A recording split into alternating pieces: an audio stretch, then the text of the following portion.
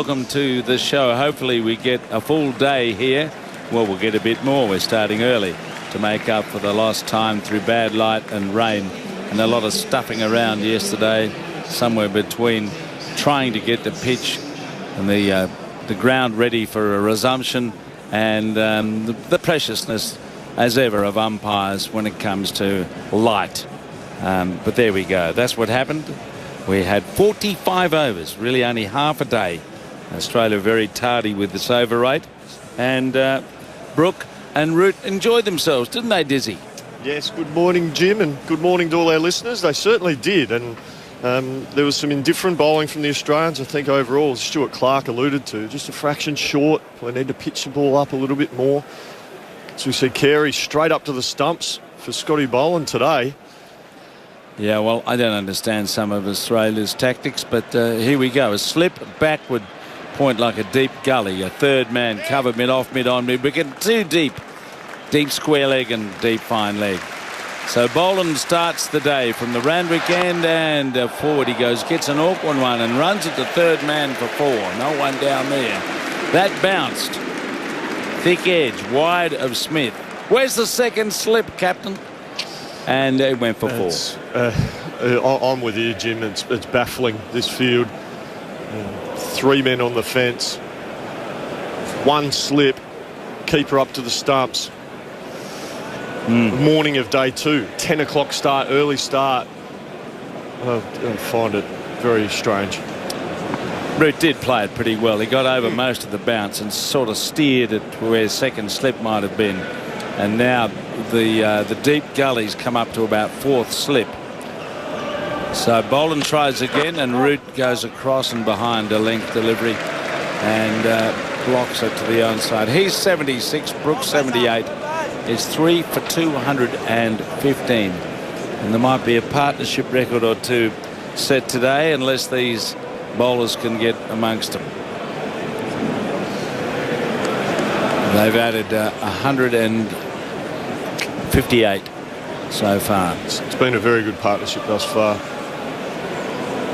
So the crowd's starting to swell, build up as they realise the early start's upon us. And here's Boland and Root's forward, playing it away into the covers.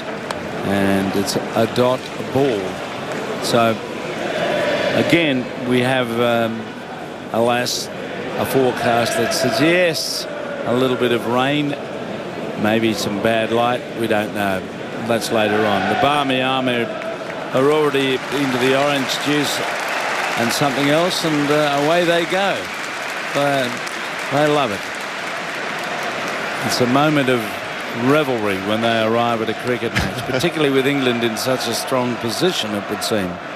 Boland goes in and Roots again behind the line of one that's wicket to wicket and pats it out there on the onside. So what's this pitch going to do today? It looks a good surface, Jim, and it didn't have any real demons in it yesterday. There wasn't much sideways movement. A decent bounce and carry, wasn't there? Yep. But yeah, I don't think. I think it'll play very nicely. England have just got a wonderful opportunity to continue to build on this partnership. They bat deep, so it's a great opportunity for them.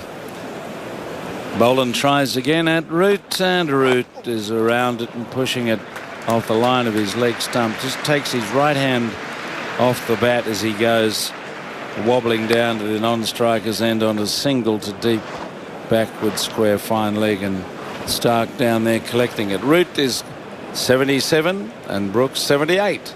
3 for 216. Well done this morning, Jim, too, presenting the... It was very nice to have Mitchell Stark there, and as he was standing alongside me, I said, "How's your spinning finger today?" What, did he have a laugh? He laughed. Yeah. He laughed. So Brooks on strike. Here comes Boland, and Brook turns it away for a run. Out to deep square. He moves to 79. 3 for 217. That's the first over of the day. Early start to make up for lost time. That's how it's done in Australia and most countries these days. Lost time, you start early rather than finishing late. So we'll have a 10 o'clock start the next couple of days. Yep. The McGrath Foundation update. 138,334 pink seats purchased. 3.45 million raised so far. So it's absolutely brilliant. Keep doing your thing there, folks. Again, it underscores the generosity of people, particularly around sporting events, when there's a cause out there that needs support. So thank you for doing that, as I'm sure Glenn would say to you if he was on the air with us. Now, here we go. We've got one of these bizarre fields again. You've got Mitchell Starc, 27 wickets in the series. No slip. He's got a fly slip. He's got a sort of deep backward point. He's got a third man very square in front of the trumpet stand. A deep cover. There's one anywhere on the offside. And on the onside, there's 3 on the boundary as well. Starc charges into bowl, and Brook pulls the ball down and away out towards deep square. That might go for 4. It doesn't, because it's just knocked down inside the boundary, and they look for a second, but just as well they didn't go on the Labuschagne return. He picked up the crumbs at deep square, but that was a pretty innocuous short ball. Brook got over the bounce and pulled it away. I don't get this, sorry. I've seen a bit of cricket over the years. You're starting the day with a bloke who's taken 27 wickets in this series, and you've placed a field as if Labuschagne's bowling. Yep. I don't have a response for you, Jim. I'm baffled myself. Totally baffling. Totally baffling. At least when Root's on strike, they have a more orthodox, normal, hopeful field for a strike bowler. Does it just highlight maybe the impatience of modern cricket? I don't know. They know that Harry Brook's going to take it on, so that I think that's kind of the feeling. We may as well set this field because we know he's going to go hard and try and score.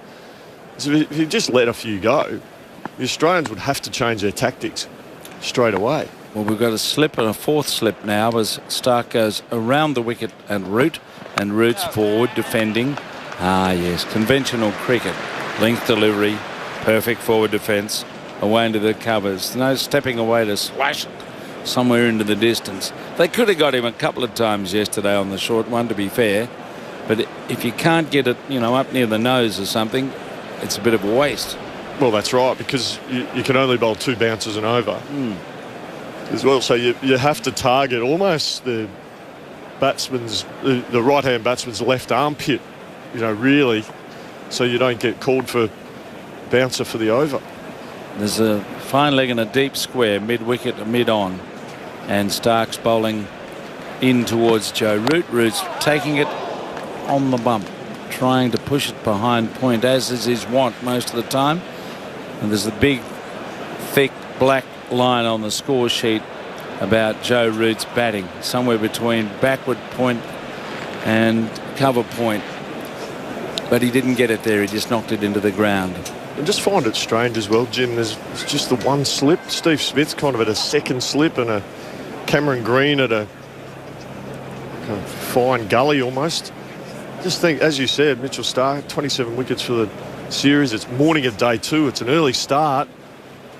Strike bowler Starc. Here he comes bowling to Root, and Root's around the pad working it away on the onside for a single as Khawaja picks it up past square leg. 3 for 219. Root 78. Oh, leg byes. There you go. Thank you, umpire Rick. Yep. And that gets Brook back on strike, and there's amazing field. 3 on the boundary on the onside, 2 basically on the boundary with a fly third man and deep backward, and 5 blokes on the boundary, and Mitchell Starc in his first over on the second day. Well, if he holds out, you've got to say it's kind of indicated. Yep, that's right. But let's see what Starc does. He's got to bowl short, surely, with this field. He comes in now to Brook, who gives it room and swats it away down through mid-off. And it's heading sort of towards the boundary, but it won't get there. He miscued, got it on the toe of the bat and sent it past Starc and into the vast open territory at the long off. And they ran 3 for 222, and Brook is 83. I actually don't mind this tactic if it's, I suppose later in the innings, but we're talking it's 10 past 10 on day 2, with starting half an hour early. Surely just get the 3 slips and a gully in place, bowl that off stump, 4th stump line on a good length, getting the batsman to push forward. Now Stark bowls to Roots, and Roots forward, and he tucks it away nicely, just wide of mid-on for a single. So England are scoring pretty much as they please in 2 overs today. It's 3 for 223, 10 runs, 2 overs. And the lack of effectiveness of that kind of bowling is here for everyone to see. Yeah, you might fluke one if he hits it up in the air somewhere, but my God, they're giving him a chance to get in, haven't they? Well, that's certainly what I feel. It's giving Harry Brook some really good sighters. Partnership now up to 166 just from the 205 balls in less than 3 hours. There's a couple of old names at the top of the list, Rick, are threatened now. Cowdrey and May hold the record on this ground in an Ashes match for this wicket. And it's Boland who runs in, and Root tucks it away on the onside. A run or two to backward square. He wants a second. He won't go now. The ball's on its way home. 3 for 224. You remember that? What is the record? 184, I think. I don't remember it, no. Cowdrey and May, 59. You were here, weren't you? You and I were both alive. Yes, I was alive. I was out here collecting bottles while my father watched the game. He used to get threepence for every empty bottle. If you got 4 of them, you got a free one. That's what I did. How much was threepence? Oh, about 2 or 3 cents. Right. Yeah. Away goes Boland again, and back and across, steered away on the offside. A run out there for Root, who moves along to 80. Brook 83. Brook 84, Root 79. 3 for 225. So Jim, decimal currency came in 66, is that right? 14th of February 1966.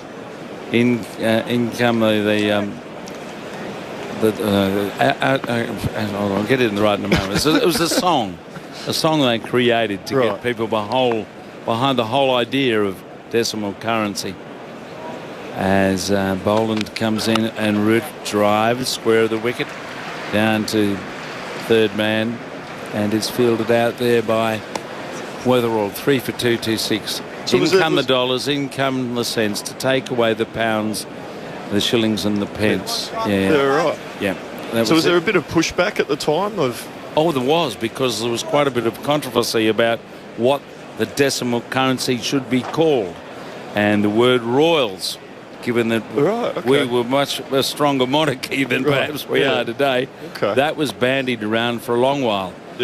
Before they settled on dollars and cents. Now in comes Nicks a slip, and he's out. He fended that ball outside the off stump. Smith took another very good catch. Brook is out for 84. Boland gets the wicket. Smith moves one closer to Joe Root on the all-time catching list. And Australia have got a breakthrough. And Harry Brook is out for 84. So it is as well, Jim. It's a very good catch. I know we've spoken a lot about this series, but the catching of the Australians behind the wicket has been nothing short of sensational. That's another great catch. Steve Smith's caught it high to his left, about shoulder height maybe. It's a beautiful piece of work, and it's a missed opportunity from Harry Brook, that's for sure.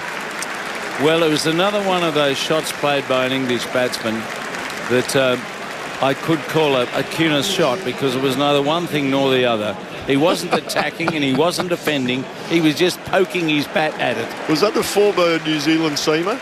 It was. Bob Cunis? Bob Cunis, yes.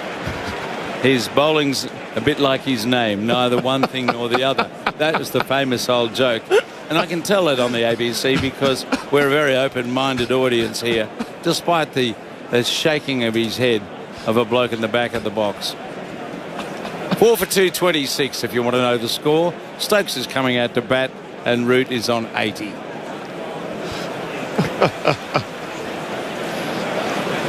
A wicket.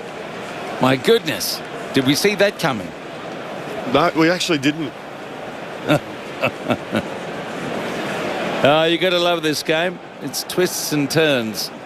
And there's one thing we can be certain of, 99% of the time anyway. If the ball goes anywhere near Steve Smith off the bat, he'll catch it.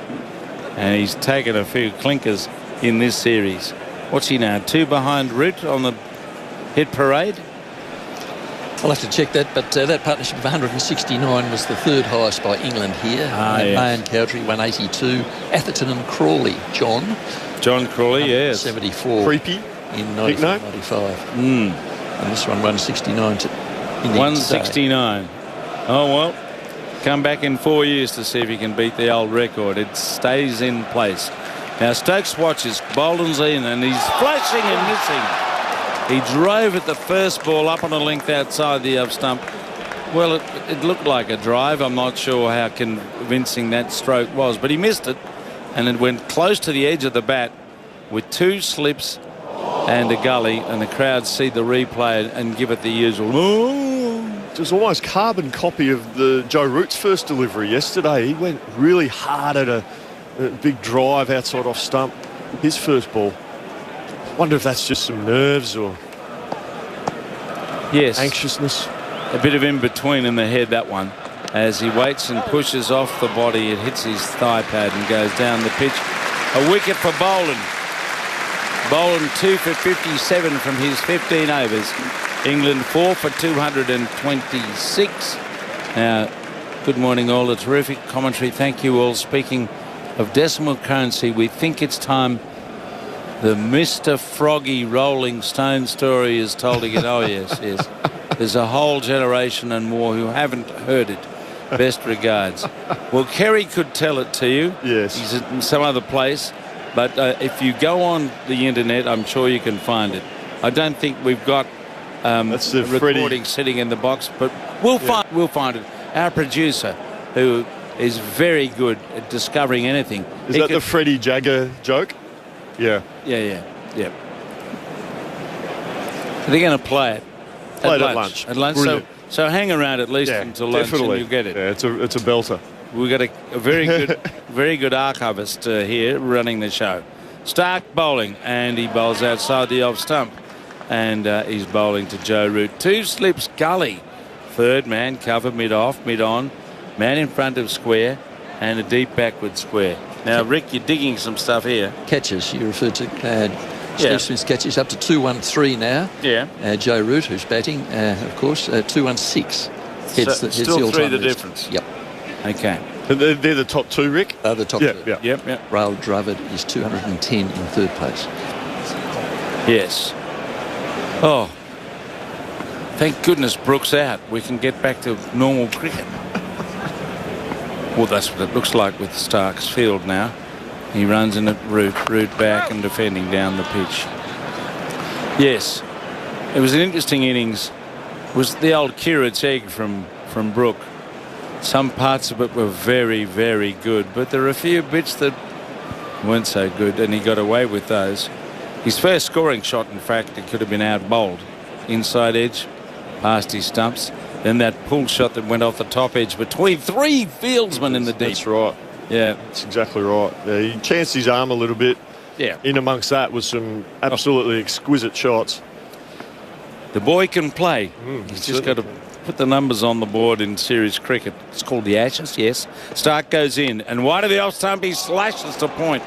Didn't get the placement or timing, and a tumbling save out there prevented a run or 2 as he tried to smash it past Labuschagne, who's out there fielding, not slip catching, because Webster's at first slip and Smith's at second and Cameron Green in the gully.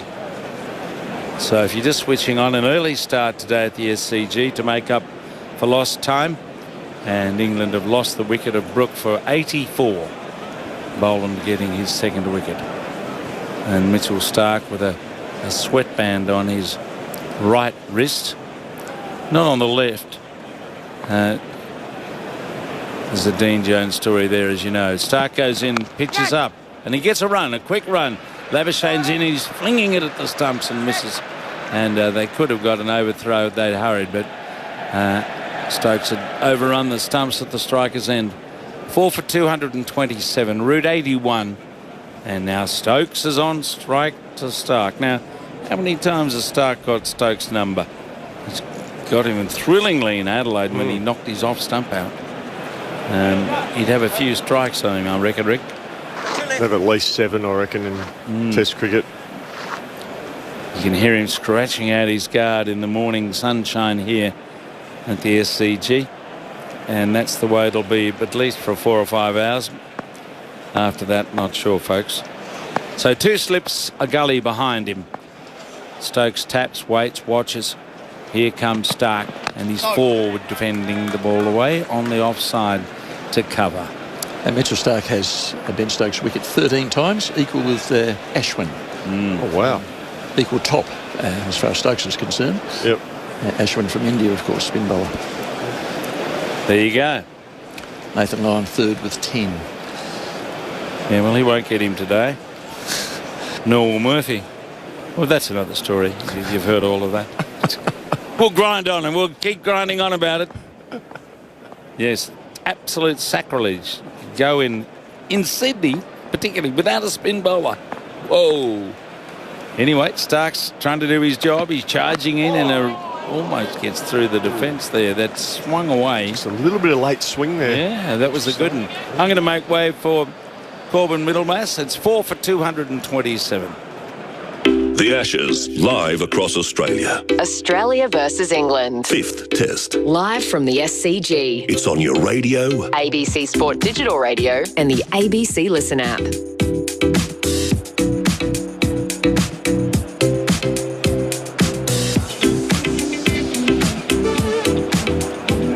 He's in early morning form, the skipper. He's in good form.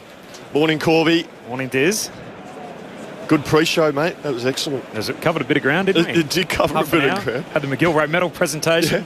Had a podcast excerpt. We had a few opinions flying around. There he was. It's all from 45 overs of cricket yesterday, where we felt like we were shortchanged. And yet, it's amazing you get in those environments. You think, oh, there's no shortage of water cooler conversation. Yeah, There's that's right. always something to discuss. That's why, again, we've got 40,000 plus in the house. It's great, isn't it? For a Monday. Better signs on the forecast today than yesterday as Boland's on his way in, bowls to Root, who stonewalls one back down the pitch. So the word we heard from the Bureau yesterday was that that's probably just about the one thing we didn't cover in the pre-play was the weather forecast for today, which is always front and centre here in Sydney. But I think they told us from the Bureau yesterday they were anticipating at that stage, 24 hours ago, a similar type day to yesterday, where it would be fine in the morning, storms in the afternoon. But Rick Finlay's got a trusty rain radar, which was spot on yesterday, and it is showing positive signs. Very little rain, if any, today. So hopefully we get a bit more cricket than what we got in the 45 overs on day one. As Root awaits Boland and he plays away from the body, can't beat Green in the gully. Those long arms just reach down and save a single. 4 for 227. Well, hopefully it's blind melon today. Yes. No rain. Yes. No rain. 4 for 227. Root's 81. Stokes has just arrived. The reason he's there, Harry Brooks out. Caught by Smith off the bowling of Boland for 84. Came out of nowhere, didn't it? It just looked like the surface wasn't offering a lot. Batting runs were being scored with ease and just came out of nowhere. Dismissal. 3 in the cordon alongside the keeper as Root's forward and just a drop and run out through cover. Battle ball and defending wide of the mid-off fieldsman and looks around to his left there in Travis Head. He's been busy this innings, Joe Root. A lot of quick singles. Him and Harry Brook. They weren't not only finding the boundary, but they're also rotating the strike well. He's continuing that on today. Joe Root, he's just looked busy. His movements are sharp. Getting forward and back. That tells you he's picking up the length of the Australian bowlers really early. Get into those positions to play his shots. Ben Stokes, who was beaten outside his off stump, very first ball he saw today. And Boland's wide of the pegs here. He lets it pass. You a bit tired this morning, Diz? Sorry? You a bit tired this morning? Well, I was a bit disappointed. I stayed up to watch the Adelaide Strikers, Perth Scorchers. Can't believe what I saw. You're such a cricket man. That's why we love you here on the ABC. And even the double header after a full day at the cricket. I was gutted. And you would have been telling yourself the whole night, I'm not going to stay up. I'll just check it in the morning. No, so I went with Darren Lehman and I watched the Melbourne Derby. Yep. And then we went to our rooms and I just said, I'll just watch a little bit. Here comes Boland pushing across the lefty. Stokes again allows it to pass. And then there was, I think, Strikers got 16 overs of spin. Wow. At the Perth Stadium. Who says spin's dead? Yeah, we're at the SCG and there's no spinner here. And then the Perth Scorchers bowled a heap of spin too. Yeah. It was just, we're in bizarro world. So the Scorchers were none for 72. They ended up making 153, which felt like unders from the position they were in. It was massively unders, yeah. And then Adelaide cruising at 5 for 103 in the 15th over, so they only needed, another 50 runs from that point, still with 5 in hand. Plenty of time. Boland to Stokes, who defends it back down the pitch. They lost 5 for 17, and they were all out. So 33-run win. And in the end, they didn't even bat out the overs. 4 for 228 here, with Stokes and Root both at the crease. Brook, the man out this morning for 84. And the early game last night saw the Renegades win. That was a good game of cricket. Yeah. Ended up winning by 4 wickets with a ball to spare. So they chased 174, the victory target, brought it up with a 6. Needed 13 off the last over. They went 6-2-1-1-6 in front of a record crowd. Third highest attendance we've ever had for a Melbourne Derby / BBL game. Oh, wow. Okay. So the top 3 are all Melbourne Derbies in terms of attendance. There was one crowd of 80,000, one of 71, and then 68 last night. That's a really good crowd. I suppose Melburnians a bit starved of cricket after a 2-day test, maybe. Absolutely. A few refunds. Just reinsert your money into another event. As Stark starts a new over and a late cut from Root through backward point. He's going to get a single down to Weatherald, who's been patrolling the boundary for much of the innings. 4 for 229, Root to 83. It's been a regular position the Australians have employed against England. Has been that deep backward point, sort of a really square third man. They feel it's a real run-saving position. See the trophy they presented last night in the... the mace, the Melbourne mace. What do you make of that? Look, not for me. It's why isn't it for you?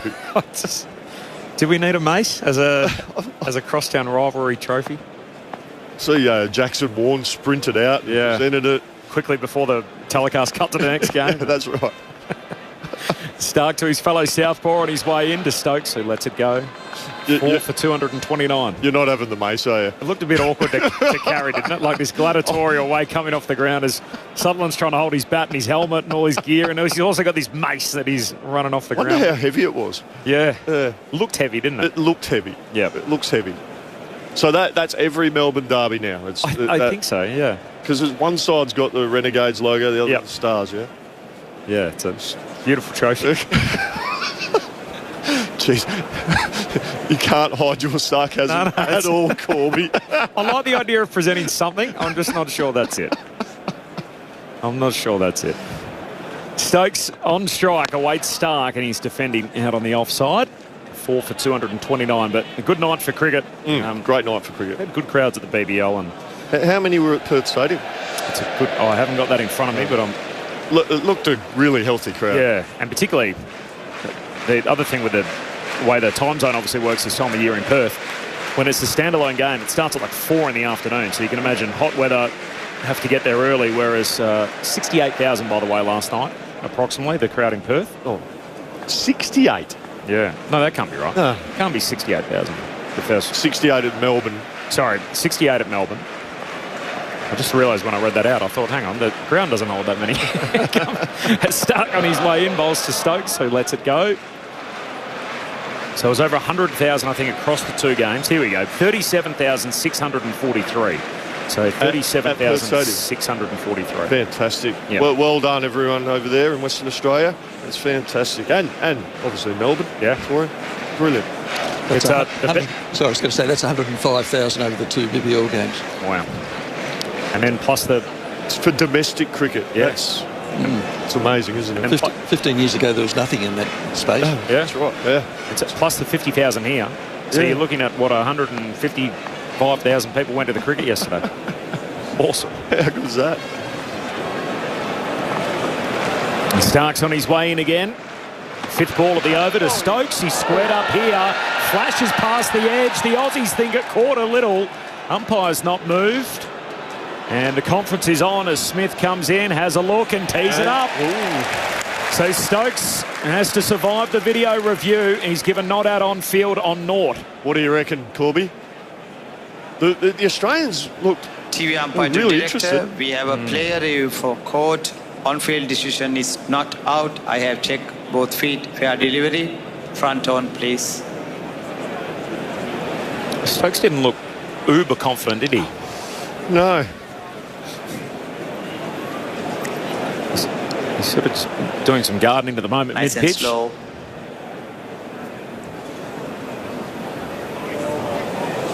It's a lot Okay. You can go to R3S when it's ready. ball. Yeah. It's a lot to consider in the moment, but to not be confident is the way to play it. Just getting a look at the replay here, and there is a noise on Snicko as it passes the edge. And there's a reason Ben Stokes was not overly confident when that was sent to the video. Okay.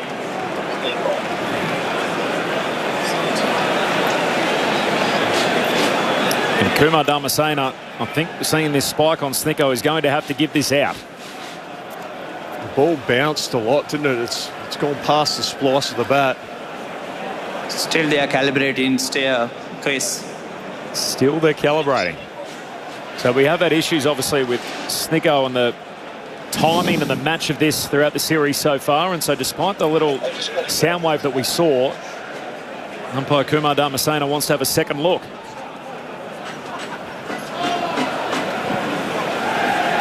Waiting for the outrage still. Maybe this is a response, Diz, to what we saw in Adelaide, where there was a few sort of out of rhythm. And if there's any kind of doubt, they want to make sure they're 100% spot on, even if it means an extra delay. Okay, can you go to the R3S again, please? Yeah, On that there's no evidence. gap between bat and the ball, and I can see a clear spike as the ball passed the bat. Chris, you have to change your decision. You're on the screen. Finger goes up. Stokes is out for a duck. And England are 5 down, 5 for 229. And it's Mitchell Stark again who continues to haunt Ben Stokes. Incredibly now, he has got him 14 times. 14 times in Test cricket, 5 times in the series alone. Stokes is out without scoring, and Australia are right back in this Test match with Harry Brook out playing through to Steve Smith at first slip when the keeper was up to the stumps off the bowling of Boland for 84, and that was something out of nothing. And then Mitchell Stark has delivered a peach of a delivery, and Ben Stokes has feathered an edge behind to keeper Carey. He is out without scoring. So after at one point being 3 for 226, England have lost 2 for 3. They're now 5 for 229, and the keeper walks out at 7. Grandstand cricket on ABC Sport. Corbin Middlemass alongside former England spinner Phil Tufnell. Morning all. Not a great morning for your boys. No, they say always add 2, don't they? Always add 2 to the score, and that's exactly what's happened. Australia coming roaring back here on day 2. Yeah, I mean, that's out. Stokes' nicked that. Simple as that, hasn't it? It's a good ball. Just rose at him a little bit. Didn't sort of played the Bakerloo, and it was down the Victoria line, I'm afraid, Ben. But he gets him again. And he's got themselves into a good position now, Australia. They're up and about. A couple of quick ones does that for you. Yeah. Disappointed with Harry's. Little bit of a fiddle, wasn't it? Little bit of a fiddle outside that off stump. Just trying to run it down to third man, and then all of a sudden the momentum changes. But well bowled Australia this morning. They were in a bit of a tight spot, weren't they? England could have gone out there and just sort of consolidated a bit for an hour and then kicked on. But it's been wrestled away from them. And looking at, I mean, there's records everywhere for Mitchell Stark, isn't there? He's up for 28 for the series so far. The last man to have got 30 in an Ashes series was Mitchell Johnson, of course, in that devastating series that he had going back almost a decade ago now. And he's up to 430 Test wickets, 3 behind Rangara Herath for the most ever by any left armour. And he gets a look at another new batsman, Jamie Smith. He's playing outside the off stump and finds point. Picks out Weatherald to complete the over, an eventful one. And umpire Kumar Dharmasena had to get involved upstairs to overturn the no decision on field. And Stokes is out for a duck, having faced 11 balls. And England now 5 for 229. We're about a half hour into the morning on day 2. Yeah, it's just done a little bit, hasn't it, this morning? The odd one's just nipped around and there's been a bit of swing. That's been good enough, just good areas from Mitchell Starc, isn't it? It's all around that sort of hard length, just outside that off stump. Ben Stokes sort of poking, trying to establish himself. Still a good pitch, but they've bowled well this morning. Is this Boland? This is him. Yeah, I'd follow Jamie Smith around if I was Scott Boland. Just that little nip back. I'd be popping up down the pub, everything. I'd be just following him around. Keeper's up to the stumps. He bowls to Root, who takes a hand off the bat, does well to keep it down. One that hops up on him. Yeah. So he's going to have to sort of overcome that, and it gets in your mind, doesn't it? That's what 5 Test matches do. Yeah.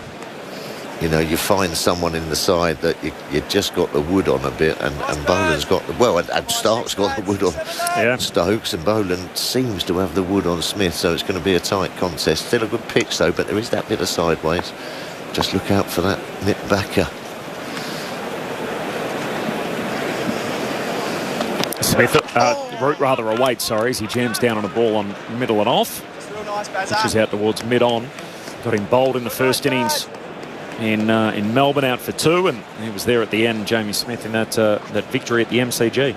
Alex Carey, Corbin, has now got 29 victims dismissals for the series, which brings him equal to Brad Haddin as the most by a wicketkeeper in a Test series. Wow. Worldwide. Any Test series? Yep. Brad Haddin, 2013. In England, got 29. So his next dismissal will be the most decorated series by any wicketkeeper ever. Yep. Yeah. Root defends out on the leg side. Gee, that's a milestone, isn't it? I mean, absolutely. It's obviously been a seam bowling series, and he's had a bit to do behind the stumps. But has he got a stumping, or are they? Oh, he got one in Adelaide, didn't he? Yep. So 28 and 1. Who did he stump in Adelaide? He stumped. What, off line or a seamer? I called it at the time. Sorry, I'm going to have to hold the phone. Hold the phone. I think I'm looking at 2023. Sorry, I'll do a recalculation. He got Crawley. Crawley stumped second innings on 85. Correct. There's Boland in at the stumps again, and Root does well to keep it out. He was looking good, and then outside edge, went past the outside edge, just dragged, trying to hit that gap and extra cover. It's all coming back to me now. Correct. They all roll into one, don't they? And we've only had 13 days of cricket leading in. Imagine if we had 20 days to try and work our way through. Back to Carey, sorry, he's 26 now, so he needs another 3 to draw level with Haddin. Another 3. He got 26 in 2023 in England. Root's on 83, Boland's on his way in. Root walks at him and then just tucks the ball away to mid-wicket. Can't break the infield. Nisa collects. What does that suggest? Is he a little worried about how much Boland's getting this ball to seam? I mean, the pitch has been under the covers, hasn't it, for large periods of the back half of yesterday? Yeah, and as soon as there's that little shuffle down the pitch to Boland, up comes Carey. Yep. You know, I mean, one thing about Scott Boland, because of his consistency, you can sort of walk at him a little bit with quite confidence, because you know where the ball's roughly going to go and be, but you can't do that now because Carey's up at the stumps. Boland's on his way in, delivers to Root, who defends confidently out on the offside. So that's a maiden for Boland. After England started the day at 3 for 211, they're currently 5 for 229. Root's 83, and Jamie Smith's just arrived. The 2-man out today. Brook really played off the back foot, found Steve Smith at first slip off a Scott Boland delivery and was out for 84 with the keeper up, so another sharp catch for Steve Smith. He's only 2 behind in the all-time record now from most catches in Test history, behind Joe Root, and of course he's playing in this game. And then Ben Stokes was out just feathering an edge as Stark got one to hop up on him, and he was out for a duck. Just some news around. Dan Cherney reporting that Jai Richardson's been released from the Australian squad to return to the BBL. So Richardson will rejoin the Scorchers for their next match against the Melbourne Renegades, which starts on Wednesday. Brendan Doggett stays. So obviously in the modern age with concussion subs, if there's an injury to one of the fast bowlers, or specifically a concussion, Doggett would be the man to come in. Stark begins a new over, and Smith off the back foot doesn't quite get a cut shot, and in the end it rolls out to Head, who fields it mid-off. And we also talked about those massive crowds yesterday. A BBL single-day record, which broke the previous best from BBL 5 of 105,768 across the two games. So most amount of people that we had at a pair of games ever in the BBL last night, which followed nearly 50,000 here at the SCG. You're a BBL man? Good numbers, that, isn't it? Yeah. Over the two games, people loving the cricket. Have you got a BBL team? Here comes Stark on the way in. Bowls to Smith, who takes a hand off the bat and keeps the ball off his rib cage, plays out on the onside. Well, apparently I'm an Adelaide Crow now. Yeah, I'm not sure about that. I'm not sure about that. No. I saw your video yesterday, actually, which appeared on Darren Lehman's social media. I actually sent it to the Adelaide chief executive last night, and he replied, Buff's a good man and very happy to have you on board. So they'll welcome you with open arms, I'm sure, the Adelaide Crows. Open wings. Well, there you go. I got the hat on my head. Yeah. We've stuck the hat on my head, and I've now become a Crow. Who do I like? I like the Sixers, Sydney Sixers. I like it. Yeah. The magenta.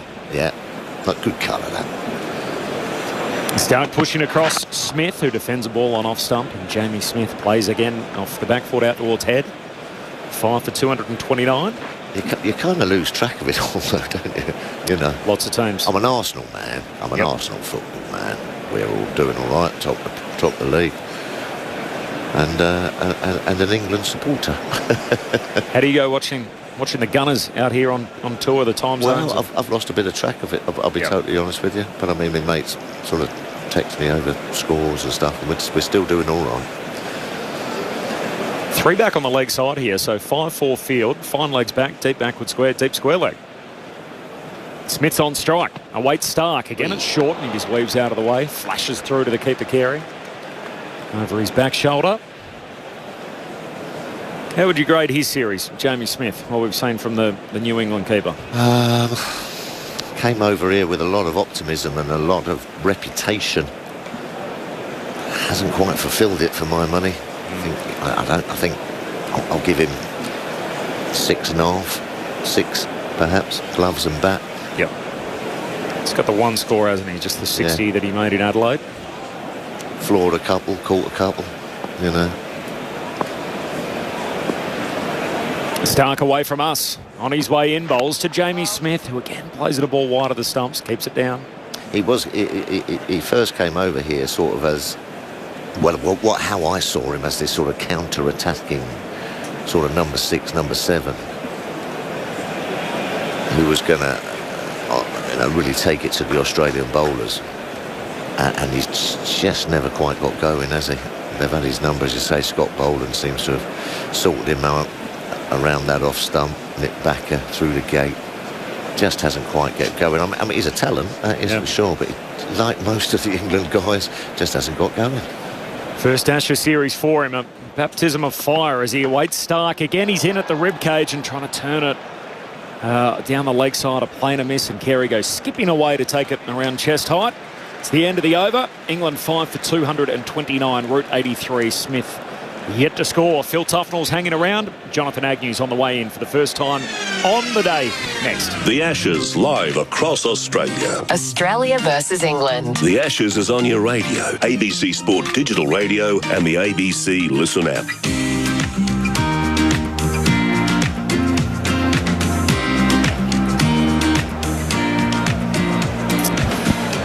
Good morning, everybody. Morning, Tuffers. Morning. Morning, Rick. Lovely to see you. Nice day here in Sydney too. A bit warmer. No threat of any rain today, which is great news for everyone who's come along. Another excellent crowd. And, well, England slightly on the brink here, you feel. 5 for 229. Brook, a loose shot for my money. Fiddly. Yeah, Fiddly, Stokes, fiddly. good ball. And now we've got Boland on his way, and he bowls to Joe Root, who edges this one too, but it doesn't quite carry there to one of the two towering figures there in the slip cordon, Cameron Green at Gully. It's funny looking at Steve Smith. There was a time yesterday where he was actually standing between them in the slips, and he just looked like a dwarf really between these two giants. And I mean, he's not a tall man, Smith, I grant you, but even so, the height difference was really quite amusing. 5 for 229, and Root stands up, bat raised. As Boland from the far end bowls. Oh, there's another one that bounces. Now we've seen a bit of this morning. Yeah. Where's that come from? We didn't see this yesterday, and some definite uneven bounce and quite high bounce. I haven't seen anything keep low, but definitely more lift, and that was a case in point. It's beautifully taken by Carey again. Yeah. And Root is prodding away at the pitch. Well, he's eased forward there just to sort of like knock that down in a forward defensive, and that's sort of risen, and Carey's taken it shoulder high. Yeah. That must have hit a crack, Aggers. Really took off. Boland again, he'll have enjoyed that. Moves in, bowls, and Root on the back foot guides that past Cameron Green this time. And down to third man it comes, so Root takes one more run, and he moves to 84. Breaks a run of 15 consecutive dot balls, Jonathan. Is that right? Thank you, Rick. How lovely it is to see. And is Laurel your predecessor? Yes. Yes, it's lovely to see Laurel, who we worked with for years here on the ABC. And she said, I played here in under 19s. She scored that game as well, so crikey. Oh, you played dots in her book. Sorry? You played it for the under-19s here, did you? Yes. Oh, did you? Yeah, Laurel scored. Did it really? And then she worked on the ABC, and there we were. So I think 94, I must have worked with Laurel first of all. In comes... it's edged. Edged, he gets away with that, Smith. Yeah. Not sure it quite carried to second slip, but it was a genuine edge. Just felt a bit outside the off stump.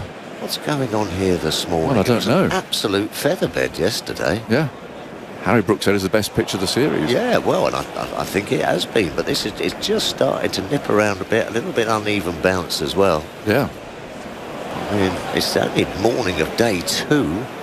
I have to review what a good score is looking at this. Well, it's doing a bit. Australia. Yeah. No, it's just doing a bit. Anyway, lovely to see Laurel here. Yes. First time she's been here for 8 years, she was saying. In comes Boland, and that's pitched up for a poor ball. That is let the pressure off. And Root will pick up a boundary, flicking that away through mid-wicket.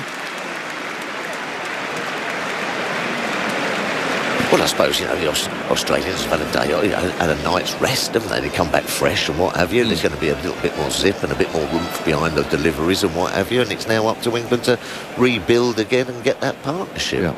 Well, your friend of mine, Michael Vaughan, was saying he saw Andrew McDonald. Yeah. He reckoned give the Aussies a bit of a go in the huddle. Oh. Because they were off the ball yesterday. Well, yeah. Yeah. So maybe that's also had a bit of an impact. Yeah. Well, it can be tricky sometimes. Yeah. 3 slips waiting. Boland on his way. Bowls a good one. It beats the outside edge. All sorts. Root genuinely beaten there. And he's got a big smile on his face there. In fact, he's actually laughing at what that has done. And we'll wait for a replay to see quite how much that's moved off the seam. But there's a gasp from the crowd. It's been up on the big screen before we see it. And away it goes. A great big leg cutter. Yeah. Wow. Yep. Well, perhaps we do revise. Well, I was thinking 400 plus. But it's doing a bit now. I mean, that has jagged away lovely. I mean, that's a beauty. Angled in as like Boland does. It just stands up on the seam. And you've got to do well to nick them, really. Right, we've got a bit of a leg trap being set here now for Jamie Smith. So another one's going down into that leg side boundary area by the look of it. Or is this going to leg slip? No, Steve Smith's moving his arms around. What was happening there? That poor fielder has run from where he was happy to be standing at mid-off. He then ran into the leg side on Smith's direction. And now he's put him back again. It's like the cover's a bit. It's almost like a little bit of juice has got under the covers, hasn't it? I mean, did it rain? Yeah. Did it rain heavy last night? It I rained think a so. bit, didn't it? Right, they're going to try and bowl him through the gate here. Yeah, here you go. Then goes Stark. Is there any bowls? And Smith stands up, pushes into the offside. Doesn't beat the mid-off fielder there. And so there's no runs. There's a short leg. This is the same field that they had in Melbourne, which worked so well. 2 out in the deep. Look at all those Richies down there. My word, there's hundreds of them. Oh, I say, yes. All waving their microphones. Oh, look at more. Apparently it's the last gathering. No. So someone told me. Why's that? Well, I don't know. What's happened? But they've literally taken a whole bay Yeah, they have. alongside some pencils, by the look of it, who are just taking up their position there, dressed in yellow. Well, they're bananas. Oh, well, might be bananas, I suppose. Yes, Stark. Left arm over the wicket, bowls to Smith on the back foot, pushing that away just to mid-off's left hand. Good diving save there, and there's no run. So excellent crowd, good to see all those Richies there. Yeah, a big cheer to the fielder down there as well. They're having a good time. But, yeah, Richie he often wore that sort of colour suit, didn't he? Yeah, he liked a bit of beige, a bit creamy beige. Yeah. What is it, fawn? Could be. I was lucky. I worked with Richie. I was very lucky to do that. I mean, he was he was TV, of course. So I did do a bit of TV. But wrote letters to my dad, you know. Really? Yeah. Oh. 1990. Is that right? He goes Stark. Bowls short. He's hoiked at this and missed it. That's not a great shot. Going down the leg side, very close to glove and to bat there. The fielder's just waiting to take the catch. He's always meticulous about his earpiece, Richie. Oh, was it? He kept his hair quite long. Right. And because we could see the screen before they actually went on air, you could see Richie just meticulously covering the earpiece with his hair and just making sure it's always tucked up and out of sight. Oh, very meticulous. Yeah. A great man to work with. Yeah. Chocolate tie. I was always a bit scared of Richie. Oh, really? Oh, okay. Stark left arm over, bowls short now, has gone for this in the air and beyond the fielder. It's gone for 6. He took it on and the ball's whistled over the head of the fielder there, and he's taken a chance. But that would have been 6 on any ground in the world. The ball gets thrown back by one of the spectators. It was a real whippage, wasn't it? Yeah. It wasn't really a hook or a pull. It was a real sort of up and under whip. Yeah. Strange shot. I mean, a bit dangerous, but gets a good piece of it, just swivels on it and helps it round the corner. Wasn't really a bouncer, was it? No. It wants to get a bit higher than that, really. Yeah, bit of a hoik. Must have gone 20 rows back at least, looking at the replay there. Well, he's got a bit with some wheels, isn't he? Yep. 2 men there for it, though. Make sure you get all of it. 5 for 241, and in the sunshine, Stark cruises in and bowls short of a length again, and Smith this time stands up and plays with a straight bat. And Stark follows through, picks the ball up, and there's no run. Terrific crowd, lovely atmosphere. And, yeah, the game in the balance at the moment. Another couple of wickets here for Australia. Yep. But, very much their morning and get them right in the game. Bit of a telling off, you reckon? Well, I've been told off. That's what Michael thought. Michael's quite good at reading these things. Oh, he ferrets around. But he does. Stark, shadow to his right. Runs in again. Left arm over the wicket. Is there any bowls? And Smith goes for a big pull shot. The ball hits him. Sconned him. Grilled him. Do you think that was a griller? Yeah, I think thought it hit him some on the back, but we'll have a look. He's okay. The ball hit him somewhere. He went for another mighty pull shot. I think the umpire's having a look to make sure that he's okay. Smith says, I'm all right. And we have, I think we have a New England physio coming on. Let's have a look. Well, it sort of hit the bottom of the grill, didn't it? So she's coming on to have a look. I don't know this woman, but she's obviously the current England physio. It must have had a bit of a switch as they went through. It was near his arm and near his grill. But anyway, she's making sure that he's all right with the concussion test. I felt very sorry for the spectators here yesterday afternoon. Oh, so did I. It just felt as if there was a deliberate ploy to stretch it on. And you know, when we left comfortably before 5:30. It was dry. What got me yesterday, it was that the sheet was on with some water on it. It had rained. But the super sopper, the mop, call it whatever you like, the whale, was nowhere to be seen. Didn't see a groundsman either, not with a on the brush ground or anything.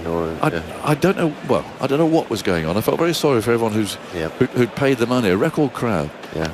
Here's the next one from Boland now, and Root on the back foot plays into the offside. And I like your point that it always seems to happen with first day tickets. Well, the first day people get the worst deal because I'm throwing stuff out there.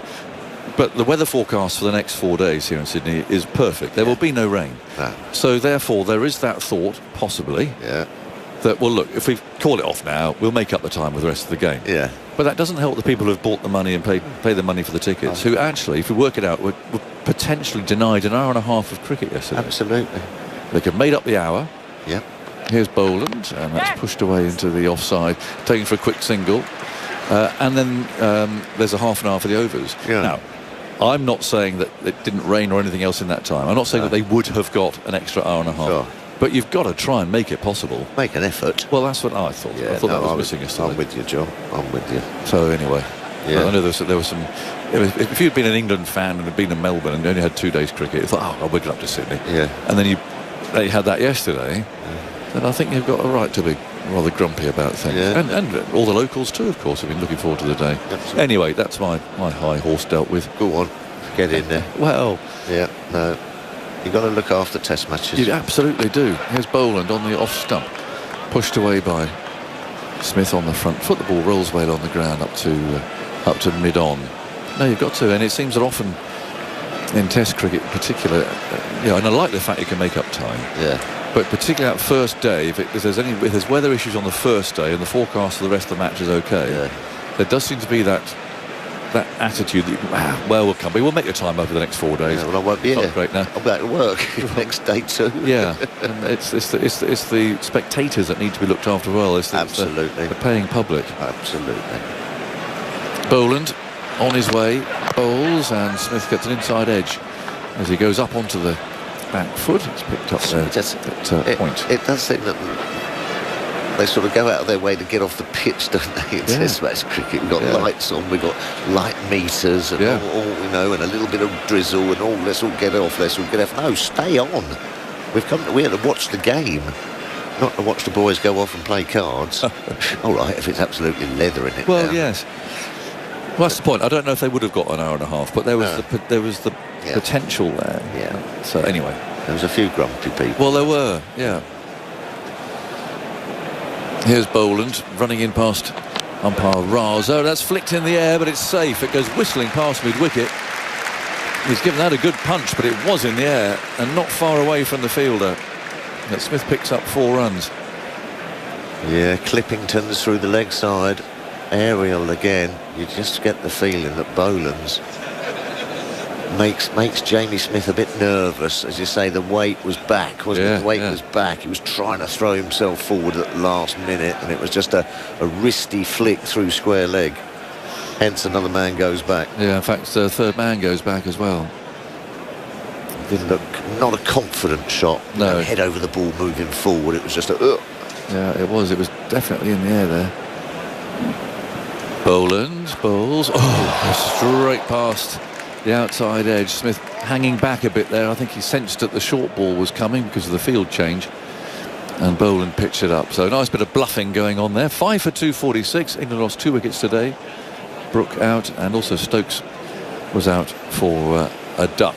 Billy Mack is on the Central Coast. Not a bad spot to listen to grandstand, he says. Drying off at Crowdy Head Beach. Well, I haven't got a clue where Crowdy Head Beach is, but it sounds rather nice, isn't it? On the Central Coast. So up towards what? Up towards Gold Coast, that sort of area, Rick? I know it's not Hobart. Yeah, between Sydney and the northern border with Queensland. Right. Tweed Heads. Yep. Yeah. Up towards there. Yeah. Oh, there we are. Below there. Tweed Heads is right on the border. Yeah. Drying off, so he's been for a bit of a dip. A bit of a surf, I should think. Is Tweed Heads the place where one side is Queensland and the other side's New South Wales? Yeah, or have I made that up? Coolangatta and Coolangatta. Right, okay, that's it. Yeah. It happens at Albury Wodonga too, doesn't it? Yes. Now we've got Stark. And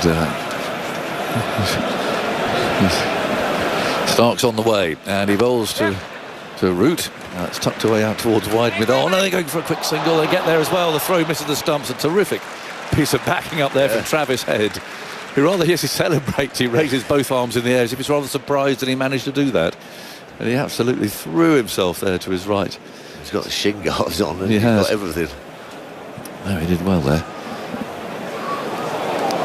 Anyway, look after yourself, Billy. Yep. Billy Mack, wasn't Billy Mack in... Jimmy Mack. No, what's Jimmy the... Mack. Love Actually Billy Mack, wasn't he? Don't know. Wasn't he the singer? Not sure. Bill Nye. What's his character? Both looking blank at me. Am I talking absolute nonsense? No, not at all. I thought you were- I just haven't seen the film, John. No one's listening behind. 5 for 247. And in goes Stark and bowls, and he's smashed him down the ground. Wow. Pitched up. And Jamie Smith said, I've had enough of this. And he's just launched Stark. He's got a smile on his face. Over his head.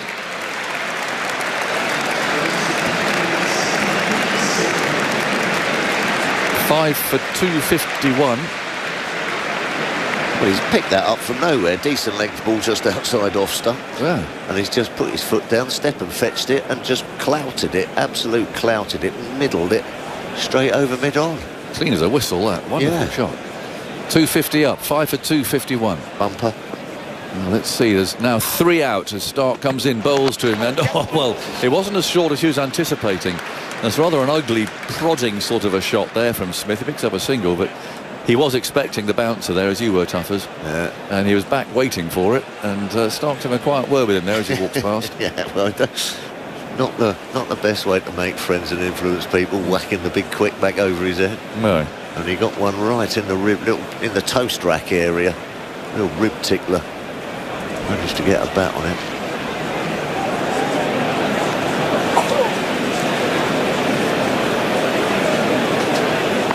So Stark able to Root now. Still 2 out on the leg side boundary. Australia hunting wickets, hunting Root's wicket in particular, but he's chopping this one down to third man. A short ball from Stark, he's on top of it. Root goes to 91 now. Out of 5 for 252. I mean, Jamie Smith, I was just talking to Corbin, you know, that hasn't had a really great series, has he? No. Particularly with gloves or bat. I think it's just, I mean, he's such a talent when he gets going, but you've just got to be a little bit more selective, haven't you?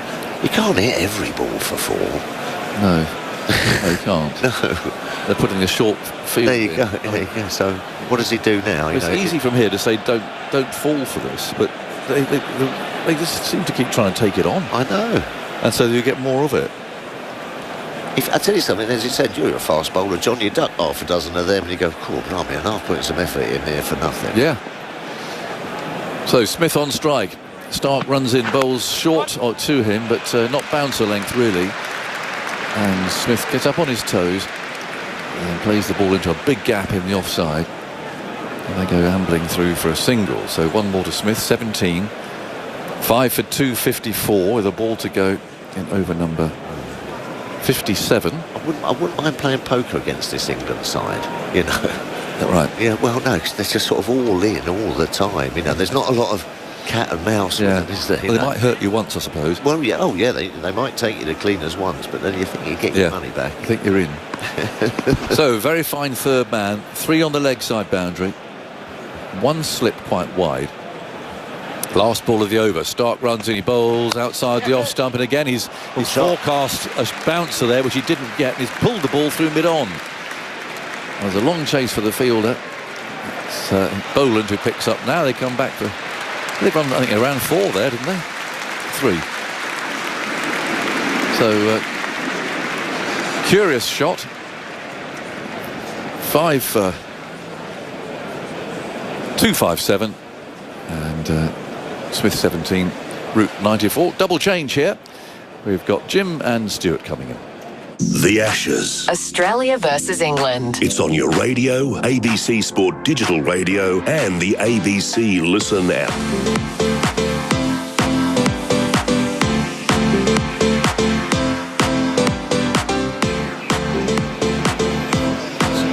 Shuffle along, shuffle along. There's a Root 100 on the way. He's 94. Smith 17. 5 for 257. And we're going to have a change of bowling. Nisa is coming into the attack at the Randwick end. Good morning, Stuart. How are you? Good morning, Jim. Morning, everybody. Oh, we got a couple of wickets early. I predicted that. That's a prediction of mine. Came true. 2 wickets, I said. Yeah, well, you're always going on about how vital it is. Early morning, first hour. The first hour. It is, Jim. Every cricket game I've ever been to, they always say that first hour of the day, be careful. Now, Nisa's bowling, and it's cut, and it's over the slips, and it's going to the boundary for 4. He didn't have control there, but he got a nice, thick, juicy edge over the slips and got away with it, and he's 98 not out. I tell you what, he took a big sigh then too. Did you see that? There was a big sigh of relief. As he played that shot, he was like, oh no. Oh. They've got the world's biggest slips there too, in Green and Webster, and it still went over their head. But there was a big sigh of relief. Don't ruin it now, Joe. You need 2. You need 2 for 200s in Australia. 3 in the slips. Nisa bowls. Root plays and runs it into the gully where Green is leaning down to collect the ball. So, what sort of celebration do you think, Jim? Big? I don't think it'll be as a Warner type celebration. What does that mean? Run around the ground and wave your arms about, does it? Yeah, I think he'll just take his helmet off and acknowledge the crowd. We love our humble cricketers. We don't need to have too much show pony going on, although it's all related to your personality, of course. But that's Joe Root. That's how he plays. And that's what we like. Here comes Nisa. It's short, and he's after this. It's it straight to point. Oh, he missed out big time. It was short, it was wide, and he slammed it with a bit of mistiming straight to Labuschagne at point. Oh, there was a freebie on it. It was the old cut shot, swing hard, get it in the gap.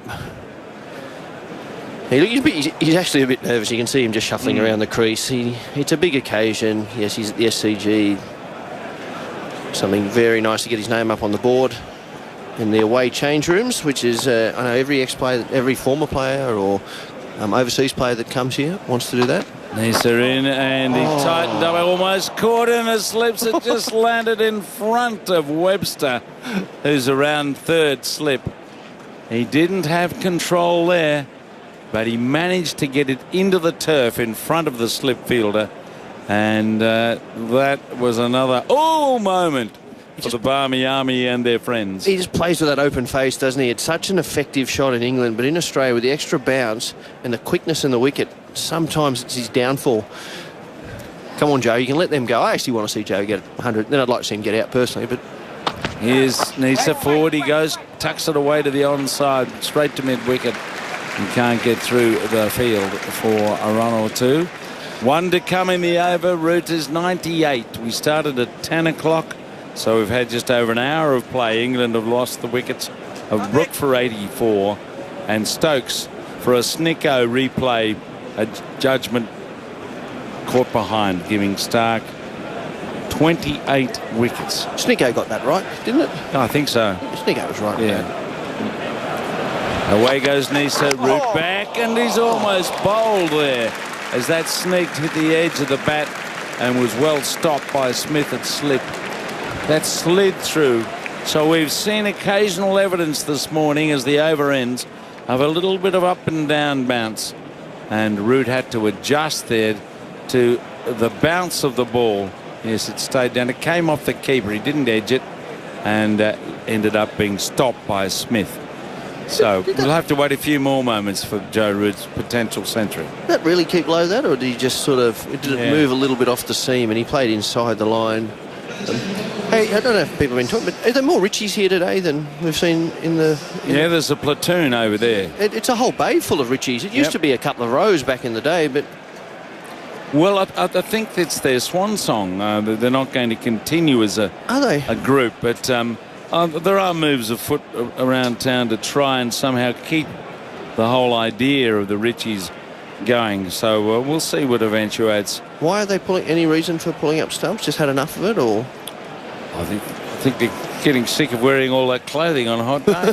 I heard the organiser found it just too much. Yeah. Right, okay. So we have to have a new organiser now. Green's bowling, Smith's defending off the top hand push away to the offside.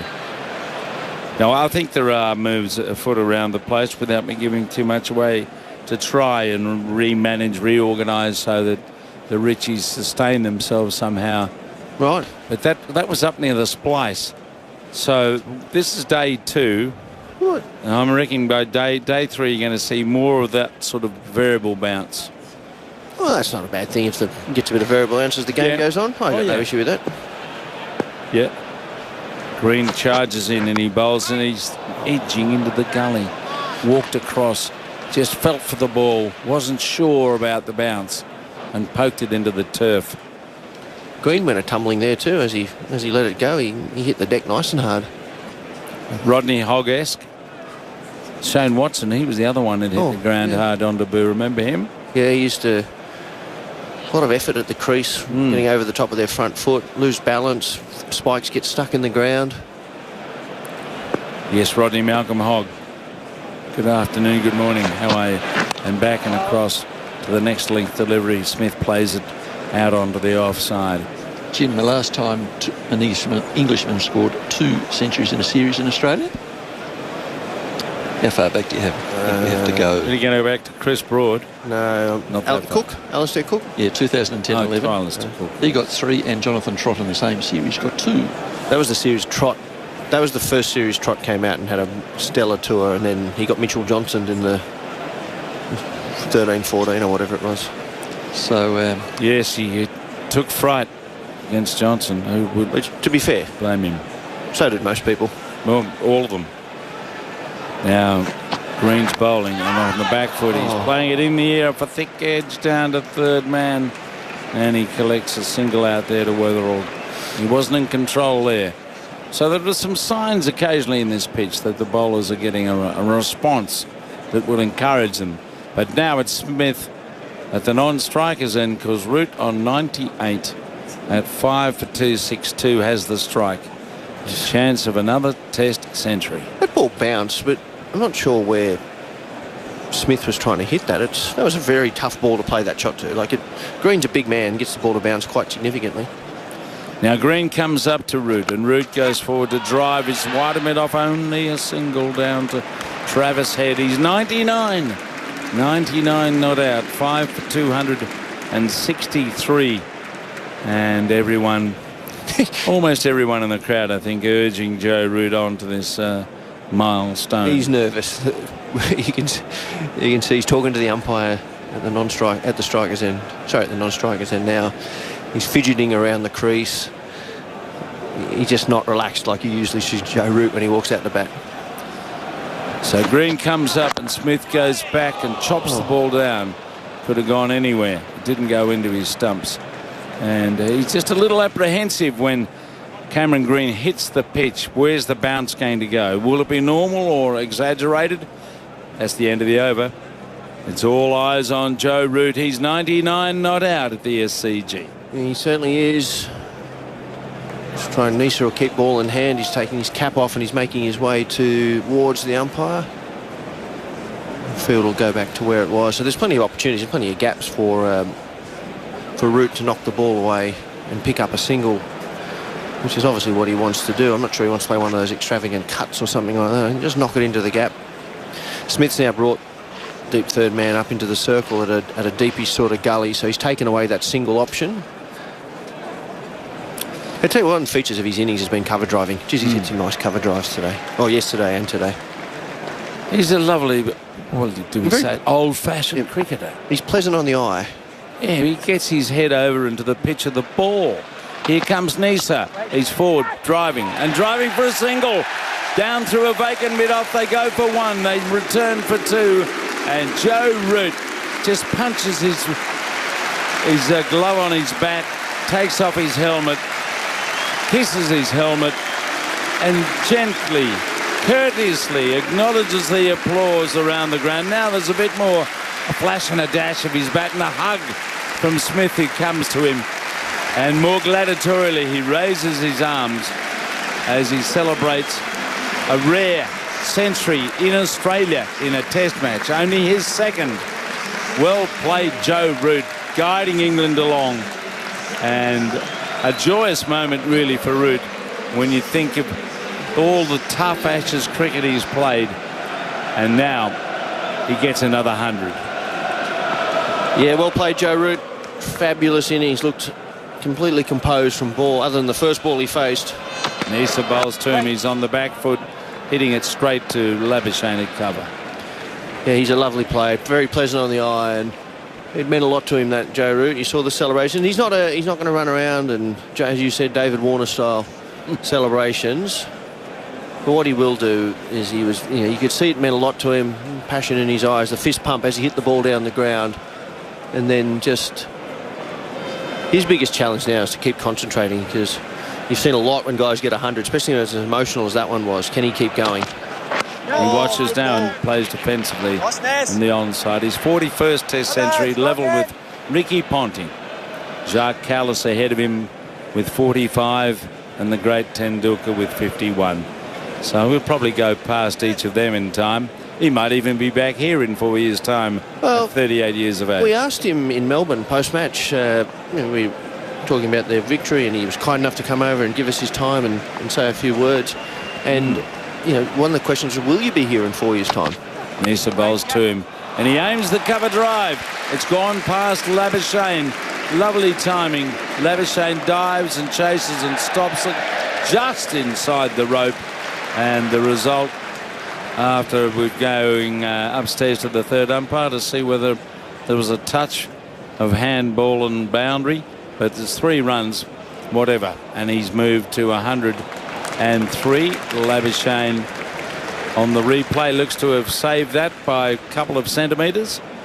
And the Root, as Stuart mentioned, strong on the cover drive, and there was a little pickup, a push at the ball, head, everything, eyes over the ball as he struck it past Labuschagne at cover. A lovely looking shot again. Interesting looking at the ball. We got a close up when Marnus dived to knock that back. It's still very newish looking. It's still got a lot of shine and sheen on it. There's great coverage, obviously, the grass, but the surface itself has got great covering, and so the ball's not really getting scuffed up. So it's Neser running into Smith, and Smith hits it straight past the bowler, and it's going down to the boundary at the Churchill end for 4. Sweet timing from Smith. He's certainly good at that, and he moves to 22, and the score to 5 for 272. Neser's getting knocked around, 1 for 49. That was beautiful timing. There's a full face of the bat, wasn't it? Straight back past the bowler, just to the left of the stumps. Umpire jumped out of the way, and again, Smith, quality timer of the ball, Smith. He's just a very, very pleasant player.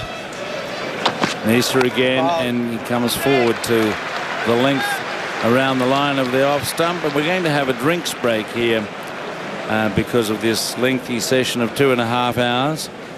We're taking it about an hour and a quarter into the session. It's just gone 11:15 local time. The ground staff run out to do their thing, and the scoreboard tells us that we had Harry Brook caught by Smith from Boland for 84, and Stokes via the SNCO and the technology adjudged caught by Carey off the thinnest of edges from Stark for 0. Out for 0. 5 for 229 is now 5 for 272, thanks to Root bringing up a very composed 41st Test 100. He's 104, Smith's 22, and that's the situation at the SCG with drinks on the field. This is Grandstand Cricket on ABC Sport. Get more from your garden all year with a subscription to our magazines. Gardening Australia delivers expert advice for each season, and in Organic Gardener, live green and eat well. Subscribe now at abcmagazines.com.au. The Ashes, live across Australia. Australia versus England. Now in comes Nick to slip and he's out. He fended that ball outside the off stump. Smith took another very good catch. Brooker's out for 84. Stark's on his way in again. Fifth ball at the over to Stokes. He's squared up here. Flashes past the edge. The Aussies think it caught a little. Umpire's not moved. And the conference is on as Smith comes in, has a look and tees it up. Ooh. Just getting a look at the replay here, and there is a noise on Snicko as it passes the edge. Chris, you have to change your decision. You're on the screen. Finger goes up. Stokes is out for a duck. Here comes Nisa. He's forward, driving for a single. Down through a vacant mid-off, they go for one. They return for two. And Joe Root just punches his glove on his bat, takes off his helmet, and more gladiatorially he raises his arms as he celebrates a rare century in Australia in a test match, only his second. The Ashes. Australia versus England. It's on your radio, ABC Sport Digital Radio, and the ABC Listen app. Sounds there from the morning session so far. So it's an extended morning session after the time loss yesterday. So 2.5 hour session, which means drinks after an hour and a quarter. And 5 for 272 is England's score. So 5 for 272. Root is 104 not out in his second test ton in these parts. After his 100 up in Brisbane, of course, earlier in the series. And Jamie Smith is there on 22. The two men out so far today. Harry Brook was a relatively soft dismissal. Was on the back foot, trying to sort of work it away on the offside. In the end, he edged through to Steve Smith at first slip, who took a sharp catch. It was blinded a bit by the keeper with Carey up to the stumps. And then Ben Stokes got a good one as it reared just outside his off stump, nipped away from him. He feathered an edge through to the keeper Carey for an 11-ball duck. So Brook out for 84, Stokes for naught. 5 for 272, England with Root and Smith at the crease. Stuart Clark's alongside me. Cameron Green is on his way in as he delivers to Root, who's playing off the back foot out to point. It's got an interesting field with fine leg back, square leg back, 6-3 split. And there's also a man in the deep at deep backward point, which the Aussies love to do. Yeah, Corbin, Joe Root just getting some guy to move out of the way who's too close to the side screen area. I think he was moving more than anything else, and Joe Root just caught it in the island. Green's actually bowled one over. He looked like he troubled Smith, just the extra bounce. Smith trying to force off the back foot and struggling to control the ball, keep it down. Green on his way in again, delivers now to Root, who's forward and confidently defending on the offside. Joe Root's a fascinating conversation, isn't he? I mean, we touched on it a little bit yesterday. So comes to Australia this year as second leading run scorer in the history of the game. Only Sachin Tendulkar has scored more test runs than Joe Root. And although he had a number of half centuries, and I think he'd averaged in the mid-30s, he hadn't got the 100 down here, so it felt like the big outlier on his record. You know, can he be an all-time great if he hasn't scored 100 against his chief rival away from home? He also had never won a test match. So he's now ticked the first box twice and also got a test win. As Root is rocking back and cutting out to deep backward point and Weatherald for one, so Root to 105. But, I mean, has it really changed the perception of him, in particular his performances against the Aussies over the years? And you think as great as he's been, his hundreds here, yes, he gets one in the SCG, which has been a fine 100, and he's a star, there's no doubt about it. But it is a dead rubber. The series is over. His other 100 was in a pink ball test, so for people that are looking to discount him, they'll say, oh, well, you know, this and that. And then the win that they got was a two-day crapshoot, which was a absolute shootout for the ages. As Green tries again and Smith defends on the offside. Has he proved anyone wrong as such on this series? Look, I don't know if he had to prove anyone. Did he have to prove anyone wrong? I think for his record itself and looking him in isolation, I think it was the last missing piece of the puzzle, in the sense to, you know, the conversation we had yesterday when we were talking about the players of this generation. The question was always, well, he never scored 100 in Australia. We're not sure we can put him there with Smith and Coley and Kane Williamson. Can we do that? But now that he's done that, I think that probably all goes away. Yeah, it's a dead rubber, and yeah, Cummins is not playing and whatever. Green in again, or to play and a miss, just trying to drive aggressively down the ground. Smith doesn't get any contact on that. 5 for 273, and Green with the follow through and the hands up on his head. Big follow througher, Green. Yes. Loves a follow. If you watch every ball, he's down. Old school. He doesn't get down. I mean, old school used to run down the wicket and really stand at it. Remember the old stare, and Dennis would look at you and, you know, just want to, you know, McGrath be there and a few words exchanged. None of that. He just follows through. It's almost like he's such a big guy. It's like a ship turning around. Yes. He hasn't got the ability to stop. You know, keep going, go, come back. Here he comes again with number 42 on his back. Delivers to Smith. He drives this time out the middle of the bat. Picks out mid-off, though. There's no run as Travis Headfield's low down. So end of the Green over. Green's bowled 10 overs for 60. 5 for 273 England. Smith 22. Root 105. It's 11:24 local time, so we're still more than an hour away from the lunch break on day one. Yeah, he got touched up by Harry Brook in the session yesterday. And in fairness, Smith asked him to bowl the short stuff where they had all the men, and Harry Brook, Green's been in action for a while. What it's good to see is he's actually getting through some overs, and they're a little bit more confident with his body, and it's been a progression after back surgery. Can you come back? How quickly can you come back? Getting the miles under his legs and whatnot. So he's getting through his work. I don't think he's quite found his rhythm. Just watching him alive, it looks okay, but it's not where it usually is. Nisa's on his way in, delivers to Root. Well, pops one up into the gully of the... Lost track of that. I think that came off the keeper. It might have come off Carey's leg, I think. And then into the gully, and as a result taken by Green, and everybody lives to fight another day. So 5 for 273. Alex Carey, no flinching with Alex Carey. It's hit him right on the thigh, I think. So Brook played and missed. Oh no, on the fingers. It's come off I tell you what, the glove. One of the great mysteries is Alex Carey standing up to the stumps to guys bowling 135 to 140. Yeah. Has not hurt a finger. No. Crouches down again. Nisa's on his way in, and Root's defending back down the pitch. 5 for 273. The other party's not just the slips cordon's blinded. We are a little bit here, so we're behind Carey with him up to the stumps. So it means we can't even see Joe Root's off stump when he takes guard. He's the right-hander to the right arm. Quick bowling over the wicket from the Randwick end. Yeah, we can't see what's going on.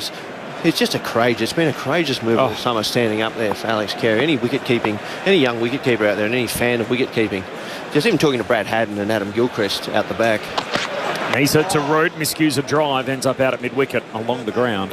5 for 273. They're both of, you know, two of the finest wicket-keepers in the last 20 years for Australia. Are marvelling at just his toughness to stand up there. I don't think it's overstating it to say it's been a key part in why Australia won the series. I mean, when you think about Scott Boland in particular, so the last Ashes series, he went 2 for 231. And the talk was England are going to target him again. They whacked him all over the place in England in that most recent Ashes series. As Root, again, plays off the front foot out towards Khawaja at mid-on. And yet, their ability to be aggressive to bowling and come down the track and everything has been completely negated by the fact that the keeper comes up to, as you said, guys bowling, pretty serious speed. And taking catches as well, because one of the things when you go up to the stump says, well, you might drop it if it comes and nicks it. Well, no, he's caught everything that's come his way, Carey. And I think you got to, I was a bit critical of we're all critical of the selectors and not picking a spinner, but they're planning around this series around Brook and Nisa to Root. Or defending right at his feet. Carey pops out from behind the stumps to retrieve it. You've got to give them credit for the strategy behind that, to say, well, how are we going to negate Brook and Brutes and co coming down the wicket, trying to negate the seam movement of Scott Boland and Michael Nisa and the various other guys that have bowled. And to Alex Carey's credit, Mitchell Starc will probably go and McGill for a medal winner, probably be man of the series, but Alex Carey's in that conversation. Nisa's on his way in again to Root, who's late cutting, can't beat Green, threw the right hand out at it. And a big albatross in the gully. Cam Green able to save a few, and he's going to keep the ball too as his spell continues. So end of the Nisa over, it's a maiden. 5 for 273, Root's 105, his 41st Test ton. Steve Smith's on 22. Rick Finlay. We only had one maiden all of yesterday. We've had 3 already this morning, so a lot tighter by the Australians. They bowled a lot better, Stu? Yeah, I think so. I said that in the pre-game. I thought they were just a little bit off with their lengths yesterday. today they've found a nice length around but off stump and got a couple of rewards early. Got 2 wickets with Stokes and Harry Brook. And I think if Green can just keep it there for a period of time, especially to Smith, he feels like he wants to score. He wants to hit the ball. If he can just hold it there, the extra bounce, I think he'll nick it through to slip or keeper or somewhere around there. Green starts a new over. Smith's driving straight to cover. Smith picks out Labuschagne and he's caught. Out for 22. Green gets the wicket. England 6 for 273. And a lofted drive from Jamie Smith as he just hit it straight in the air to Labuschagne at cover. Hang on. They're checking for a no ball here. Hang on. Hold the phone here, boys. Oh, the Australian celebrations cut. No ball. No prune. And no. Green is overstepping. Oh, no. And Jamie Smith gets a life. 5 for 274. You can add 1 to the scoreboard, but it's not in the wickets column. 1 more from the England total, and Jamie Smith, who threw his head back in disappointment, having just hit that drive straight to the cover fieldsman, is now going to get another look at it. No. Tight. A Green to Smith. He's cutting. Oh, it's gone between keeper and slip. And away for 4. And Bo Webster is left looking at Carey. I'm glad you helped me out. I had no idea where that went. And I was left with the same expression as Bo Webster, who sort of looked at it thinking, where did that go? Oh, it's gone right between keeper and slip. Both have just stood there and watched it. So Jamie Smith looking to cut a thick edge. And as you said, it went through head height past Webster and Carey. And Bo Webster was in complete disbelief. And Smith, he's standing wide. It's sort of gone where he's standing a little bit wider than usual, just looking at first slip there. Does he look? Don't know. It's just it was poor. That's what it is. Smith could have been out twice in 2 balls. Green to him again, and Smith defends out on the offside of the Palmiani. Give him a strong cheer as Labuschagne comes in from cover. Gee, that's an eventful 3 or 4 minutes. Wow. Smith caught at cover on 22. Green oversteps. It's a no ball. Smith survives. Very next ball, too close to cut, threw the hands at it. Thick edge went through head height between Webster at first slip and Carey, the keeper, down to the rope for 4. And now Jamie Smith is 26. England 5 for 278. You get the feeling he's getting out here. Like he's trying hard. A Green on his wane again, bowls to Smith, who defends out to mid-on, picked up by Boland. 5 for 278 England. An eventful morning so far, morning to day 2. I tell you, when it's not going for you, and Green's had a tough tour. A lot of commentary around his spot in the team, and he's got to do something, and it doesn't matter, players are potential, all that stuff's been written in the papers. We've talked about it up here, we've talked about it, and everyone's been... When it's not going for you, it's not going for you. And, sometimes just that catch at cover, like an innocuous delivery, just chips it up to cover. When you're going well, that happens all the time. Green to Smith again, and an inside edge onto the pad. 5 for 278. What do you thought when you were playing, right, and you blocked the ball and it landed at your feet? We're talking about East Fremantle Monday season. Did you pick the ball up or did you make the fielder pick the ball up? No, I hated it. Never touched it? I hated the batsman touching the ball. So did I. I was a wicketkeeper, so I used to yell at the batsman when they don't touch. Yeah. So then when I was batting, I never did it. Buff was pretty friendly out in the field. If he dropped it at his feet, usually he smacked it to the boundary, so it wasn't a drama. How did you go? No, I hated batters touching the ball. Buff would pick it up and throw it to you just to annoy you, I think. Green on his way in, outside the off stump, and a cut shot from Smith. It's a bit more of this one out towards Weatherald in the deep for 1. So 5 for 279. Yeah, a couple of wicket keepers I played with would say, hey, hang on, you get your turn to bowl, you can touch it all you want then. Yes. Now that you're batting, don't touch our ball. Yeah. My theory was when it was reverse swinging, you see the balls reverse swinging massively. Yeah. Call for gloves, but call for a really wet, sweaty player, right? Pull it out, and then put on these for a ball, and then block it at your feet if you could, and then just go, I'll get it, and pick it up, and just rub your hands on it and go, good luck now, boys. Yeah, some dark arts that. Root's on strike. Green gets a look at him now. The Centurion, and Root lets it past as Green delivers wide of the stumps.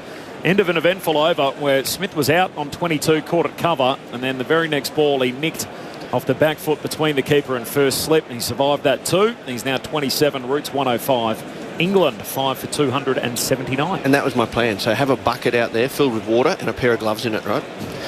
Wipe your hand like that. One in the water. Put your feet, rub it all over the reverse swinging ball. So, good luck now, boys. Bowl straight. See, that's what. Yeah. Innovator. I would argue if you're out there batting, you're not going to need too many more disadvantages at that stage. The innings is already well and truly here. We're into the innings. It's almost done. Stuart Clark, the man of the match from the A607 Ashes Test here to complete that whitewash. The SMS, by the way, apologies for being a little tardy on this front, but 0467 920 222. So that's the number. New over starts. Neser bowls wide of the stumps and Carey takes it clean as Smith lets it go. So 0467 920 222. Let us know what you're up to, where you're listening from. If you've got a query for our grandstand cricket analysts, Stuart Clark, Jason Gillespie, Phil Tufnell and Darren Lehman, who sits back down. Cam Green bowling a no ball and getting a wicket sums up his series. Well said. It's a big no-no, mate. You saying Benno or Beno in Wagga? I don't care, he's right. Neser is on his way in, bowls to Smith, who keeps it out. I mean, that's the non-striker. Such a big no-no. Hard enough to get 20 wickets, because you normally drop a catch or two, don't you? So you get 22. You get a wicket on a no ball. There's 21 you've got to get. Next ball's a nick. They don't go for it. There's 22. So you've got to crack 22 chances to get a wicket. No ball wickets are the biggest pet hate of mine as a coach, as a player, as a captain, as a spectator, as a fan, as a supporter of the game. Just keep your foot behind the line. He's had a shocker. Neser's on his way in. Bowls again and playing off the back foot. Smith can't find the gap into the ground and into the gully in Green Fields. Did you ever bowl a no ball with your little two-step left arm finger spinners? Well, ever. Why would I answer that question? Seriously, that's one of the worst questions you've ever asked me. It's possibly the worst question I've ever been asked. Never, ever. Little, short, fat, stubby bloke, the ball's off two steps. You wouldn't have an excuse to, that's why I'm asking. Never a no ball. Impossible. Never, ever. No, I might have bowled one deliberately to try and keep the other side in the game. Here's Neser on his way in and defended away by Smith out on the offside. Rick will be able to find your stats, I'm sure. In fact, they're going to get one for that as they trot through. So, but I wouldn't have bowled one absolutely ever without a reason to keep a side in the game, to try and keep them going for a total. I did that once at the MCG, I reckon, in a Shield game. But that's it. But deliberately bowling a no ball was to bowl an extra ball, give them an extra 2 runs in those days, to keep them chasing a total in a Shield game. That's about the only time. But I would never bowl one other than that. 50 partnerships up. Roots 105, 5 for 280. He's on strike here and he defends Neser on the leg side. I mean, that does sum up Cam Green's series, doesn't it?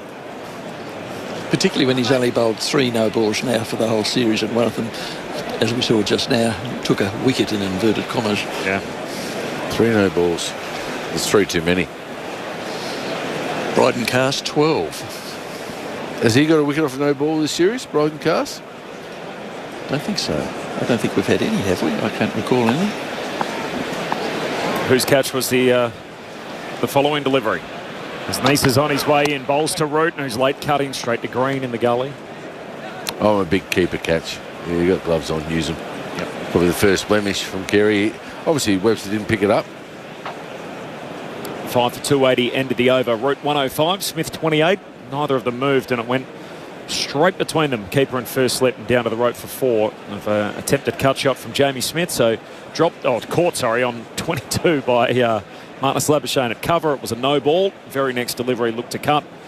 Got a nick that went through at head height between Webster and Carey, and neither of them went for it and went down to the rope for 4. So looking dangerously, Jamie Smith, but he's still there. Still there, isn't he? Played a couple of nice shots though. I mean, it's the tinkering, isn't it, the game at the moment? Well, you get a couple of wickets there, new batter, Root gets out, you can clean up the tail quite quickly.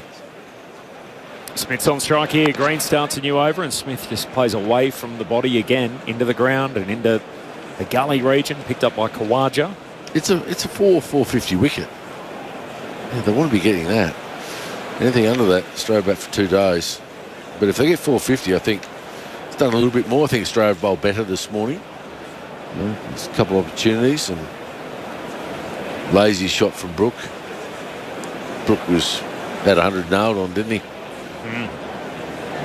That's going to be the difference for him, being as good as he could be, just the hundreds. Green over the wicket again. Jamie Smith reaching for it. Likes the feel of bat on ball as he defends into cover. 5 for 280. The 2 men out today. Brook for 84. As you said, lazy shot back foot. Good catch by Smith. Blinded by the keeper up to the stumps off the bowling of Scott Boland for 84. And then Ben Stokes not long after went for an 11-ball duck. He got a good seed. Nicked it through to the keeper off the bowling of Mitchell Starc. It was a good ball, wasn't it? So, again, as a batter, you don't mind that. If you get a good ball on Ben Stokes. Mitchell Starc's had the wood over Ben Stokes a little bit over his career. Here comes Green on his way in again to the keeper. And Smith playing into the gully once more, bouncing away.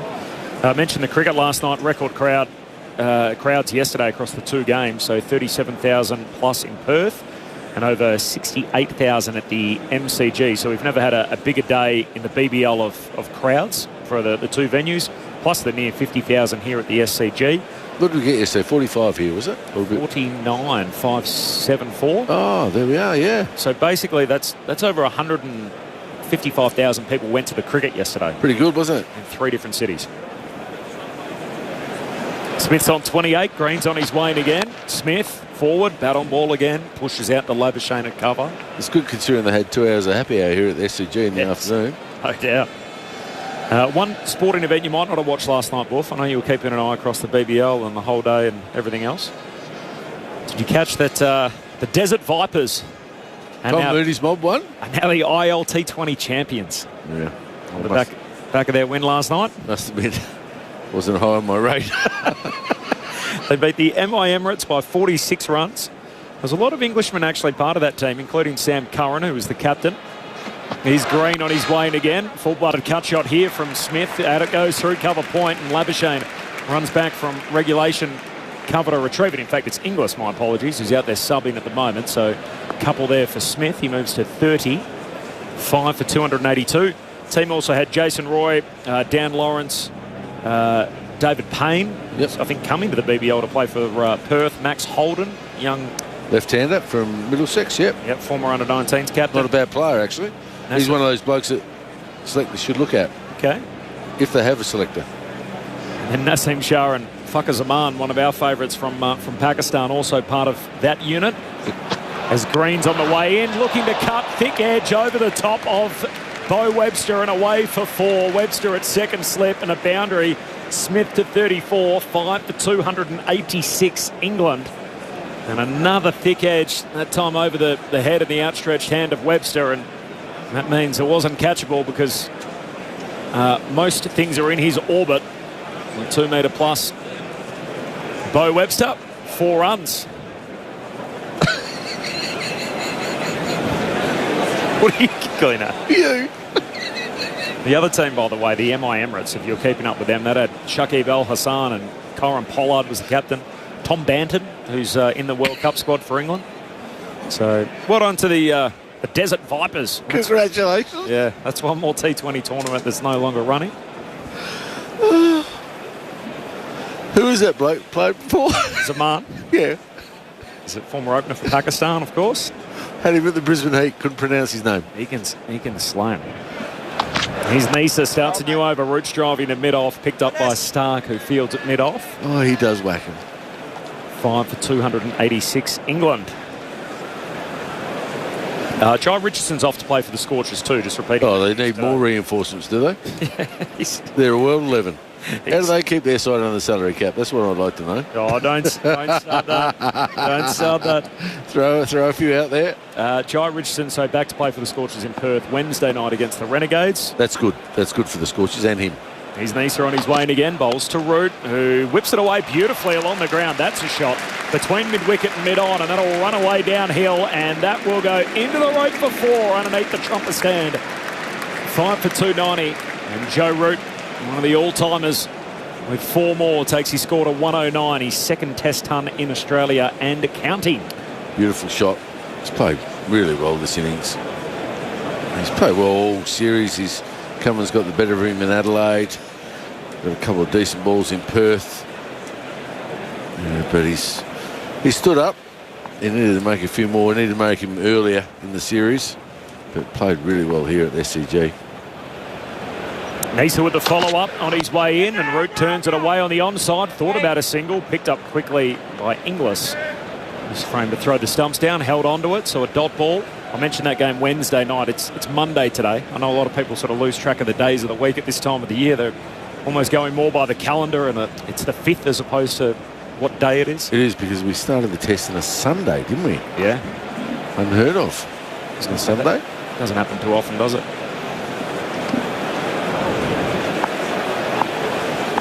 Mentioned Inglis is out there subbing. Travis Head is down at deep backward point as Neser's on his way in, and Root plays into the ground and into the gully.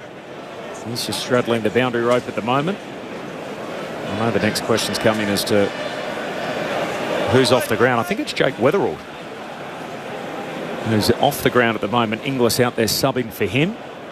You don't ordinarily see that, as one of the batters taking a spell might have had to have a little pit stop, bathroom break. I hope that's all it is for Jake's sake, but all the bowlers are there, and Inglis out there subbing at the moment, square of the wicket on the leg side. Here comes Neser on his way in and defended away by Root to cover. Picked up by Labuschagne, tearing out after it.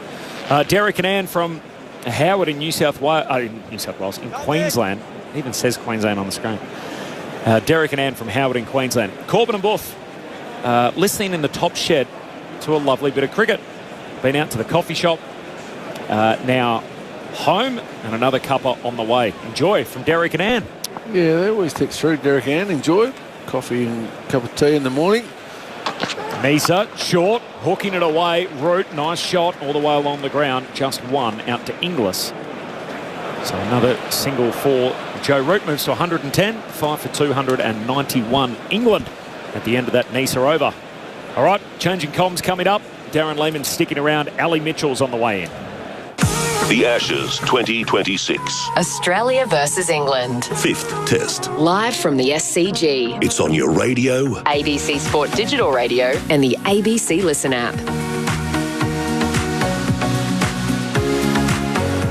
Hello, Buff. Hello, everybody. Wherever you're listening, 5 for 291. And how marvellous for all the England supporters in at the SCG to see Joe Root get to 100 for a second time in this series. He's on 110 and he's facing up to Cam Green again, who's over the wicket. Ball just moves in fractionally and Root defends, steers towards point. The ball dribbles away and no run. He's been quite masterful, hasn't he, this innings? Very good. Like Brisbane. He's looked good all series, really, barring Perth. And Melbourne was difficult conditions, but he's looked pretty good most test matches. He's a world-class player. I'm glad he got the 200s here in Australia. This one's been better than the first one. This has been unbelievable. He will desperately want to get it in a winning match cause as Green is in. It's more back of a length and has Root up with a high front elbow to defend. Deflect the ball down into the ground on the offside. He's the first person, isn't he, to talk about the team over himself. He would deflect this away and say, well, 100 means so much more if you do it in a winning cause.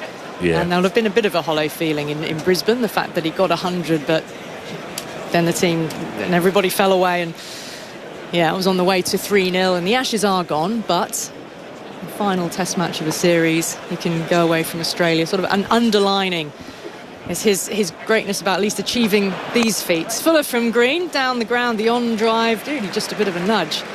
And Boland chases back. Root comes back for the second to move him on to 112. Well, I'll tell you what he will do, Ali. What's he, 41 test hundreds? Yeah. What was Tendulkar? 51 test. Oh, he'll get that one. He'll get that. Well, the amount of test cricket England play, and this summer in England, so they've got 3 tests against New Zealand and then 3 against Pakistan at home. You would imagine. And then Ashes the following that. So there's another 5 plus one in Melbourne. There's 6. There's 12 or 15 without even trying, isn't it? Green moves in. Forward again, off more of the inside half of the bat, dribbling up towards Boland at mid-on. I mean, I see him... Oh, well, I said it before. Once he got ticked off the 100 in Australia, he'll be the greatest player outside of Bradman, obviously. You know, statistically, he'll break all the records. He'll beat Tendulkar. He'll make more hundreds than anyone else. And he'll take a lot of catching because he's quite fit. Yep, Ricky. He's drawn level with Ricky Ponting today, 41. Yep. Ricky Ponting played 168 tests. Joe Root in his 163rd. Got there quicker. Callis stats. Jack Callis is between him and Tendulkar, isn't he? Green's in, bangs in short, and Root pulls it with control out to deep square leg. I should qualify that by saying that Ponting actually played 287 innings. This is Joe Root's 297. I was about to say, Australia, Ponting would have batted less. A few innings victories along the way. Yes, I would have thought so, with Warner McGrath on your side and that. But, you know, still an amazing achievement. I mean, he's there'll be no doubt he'll go down as one of the greatest. I mean, imagine if he does overhaul Sachin Tendulkar for sheer number of test match runs. It just felt like it at the time, you know, an insurmountable target when he retired. Defence this time outside the off stump. And only a 5 for 294. Yeah, the amount of Test cricket England play above other nations, I suppose, it gives somebody like Joe Root much more opportunity to climb, you know, those heights. But a bit of symmetry around that as well, in that Joe Root, of course, being from Yorkshire, Sachin Tendulkar was Yorkshire's first ever overseas player, wasn't he? He was. You know that from your time in the county. Yeah, and someone like Harry Brook, he could emulate all that as well over a period of time. He's just got to get the hunger to get hundreds. I hope he doesn't leave. Well, at the moment, Harry Brook's going to leave Australia without 100, isn't he? Yeah. First series. Yes, there's a big chance second innings, but 4 years' time, he's going to try and do that again. You certainly want to tick that box early on in your career if you can. You don't want to leave it because it just mounts up like Joe Root's did. You know, it just mounted up. It becomes a talking point that you don't want it to be. It doesn't need to be. Change of bowling with Beau Webster coming into the attack. 5 for 294. In he goes now. Root gets the ball outside off stump. Webster has fallen over in his follow through. Hurrying through is Smith, and the shy of the stumps hit Smith on the body. Missed the stumps and hit him as he came through. Joe Root studying the outside edge of his bat. He scampered for the single to take him on to 114. Webster's all right. He's got up and he's heading back to the end of his mark. Just the sameness of the bowling now, isn't it? That spin option not there. How many overs are they into now? What are we? 68th over now. Might we see a little bit in the lead up to lunch? Well, I think they've got to. But he might not because they didn't pick a spinner. Well, it's got to be Travis Head, isn't it? Or Beau Webster, maybe, to switch. But Webster in here. Smith gets him outside the off stump and he shaped to try and cut bottom edge into the ground out towards Labuschagne, who's there at backward point, who fields. The partnership is 66 runs from exactly 100 balls now between these two. Reminder, England began the day at 3 for 211, and the partnership between Root, who was on 72, and Harry Brook, who was on 78, that partnership was worth 154, but Harry Brook was only able to add 6 to his overnight score. 15 minutes into the day, he was caught a sharp catch by Steve Smith at first slip off Boland. So Webster is in here, and Brook comes forward, defends, and there's no run. So Brook was out for 84, 4 for 226. Another 3 runs later, Ben Stokes was out for an 11-ball duck, 5 for 229 then. 50.5 overs into the innings. And he was caught behind by Carey, a very, very thin edge, but gosh, he'd faced some quality deliveries from both Boland and Stark. And just did not enable him to get off the mark. Defence this time from Smith, the back foot into the onside up to mid-on, and another dot ball. And then not too long ago, Australia thought they had Jamie Smith and thought they had England 6 down as he drove to Labuschagne at cover, but it turned out to be a no ball. Smith was on 22 at the time. He's now on 34. So he's had a let-off. Settles over his bat now. 34 from 51. Webster approaches the crease. A little shimmy forward and an on-drive. Can't get it past mid-on. A sprawling stop on the ground there by Khawaja. He gets it a mighty round of applause. Save the single. And I was just thinking, Buffer, about Joe Root again and his experiences of the SCG over the course of his career, and it's not been a particularly happy ground, this one, for him, because he got dropped. Yeah, but the only time in his career that he's been dropped happened here on the 13-14 series, and that really did make him go away and do a lot of introspection. As Webster's in again outside the off stump, easing it out towards Labuschagne, one bounce and fielded at point, and no run to end the over. 5 for 295, England in their first innings. I don't think he should have been dropped. That was Mitchell Johnson series. They finished a lot of players in that series left early. Trott left early, Swan, Pryor got dropped. There was big changes. They should have let him try and make 100 in Sydney, because he was going to be back, always going to be back there 4 years later. It was, big change in the guard for the England cricket team. Then he did come back here 4 years later and batted here on that hot day. Ended up leaving the ground and having to go to hospital. He was on hospital. He was certainly on a drip. Yeah, he was too. At the end of that day, I think he might have had a little bit of gastro, a little bit of illness mixed in there, but certainly the heat, dehydration added to that. And then he was out there on a drip, and then comes back for the next tour, the COVID tour, but as captain, and is on the end of another clean sweep and knows exactly how that felt. So I had to interview him a lot during the course of that series as well, and you just, you feel for the captains when they're it's not winning. It's hard work, and he handled himself so well. It's such a different tour, that COVID tour. And then this one's been different for many other reasons. We're seeing a very high-class batting unit actually come to fore in the first innings of the 5th test. Left it too late. Green moves in, 2 slips and a gully. Root up on his toes there and chops it away behind points. Man comes in from the deep to field, and Root jogs gently through for a single. 5 for 296. That's the thing that I think you take away from an England point of view, is you said it at the start of play, didn't you? Too little, too late. And it's always a different contest, isn't it, when a game is live, and you always wonder what the Australian team would look like if this was still a live match, whether Cummins would have sat out. I'm sure he wouldn't have. He would have been out there. But, you just have to play the situation. And Joe Root scored a second test 100 on Australian soil against the attack that's put to him. As Green is in, bowling Fuller, driven, but good save at short extra. A dot ball. Very sharp Labuschagne there in that cover region. Speaking of that, Ali, it's almost... We don't give the Australian cricket team maybe enough credit for this Ashes win. Well, for the depth they've shown? For the depth they've shown in the cricket. I mean, you think about it, and we've spoken about it before, Cummins has only played 1 test match. Hazelwood, zippo, 0, none, finito. Lyon. Didn't bowl in Perth.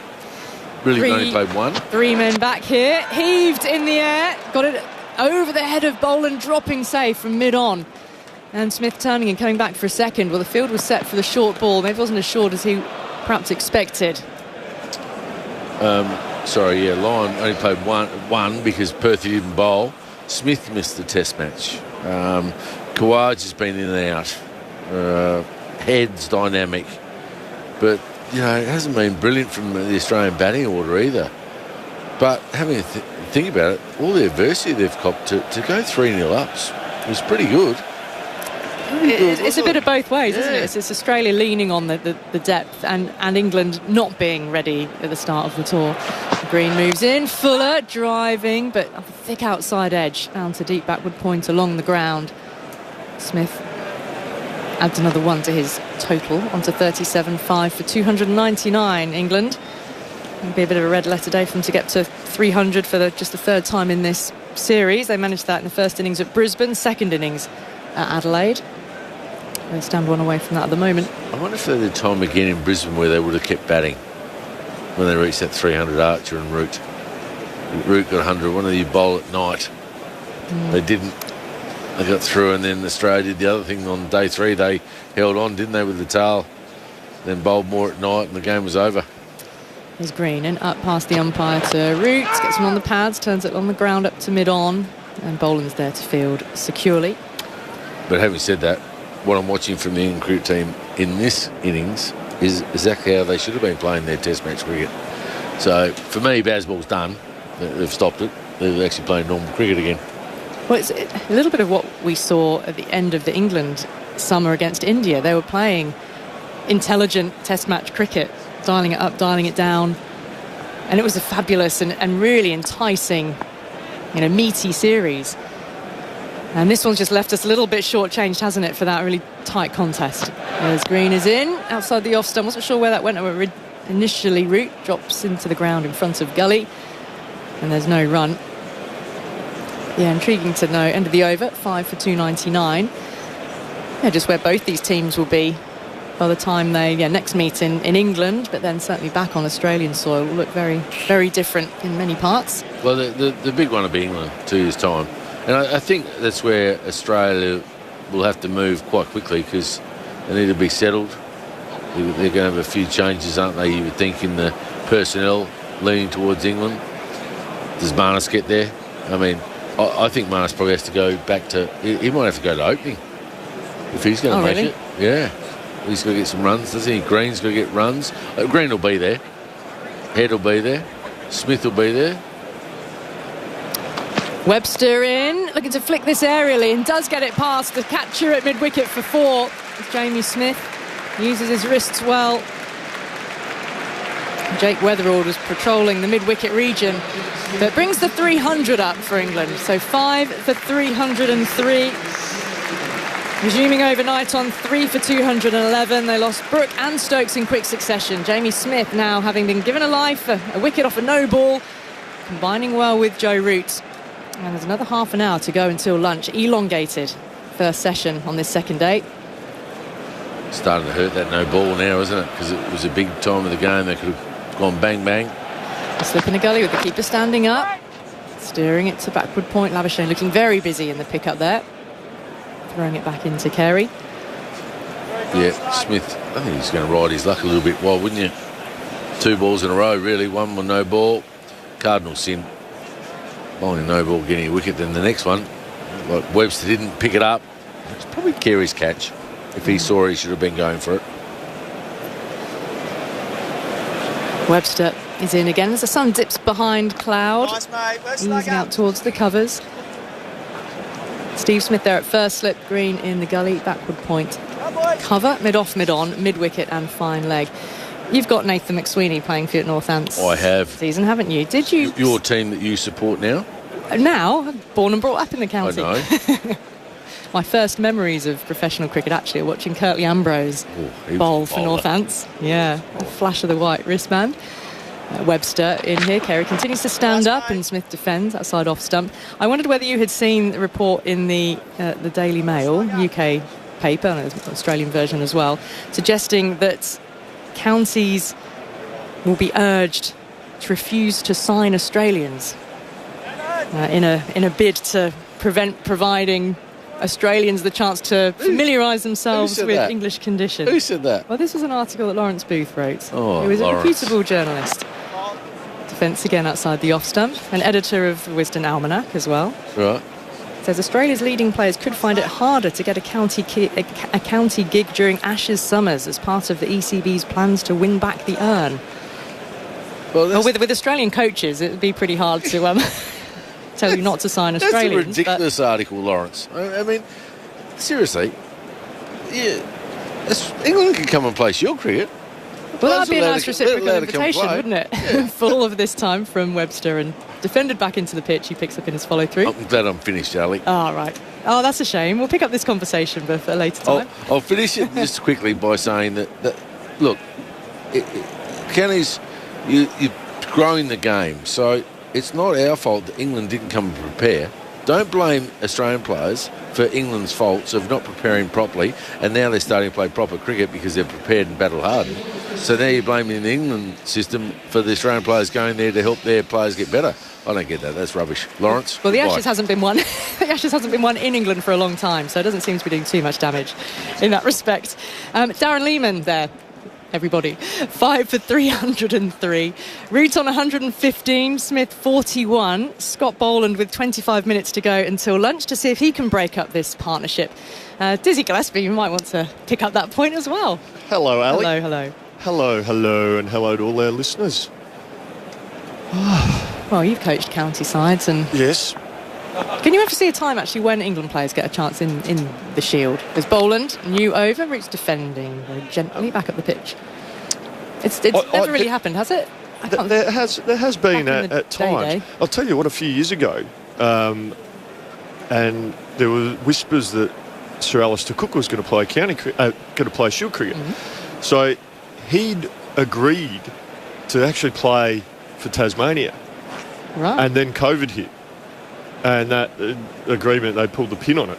Or he pulled when the he pin on it. retired from international. Yeah, but he'd still retired playing from for international Essex. cricket. So that was the whisper going around that he was actually going to play.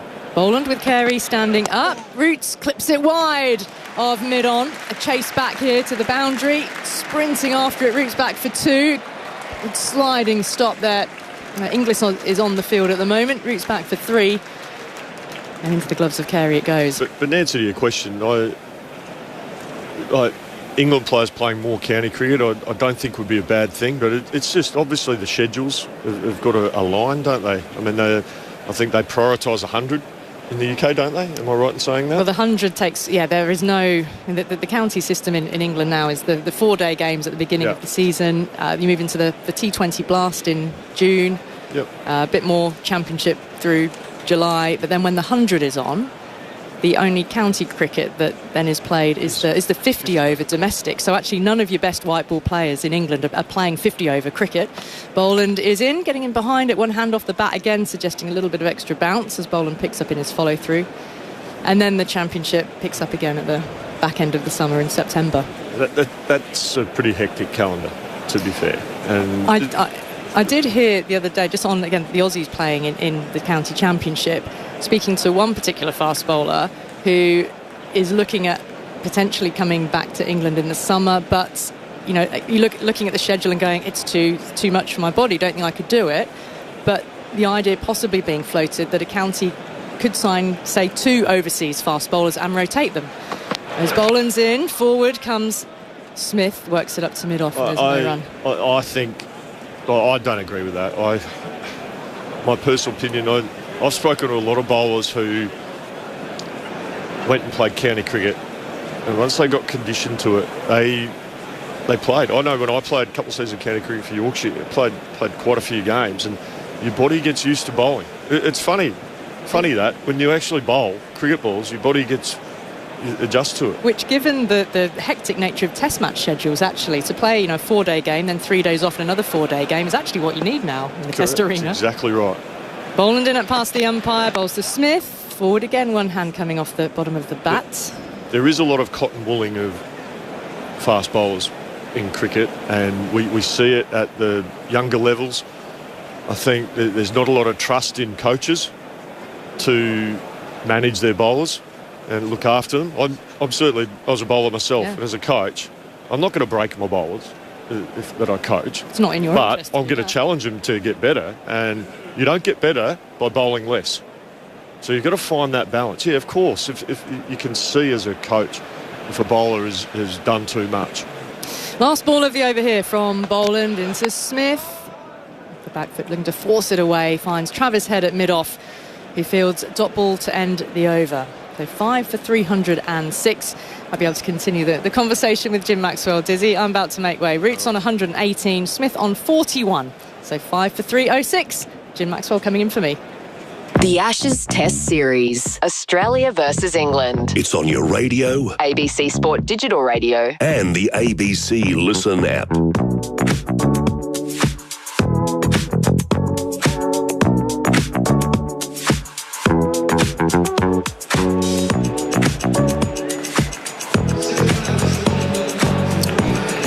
Here we go. Australia's little Joe Root. That's Travis Head as the spinner. Our frontline spinner probably for the next 4 or 5 years, going on the philosophy that we've just seen revealed by Australian cricket that spin bowlers know if they're not any good, you don't play them. You play 5 quicks or 5 medium paces and just let the game roll along until it goes where it's going. Let's see what he can do. He has taken test wickets, as we know. He's only got 4 men on the boundary to start with. What a surprise. He's going around the wicket and Joe Root nudges away on the onside to short mid-wicket. 5 for 306. Smith 41. Root 118. Here's Head bowling. Back goes Root and says, thank you, I'll have one. You've got a bloke out of deep cover. I'll take one to him all day. So this is not a great look for cricket, I'm afraid, when Australia has got to the point of having to turn to someone who might turn the ball, who is not a frontline spin bowler. But that seems to be the new idea. And it's struggling a bit to get wickets, isn't it? As Smith comes forward and plays down the pitch. There we go. Your turn. Oh, there was some turn there as well, Jim. Vicious turn. I wouldn't say vicious turn. No, straight breaks. You've got to bowl straight breaks. Make the batsman think you're turning it and getting him nicking off the slip. Down the pitch goes Smith, and he just twiddles the ball away. He said to himself as he arrived, "I've got to milk this bloke. They might keep him on for a bit longer." 5 for 307. There wasn't just turn there. There was quite a bit of turn on that one that he just bowled to Jamie Smith. So, have they made a mistake not picking a spinner? Head bowls now, and it's driven away to the offside through cover to Stark running around from mid-off. Root's 120, Smith's 42. Yeah, this is the time leading into the new ball where you just play smart. Just milk the bowling. See what he does. Head bowls short, and he hits it straight out to cover. And that's the end of the over, from which 3 runs came. 5 for 309. The partnership worth 80. Root 120 and Smith on 42. So you fancy he'll get a long spell here of 3 overs? He'll bowl until the availability of the new ball, which with 8 overs still to go before 80 overs, and it's 10 past 12. He'll probably bowl that end until lunch. Boland's going to operate from the northern Paddington end of the ground. There's high cloud around. There's a light sou'easter, and there's a possibility of some sort of rain later on. Well, we're in Sydney, folks. According to Rick, we're the wettest cricket ground in the world in terms of days lost. It's a fact. It's a fact. It's a fact. Boland's in, and it's tucked away around the corner down to fine leg for a single. Root's 121. So what's the answer to that? We play in July or June instead? When does New South Wales, when Sydney at its driest? Which month of the year? The other 51 weeks. Well, Jim, I made my test debut in 1996. Yes, and yes. It was the second test of the summer after Brisbane, and it was in early December. Yep. It has happened. Every now and then they have wheeled them around. And of course in days gone by of the 19th century they only played the test matches sort of January, February, March. Now deep mid wickets in place. Boland comes in and he does tug it away but drags it straight down to Khawaja, who's there at mid-on. He has been caught at cover, but it was a no ball, alas, for Green in Australia. And he's now 42 not out, Mr. Smith. So, Jim, back in the day, or years gone by, when there was 6 test matches over a summer, did the MCG get 2 test matches? Or Sydney. Right. No, when there were 5 tests, before Perth came. Okay. Before Perth came, there was always 2 at either Sydney or Melbourne. Right. Yeah. Boland runs in and on the back foot it's pushed out on the offside. But, you know, the last test was played in Melbourne or Sydney at the beginning of February. They played the 4th test always on Australia Day, the forgotten Australia Day, and that was the 4th test. 3rd test was here, 2nd in Melbourne in New Year, and the 1st somewhere in December in Brisbane. But, you know, they'd arrived in October and they left at the middle of February or March. They played a lot of tour games. Oh, lots. In the sunshine, it's tucked away to the onside for a quick single down towards mid-on, and Khawaja races in to stop it, but he can't. Smith's 43, 5 for 311. So, okay, we adjust for the calendar nowadays with so much cricket being played in various formats, particularly T20 around red ball and some 50 over stuff and some other curious 10 over competitions or hundreds or There's a lot of cricket being played, but which of it is meaningful? Boland goes in, pitches around the line of the stumps. It's poked away to the onside. It's probably just a bit more alarming at the moment of all the machinations of the BCCI, which looks very political now, with the one Bangladeshi who was drawn into the IPL for over $1 million a year being banished on the BCI recommendation, but no doubt the Indian government had something to do with it because the man's a Muslim from Bangladesh. Ridiculous. But that's what happens when you allow politics to come into the administration of sport, which is exactly what's happening with the BCCI. In goes Boland. Down the leg side, he swings it away down towards fine leg, and Stark is there to collect it, and they take a single. 5 for 312. Smith 43, Root 122. And that's the end of the over. And we are slowly getting towards lunch. These sessions are long, aren't they? 2.5 hours of cricket.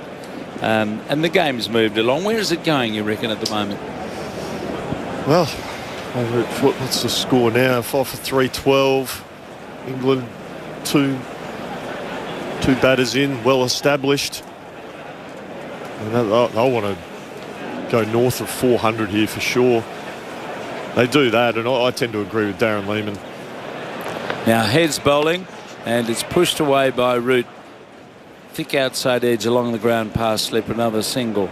Yeah, I tend to agree with Darren Lehmann. I think if England get north of 400, I think they're the only team that can actually win this game. Yeah. As Australia would have to get at least 150 in front. Well, if the pitch doesn't do what it seems to have in Shield games recently, doesn't break up a bit as he has Smith pushing back down the onside for an easy single into the deep field. Well, you worry about where the match is going to go if the pitch stays pretty much as it is for the next couple of days. It's going to be hard to get people out, you would think. And it's proving that way at the moment as we sort of linger and wait for a new ball. This is the 74th over. Travis Head is around the wicket, and there's a reverse sweep of sorts. Oh, it's a real sweep. He changed his hands and then he pulled it away down behind square. It's a strange stroke. He went to actually reverse sweep first, and then saw it was short down the leg side. And he's just adjusted and actually swept. So he changed his hands and then went the other way to the onside when he saw the line of it and hit it for 4 down to deep backward square. Head tries again. Root forward, drives towards Inglis, who's out there at mid-wicket. So Australia working away but struggling to get a break. Smith comes forward, drives past the infield at mid-wicket down into the deep, and Khawaja another run. It's easy as you please really here for England's batsmen at the moment, a bit like the period of play leading off to rain and bad light yesterday. There's not much happening with the ball. Head bowls, back goes Smith, eases it away on the offside. Another single out into the deep field. So you really wonder about all of this as you watch Travis Head bowl, and it kind of reinforces the fact that Australia have said no line, no spin, no good. 5 for 320, Roots 128, Smith 45. Yeah, it's definitely reinforcing the fact that there isn't any spin as we see. Oh, here we go. Marnus Labuschagne is coming on to bowl. It looks like he's going to bowl seam up. Do they not have enough seam options here? They've got 5 seam options, including Webster and Green. Isn't that why they're in the team? I don't get it. This is really a lousy advertisement for the qualities of Australian cricket. Even if the spinner's a novitiate, you get him out there, you get him experience. Look at this field. This is a bit of a joke. Absolutely ridiculous. This is a joke. So we've got almost every man out in the boundary. Australia don't play a frontline spinner, and they're using Marnus Labuschagne as a 6th seam bowler. And he bowls short, and it's tapped away into the offside. You could drown in honey here very easily by hitting one up in the air, but don't do it. Just keep milking it and exposing the frailties, inadequacies of the Australian attack beyond its pace bowling. And goodness knows what the over rate is. They must be miles behind. -5 at the moment, and that's generous. That is. Roots facing Labuschagne. Labuschagne he bowls a short ball and is tugged into the ground and away towards Smith at square leg. Marnus is running backwards. This is clearly to try and get to the availability of the new ball as quick as possible. Marnus is actually jogging back to his mark. He may as well bowl spin. Correct. Coming in now to bowl, and that's short again, and Root helps himself to a single down to deep point. This is pretty ordinary cricket from Australia, but that's where they are. They don't have a spin bowler. But they've got 5 seamers. I've always been of the opinion, Jim, that if you can't take 20 wickets with 4 seamers, you're not taking 20 with 5. And you need that variety. Labuschagne bowls short bouncing ball. Is that a wide? Yes, it is. Labuschagne trying to get through the over quickly, and he bowls a goof ball, lands halfway down the pitch and goes over the batsman's head. Come and bowl another one. This is absolutely bonkers. It's goofy cricket. Labuschagne goes in again, bowls short, and it's hit in the air, and he's caught at deep cover. Labuschagne buys a wicket. He absolutely bought a wicket there. A long hop, and it's been smashed out to deep cover. And that's very sad to see a vindication of that kind of bowling in cricket. But there it is. He played a loose shot. He had no need to do that. He tried to pummel the ball down the ground, and Smith is out. Really threw his wicket away, trying to smash a short ball back over the offside, and he miscued it to a deepish cover, and he's been easily caught by Boland. Jim, we've seen some dumb cricket this summer. Yep. That just about takes the cake. It does. Well, I remember back in the early 90s, and it was at this very ground. Damien Martin was crucified for getting caught at mid-off, wasn't he? Cover, yeah. Cover. Yep. And that wasn't as dumb a shot as what we just saw there. No, well, he was running out of mates on that occasion, and I better get some, otherwise the other bloke will get out. So he went for the smash, miscued it, hit it straight up in the air to Boland at cover, and that really is gifting a wicket to some pretty crummy bowling, you'd have to say. But there you go. Yep. That's the game, folks. It does surprise you. And Labuschagne will be laughing about this, talking about it for ages. Oh, dear. I'm speechless, Jim. Absolutely speechless. Well, you got a new batsman to be speechless about now. It was no, how many more to come in the over there, Rick? 2 more. All right. He could still get a hat-trick. He's got young Will Jacks to bowl at. 6 for 323. This is the strangest cricket you've ever seen in a test match. A bloke who's barely a bowler, bowling with fieldsmen everywhere. The closest fieldsman to the bat would be Smith, is out at square leg. Most of them are on the boundary or somewhere back towards lunch. And Labuschagne has just picked up a wicket with a bouncing short delivery that Smith hit the cover. Labuschagne tries again, another bouncer, and he ducks out of the way of it. Jacks gets out of it. Labuschagne's having fun in the sun, there's no doubt about that. He has 1 for 3. That was a very quick ball. Just 136.5 kilometres an hour. Here we go. The terror. He runs into bowl now, and that's wafted away on the offside by Jacks. And he feels in his follow through. So there'll be applause for Labuschagne's over. Really did take a wicket. You got to give him that. Yep. And England 6 for 323. 5 overs still to come for the second new ball, and about 2 overs before lunch. Not sure if anyone's ever gifted their wicket away in the history of Test cricket like Jamie Smith just did then. Yep. Absurd. But this is the game. It's full of injustice, absurdity, and quality. And Root still there, talking quality. And Head bowls to him, and he plays a little cut shot from the line of the off stump and collects a single out to Webster in the deep. So 6 for 324. Root moves to 130.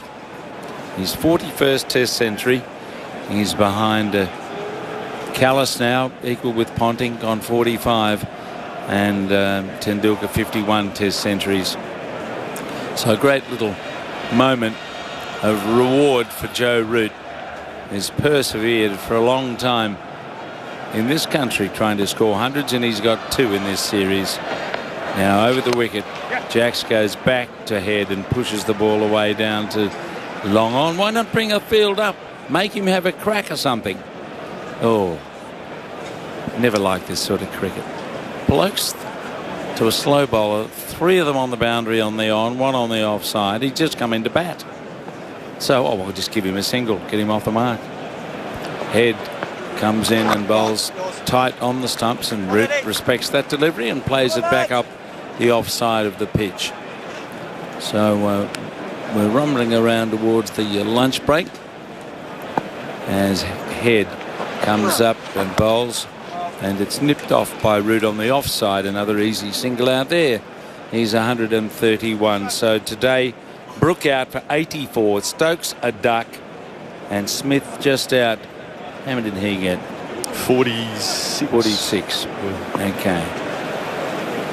Head comes in now. 40.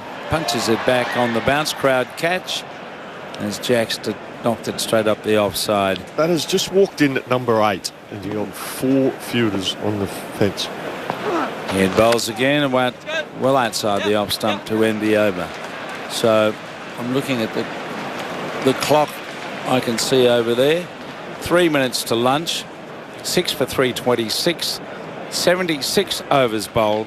Root will have the strike on 131. Jacks has won, and the killer bowler, Labuschagne, will bowl his fast medium deliveries from the northern end. He's got a fly third man. He's got a deep backward point. He's got a deep cover. He's bowling to Root. Take one anywhere you want. Not there. That was the bouncer. Was it too high? No, it's a legal delivery. It bounced outside the off stump. So I suppose the plan is do that and hope that he makes a boo-boo like Smith did and gifts his wicket to someone.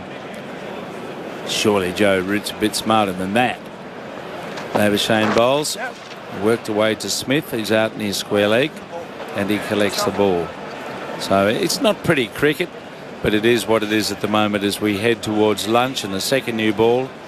And Labuschagne bowling this strange species of medium comes running in again. Root does pull the ball away in the air out behind square. He didn't yank that straight down.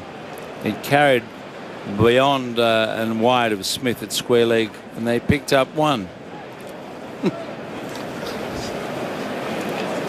Yes, he did try to pull it down and it landed safely, but yep, there is some risk when you take on the short ball and you don't control the stroke. Back with Jacks facing Labuschagne. Jacks ducks the bouncer, which flies through to the keeper. So Australia determined to stop the runs from flowing. He's getting through this over pretty quickly. There might be another if he hustles without bowling on a whitish no ball. He comes in now and bowls a bouncing ball. No, that's all right. Goes through to the keeper. One to come. Smith was Labuschagne's first wicket since March 2022 when he got Azhar Ali out for 185 at Rawalpindi. Nice stat. He was bowling leg spin, I think. He's rushing in now with his fasties, and he pitches up, and Jack says, let's have one. Smith doesn't pick it up cleanly as they race through. So is that lunch or another over? 6 for 328. Root 132. Jacks 2. It was a no ball. Ah, dear. Posthumous no ball. Oh, he's a mixture, Marnus. He is a mixture.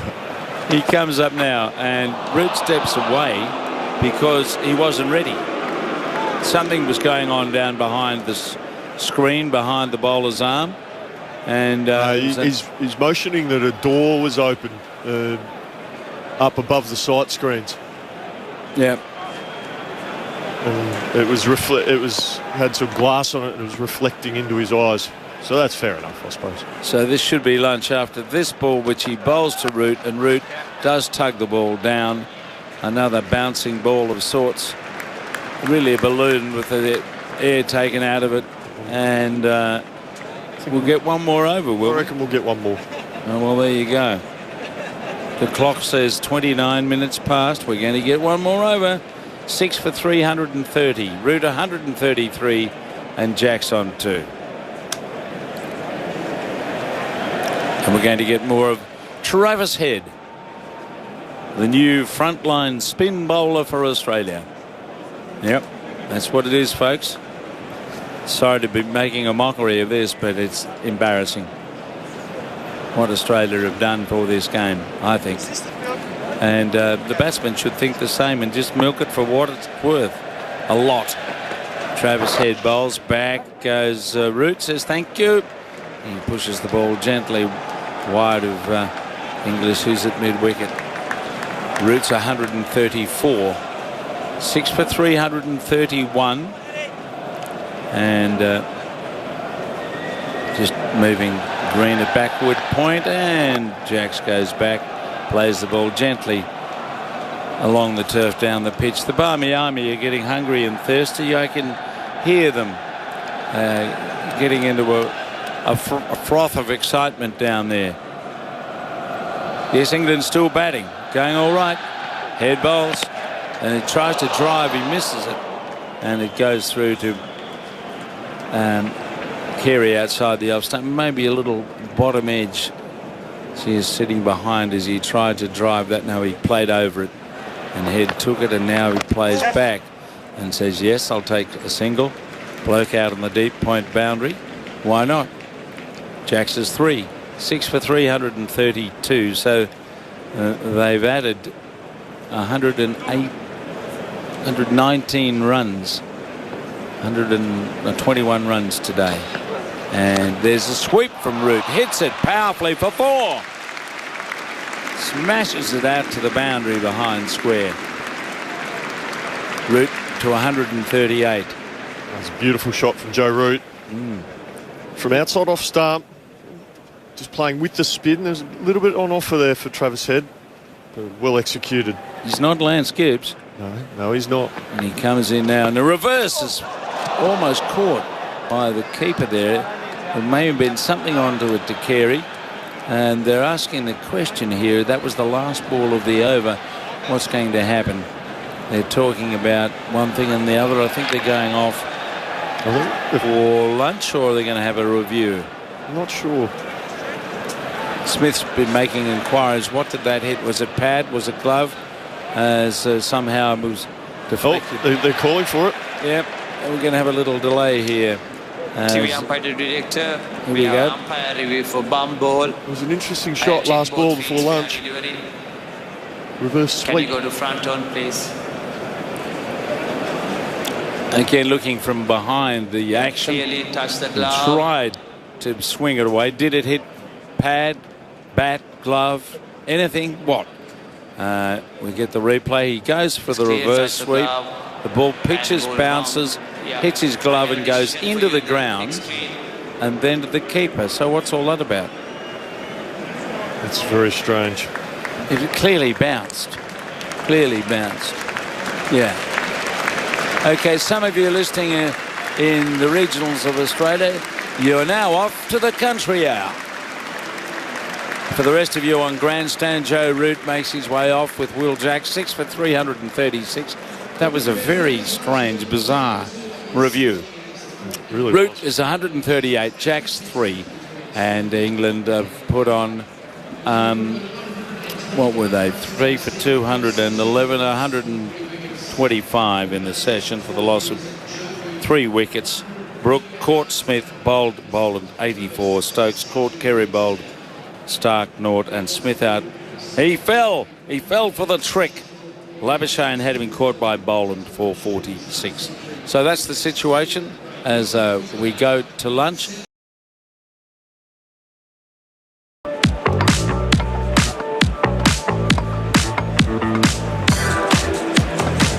Thank you, Jim. 6 for 357, and you wouldn't believe what's going on right at this very moment. And the Tampa's out there. So that's all taking place at the moment. Partnership's worth 34. Joe Root's 144, and Will Jacks is not out on 18. Afternoon, Buff. Afternoon, Corbin. How was your lunch? Good. Excellent. Yours? Good. Two slips, a gully. Pretty standard ring field apart from that. Fine legs back. Boland with the new ball on the way in. And a back foot punch. Glorious shot by Will Jacks out through cover point. Racing away in front of the boundary. Diving effort. 4 runs. Head first into the rope. Nisa didn't get there. The ball did. 6 for 341 and Jacks to 22. Nice shot, Will Jacks. Off the back foot. I mean, I think he's actually looked quite good with his batting this series. Hasn't got the numbers, but he's looked okay. He is batting 8, so he is the bowler. So he's a bowling all-rounder, and he doesn't bowl very well. Put another man out again. It's run saving. It's been one of those test matches. It's almost like we're just trying to stop the boundaries. Boland's on his way in, over the wicket to Jacks. Oh, nips one back into him and whacks into his pads. It's been a very defensive game from the Australian team at the moment, Corby. They're almost getting a stage where, instead of getting the 2 wickets, 7-8, and get him moving and get him batting and trying to get in front of the game, they've been behind it. 6 for 361. Jacks 22. Root 144. Boland turns in the distance. Starts his approach again with point back. Fine leg back. Delivers to Jacks, who lets it go outside the off stump. 6 for 361. So story of the day so far. The English resuming 3 for 211. Harry Brook didn't last long. He glided one straight to first slip. Smith took the catch. Good catch too, with the keeper up to the stumps off the bowling of Boland for 84. So Brook out for 84. Stokes got a good ball. Nicked through to the keeper.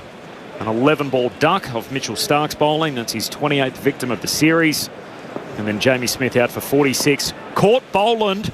Bowled Labuschagne for 46. As Boland back live, delivers wide of the stumps, and Jacks lets it go.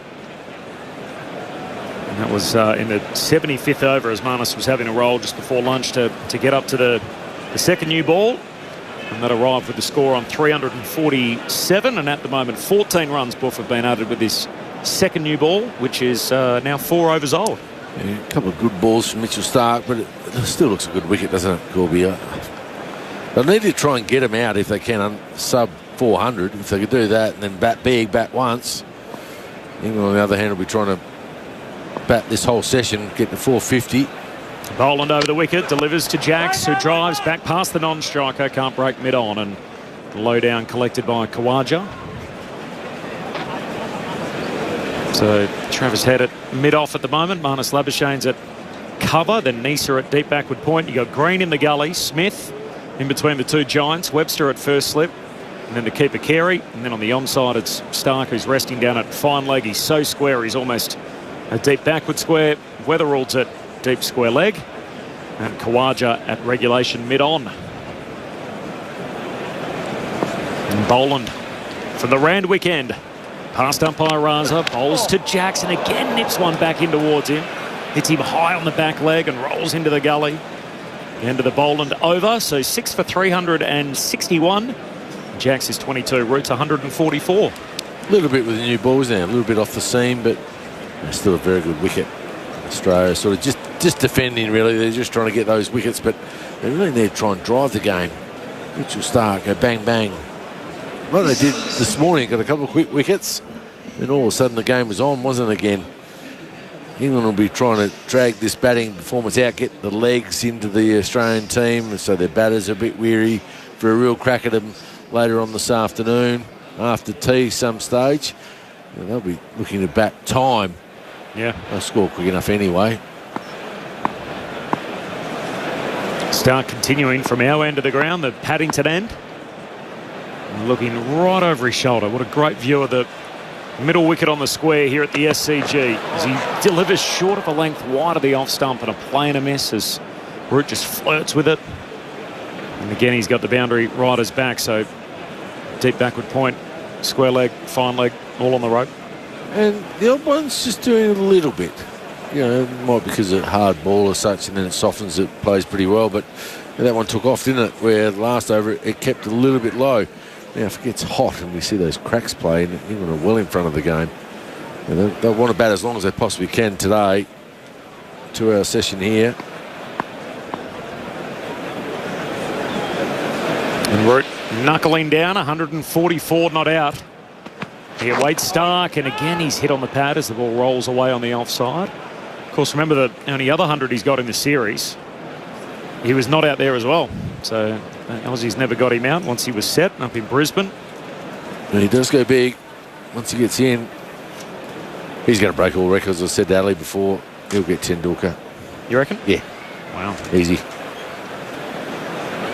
His numbers are incredible when you look at... I read some numbers out right on the lunch break. So since the COVID shutdown, so we're talking sort of 2020, he's got 24 test hundreds. Next best is 12, which is Kane Williamson.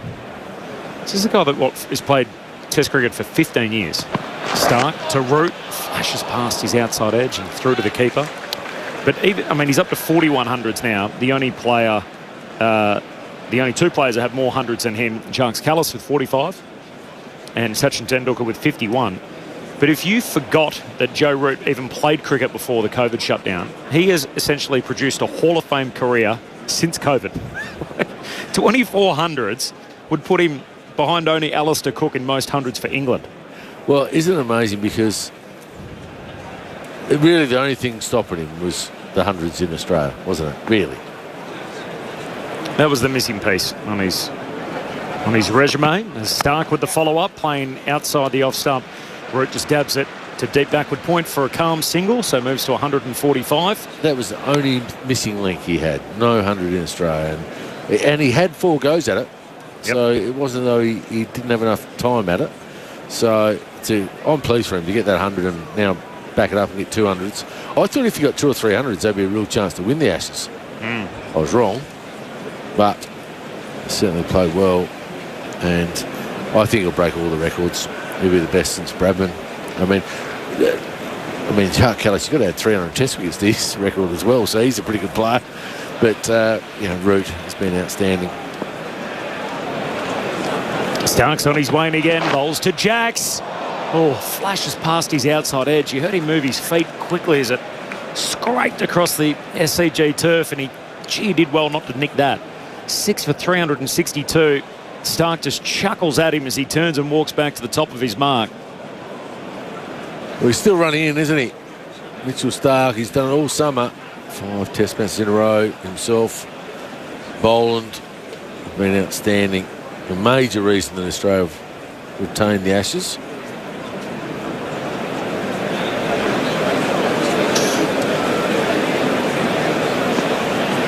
Stark, he's produced a couple of gems already in the over. He tries again and he whacks this into the body of Jacks once more.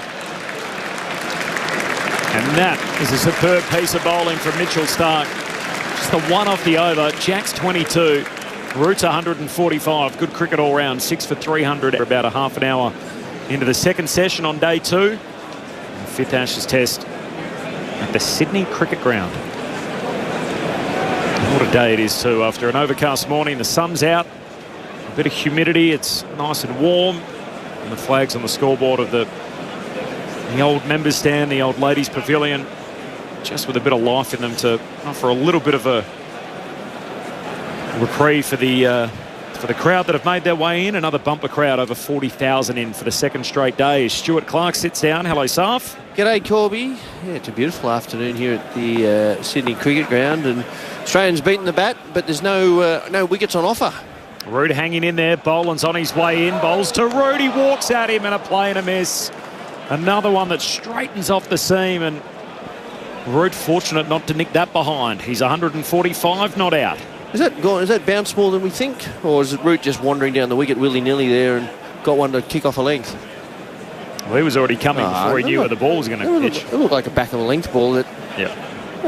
I'm not sure it went through the top, did it? No, come on, Joe. Well, Joe was already moving before he let the ball go. He was wandering down the wicket willy-nilly. And Boland in again. Root just punches off the back foot, through backward point for one, down to Nisa. In front of the members' stand and the players' pavilion. Similar shot. That was a similar delivery there. He just a bit wider that time and just opened his hands up and faded away down to deep third man. What's the viewing area like here at the SCG? Where in the old stand? Yeah. Well, it doesn't actually face the pitch. It faces to the far end. It faces to the southern end of the wicket. So you've got and there's some couple of, because of the stand and how it was built, there's some poles in the way. So some good seats and bad seats. Boland on his way in, and again he's nipping one back to Jacks. He's getting hit for fun at the moment as the ball slams into his pads once more. Got the inner thigh guard on. Yeah. The outer thigh guard on. When you played, did you wear the thigh guard on the inside or the outside? Remember, definitely. You were out. You didn't play the standard where you stick it on the outside, did you? No. Okay, right. Couldn't be doing that. Let's hit him in the unmentionables. Yeah. Yeah. Oh, that would have hurt. You wouldn't want to do that too often. No. Get the titanium. One ball away from getting walked. Jack's 22, Root 146. You're getting sledged from the back of the commentary box. I don't even want to know. Jack's awaits Boland. He's on the back foot and plays out the mid-off. Your little mate, who's he's right behind you 100%. You know, he's right. You know, he's on there for you, Corby. Yep, Ben Cameron. Ben Cameron, the producer. He goes, you wore both because you got hit so many times. You had to have double the padding. He thought.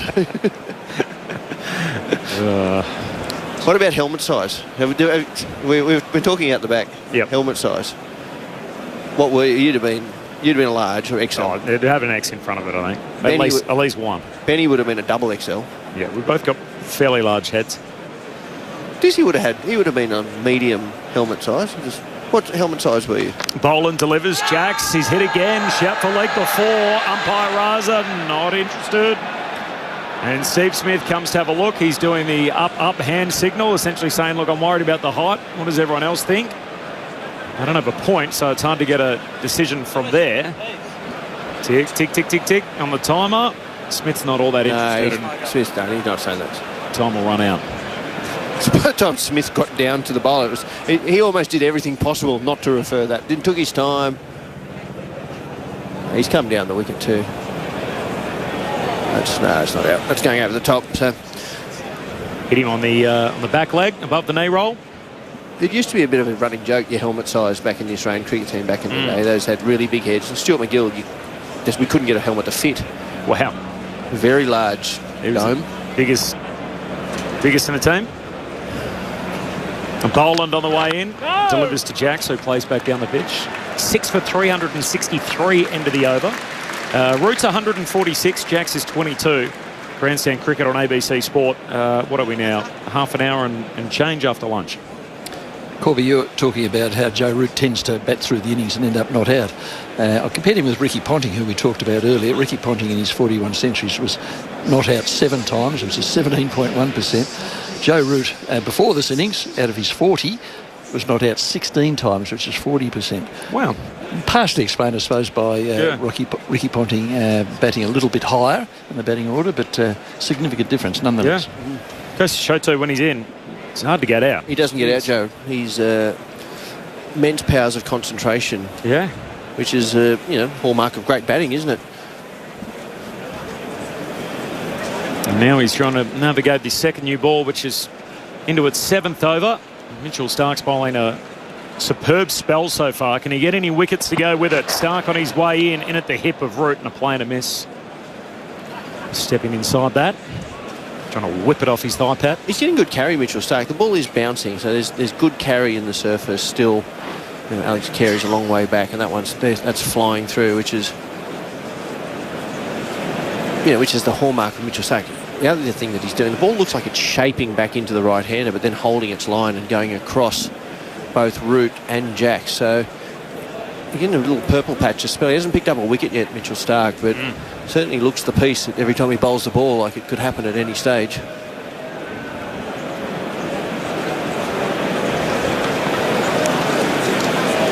Two slips, a gully, square leg out, fine leg out, point out. And on the drive is Root out to mid-on, and there's no run. Off the SMS here, 0467920222. One for me here. Corbin. Just be careful calling it the old ladies stand. Better to call it the historic ladies stand. That's bad. I can't believe you do something like that. That's bad, Corbin. It's bad. Well, we need to be careful what we say about those old stands too. I don't know if you caught our chat with Phil Heads on Summer Grandstand, which is, by the way, Summer Grandstand 12 noon every Saturday and Sunday during summer. We were talking about this grand old ground and little histories, the history around it and the stories that it's got to tell over the years. Stark's on his way in and bowls to Root, who keeps one out and jams down on it, rolls into the gully. And Phil was telling us about the fact that there's been some reports of paranormal activity in and around the old green roof grandstands, and that some old security guards here have reported multiple unusual events. And they actually have on camera, they've got some vision of essentially a light coming on in the middle of the night, getting brighter and brighter and brighter, changing colour, and then going off completely. Right. Objects moving around. There was an old security dog that used to help out here at the SCG, and the dog would patrol the arena after dark. Yep. Been sighted. And Stark's on the way in again here. He bowls to Root, who wristily whips it away on the leg side. Out towards deep backward square for one. He moves to 147. And so the story went, the dog would go into every single stand and get to the historic ladies stand. Essentially, the dog said, "No, not for me. I'm not going in there." And it wouldn't go in there. Wouldn't touch it. Because that's where they lived. Well, whatever's happening, there's in the historic ladies stand. So it's okay during the day when it's well populated, but after dark at night when it's dimly lit, it's got its own stories to tell. Bit of ooga booga. We've been done various functions here, and you leave late at night and you entertain the crowd with some stories and whatnot, and then you leave and go home. It's pretty dark, but there's usually people around. I haven't seen anything myself. Mind you, I haven't been looking for it either. I'm going to be looking for it now. Might have to be a bit more observant. Jack's on strike, opens the face of the bat and runs the ball on the ground wide of the gully. There's a point back, as he has been for most of the innings. Darting around to his left, Jake Weatherall does the fielding, so one more for England. Partnership to 42, Jack's to 23. England to 365, still 6 down. Yeah, they're just knocking it around, aren't they? You're sort of forecasting what's going to happen with this match. I dare say England want to be bowling tonight. You want to have a bowl. We lost a little bit of time. 360, they'll get 400. You'd imagine they're going to get 400 plus. I think if Australia happen to get a wicket or two and bowl them out for 400, I think they'll be well and truly happy with that, the Australians. They're going to have to bat last, and the wicket, you'd imagine, is going to be a little bit tricky to bat on. The surface is going to be a little bit uncomfortable.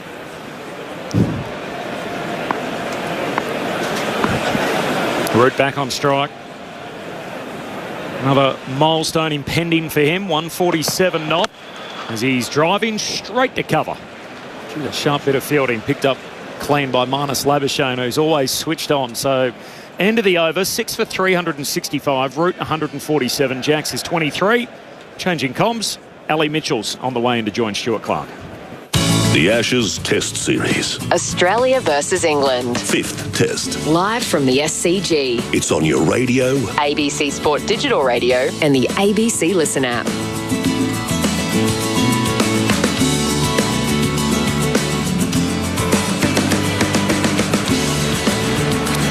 Hello, Stewie Bluey. Hello, Ali. How are you? I'm good, thank you. 6 for 365. We are closing in on the 90 over mark for the match. It's like one day's cricket. Yeah, we're about to play almost. 1 day's cricket, and we're almost halfway through day 2. So it's we made up half an hour this morning in terms of, well, what have we bowled? It's 87. We've bowled 42 overs today, which is, but it's not really, because we played the extra half an hour, so we're still quite slow, aren't we? So the over rate is saying -3.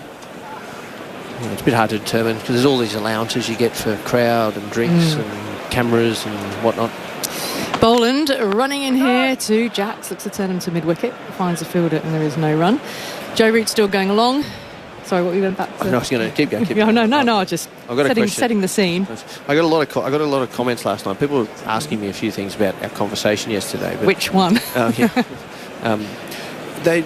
What other extreme things have you called? Because dog show, that's what people wanted to know. Like, what else has Ali called? Because, okay, we see you in summer and cricket and you know, you're a professional, you travel the world broadcasting and covering events. Well, my favourite Olympics was probably Beijing 2008 because I did get a wide variety. As Boland is in again here to Jack, skews off an outside edge into the ground though, wide down to deep third, well wide of Gully, and he takes 1. No, because the dog show thing was different. It's out of it's not sport, right? It's everything. Well, yeah, is it sport? The agility. Yes. It's dog sports. I think a dog would argue very athletic and the dog owner navigate would the seesaw and the tunnel and then do the weaves. I'd imagine the dog owners are very particular about the skills of their much loved very animal. Highly trained, very highly trained, highly skilled. Well, the rest has generally been sport based. Right. Okay. So there's nothing. You didn't do like, I don't know, some sort of dancing or as Boland is in, draws Root forward, quick single taken to square leg, and through they are for 1. Root on to 148, closing in on a landmark 150. Let's get from Rick how many scores of 150 has Root had. He's only had 1 against Australia. That was the 180 he got at Lords in 2013, his test best against the Aussies. Well, Rick looks that up. Yeah, that Olympics in China, I mentioned the gymnastics, but actually the event that I was called to do specifically was the pommel horse. Right. And that was, at the time, believed to be Radio 5 Live's first ever pommel horse commentary on the BBC. And from that, I moved on to beach volleyball. Yeah. Outside the off stump this time from Boland, through it goes. The beach volleyball is outside, and you talk about the setting and the moving and the spike and the dig and whatnot.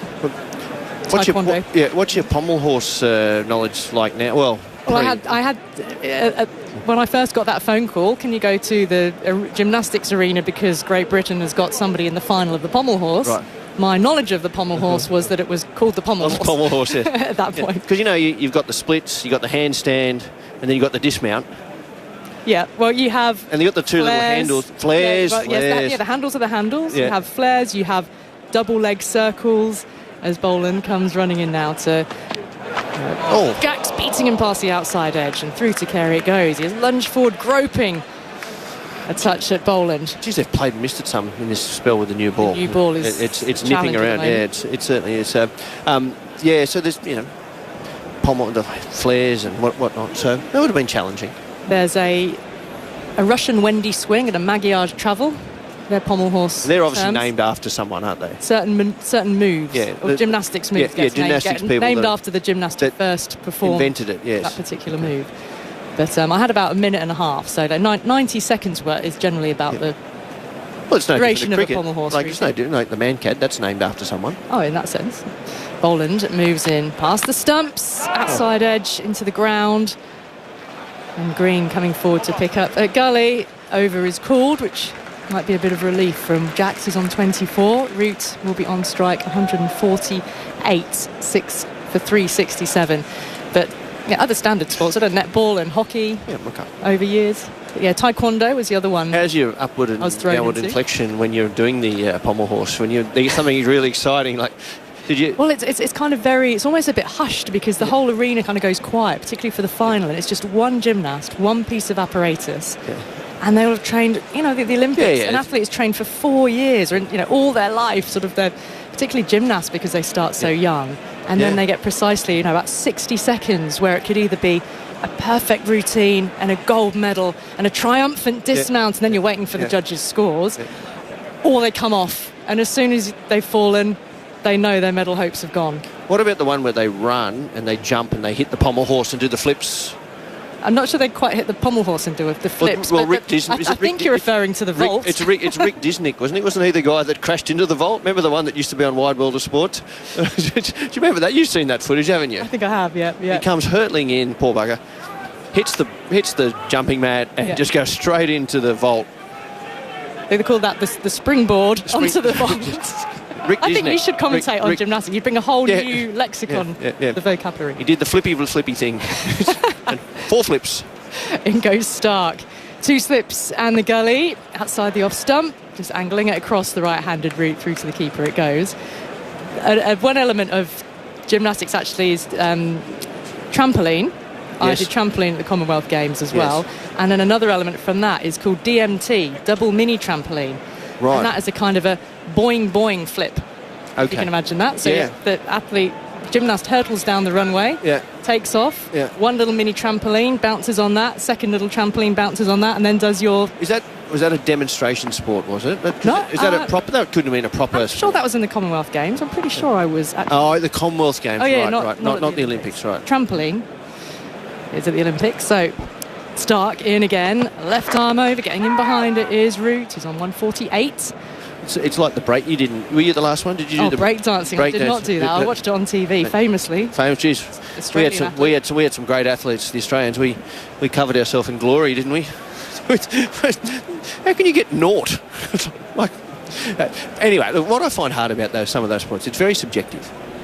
Yeah, and you got 5 judges, and what they see with their own eyes is this and that, and that's why the scores come in. And that's hence they take out the top and the bottom to try and give you an average in the middle. Yeah. I'm trying to remember the gymnastics drawings. It's a few years now since I've done it, but there are 2 scores, one for difficulty and one for execution. The Stark moves in now, tucked away off the hip past the square leg umpire. Root jogging gently through for 1, takes him to 149. And he'll be off strike. So the difficulty score in gymnastics, because back in the day it used to be just out of 10, and the famous Nadia Comaneci 10, perfect 10, doesn't exist anymore. So your mark for execution is out of 10. So they start with 10 as if you've done it perfectly, and then points are knocked off according to what you have got wrong in that routine. And then the difficulty level is how many flips. Is now an open-ended score. So in effect, there's no ceiling on how difficult gymnasts can make their routine, which is very exciting, / a bit dangerous, full of peril at times as well. Jackson 24, Stark bounds in, steered into the ground, and out to gully. But again, this new ball is not proving easy at all for the batters. He's pushing his hands at that, Jax. It's almost like the ball's so far outside off stump that he can let it go or almost flay it. But he's not. He's almost trying to get on top of the bounce from really high and knock it into the ground. And you get the sense that he's eventually just going to hit one to one of those fielders, don't you? Well, either the slips or indeed one to fly away down to a very wide, deep third, almost sort of deep backward point. Camped on the boundary in front of Yabba, probably down there actually, the bronze statue in that area in the Victor Trumper stand. Stark moves in, Jax awaits here, gets a ball that comes back in, one hand comes off the bat as he works it. He's wristily. Kawaja there at mid-on picks up and Jax is through for 1, so Root on strike on 149, looking to bring up the 150 mark. Sorry, Rick. Just going back to your question earlier, 16 out of 40, or 41 now, but of course this is unfinished, so if he makes another run it'll be 17 out of 41. Well, it's a good strike. Lot of big scores. What they might call a daddy 100 in the England dressing room. That's a good strike rate. If you're going half the times you get 100, you go on. It's that's up there. Root settles over his bat. 149 not out. Stark is in. There it is. Out through point, and Root brings up the 150. He's going big on Australian turf. England fans and Australians rising to their feet to acknowledge a legend of the game. Joe Root came to Australia having never reached 3 figures here. And now at the SCG, bathed in hot sunshine, he's 150 not out, raising his bat to acknowledge the ovation from a packed crowd here at the SCG. Yeah, good innings by Joe Root. It's been composed. And other than the first ball he faced, which he just sparred at for no, he's looked completely composed, played lovely shots through the offside, hit the ball to all parts of the ground. And look, there's no question Joe Root's world class. And the monkey that was on the back with the 100, no 100 in Australia, and him not winning a test match in Australia, I think is probably a bigger monkey, is now gone. And he's just Joe Root doing what he does best. And he's putting the Australian bowlers to the sword. Recognised the situation, hasn't he, where this is a pitch where you can score if you bet in. Ricky Ponting, same number of centuries, 15 times over 150, so just 2 fewer. Root settling again, and he's facing Boland. Now 2 slips and the gully. Raises his bat as Boland's in, out to edge, drops it away towards backward point, able to take one. It's just in one of these lovely modes where he's able to drop the singles and rotate the strike. He's had to battle a tricky period against the very new ball. We're into over number 90 now in this innings. Just knocking it around. He's just doing what Joe Root does. Difficult to bowl to. Makes you feel like you've only got 6 fielders. Put a fielder there, hits it next to him. Clog up one side. He gives himself room and hits it to the other side of the field. It's world-class stuff. He's really giving the fans something here. Yeah. So many fans starved of cricket over many days. Well, I think England fans here would be delighted to see a great of the game score runs like this. The short leg in place here for Jacks. That's moved a treat. A brilliant take by Carey, diving down the leg side. Was left alone by Jacks. He didn't offer a shot, but that bananaed as it passed the bat. Tell you what, there's some Australian batsmen that'll be looking at this thinking, what's happened here? This looked very, very flat yesterday. That's gone massively off the seam. And then Ali's kept travelling. Yeah, one-handed. So we've got a bit of 60 seconds with Ali here. People keep sending in questions. I've got another one. You've got another one for you. Like, who does Ali support in the English Premier League? Oh, David from Launceston. Yeah, David. Well, my dad was a Leicester City season ticket holder in his youth. Right. The Leicester City is certainly one of the teams. Okay. And then my brother is a massive Liverpool fan. Right. So I certainly follow the fortunes of Liverpool as well. Beaten this time past the outside edge. Just a bit of a fiddle from Jacks. And through to Carey it goes. That was not far away from the edge. Just can't seem to find the edge. They're beating the bat left, right and centre. So Leicester City or Liverpool? Leicester and Liverpool would be the 2 teams. Okay. Yeah.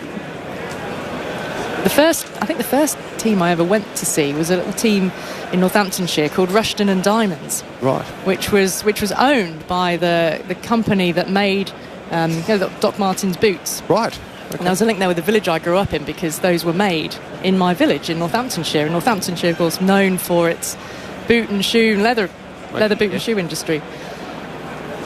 Here's Boland turning, running in again, 2 slips the gully, short leg. Jacks gets one which kicks up, extra bounce once again, fends it into the ground in front of Travis Head at short leg. He picks up. I'm just watching all the I'm just looking at our batsmen. Smith doesn't look happy. He's looking at that wicket. Look at him. He's not. Is he worried? He's worried. Our batters are thinking, oh no, not this again. What's going on here? Root's come down the track and he's prodding at various places on the pitch. The old ball didn't do this. It's just the new hard ball seems to be really reacting with the surface. Yep, the seam's still proud. Yeah. Catching, moving, certainly. And Boland's a master of this type of surface, just getting the ball to dart back. Jacks waits again, defends to mid-on and no run. Had a very interesting conversation, though, talking of soccer. Coming in this morning in my taxi, I was driven in by, I'm going to get, what did he say he played for West Adelaide or Adelaide City? Michael Redder. Played with Aurelio Vidmar in this probably would have been in the 90s. I know the Vidmar. Yeah. Aurelio. He was he was a Socceroo. That's right. Yep. So I remember going to watch Adelaide City versus West Adelaide before the A-League came about and the league was sort of shaken up and the teams changed. Yeah. And it was very sort of Croatia team versus Italy team in terms of the cultural backdrop. As Boland moves in, angled away wide of green at gully. Jack setting off busily for the 1, wants 2. Root will turn and jog back. The throw comes into the keeper's end and so Jacks is back. It's the end of the over, so Root will be on strike for the next on 151. 6 for 373. We've reached the 90 over mark in the match. And a 50-run partnership as well. That's what the little cheer is around the ground. Off 93 balls. Yeah. Between these two. Cameron Green's got ball in hands. Mitchell Stark's, it was a pretty good spell, that. Mitchell Stark missed a lot of times but couldn't pick up the wicket. And Smith has now gone back to Green. So Green's getting through some overs now. He's about to bowl his 15th over for the innings, which is more than he's bowled pretty much all summer. Well, we saw him bowl 1 over in Melbourne. He only bowled 4 balls. Knocked over a wicket. So they've worked on him. They were very worried at the start of the season about his workloads and things like that. But that seems to have gone out the window. And I suppose when you pick a team like this, the expectation is you have to bowl. And he's in there now to bowl to Root, a fuller delivery on off stump. He's out with a prod drive, but fielded by Labuschagne in the covers. Rick, what do you have? Just on Mitch Stark, this innings he's bowled 23 overs and conceded 93 runs. That is more overs and more runs conceded in his first bowling stint of the new calendar year than he bowled in any bowling innings in 2025. Wow, well that says also about where England have sort of gone wrong in the series, because they haven't yet pushed the Aussie bowlers and Stark into multiple spells. Yeah. And just asking that little extra from them. Here's Green, rocks back, plays a cut to ease it down to deep backward point. Root jogging through for 1.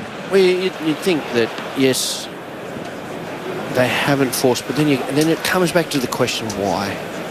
And we sit here and we'll wax lyric. I'm sure we'll do it at the end of the day's play. We'll do it tomorrow morning. Preparation. If they'd come out and just prepared 2 or 3 first-class games, play some proper games of cricket, deal with pressure, back up spell after spell, bat for long periods of time, we may be having a very different conversation. Well, if Perth, Brisbane and then maybe Adelaide were the warm-up matches, as Green moves in here, a wafty drive from Jacks and through to Carey it goes. He's certainly looking the more fallible out there of the two. Yeah, I'm sure England supporters sitting here go, well, let's just add another 3 test matches onto the series now. We'll say, boom, it started in Melbourne. England are warmed up.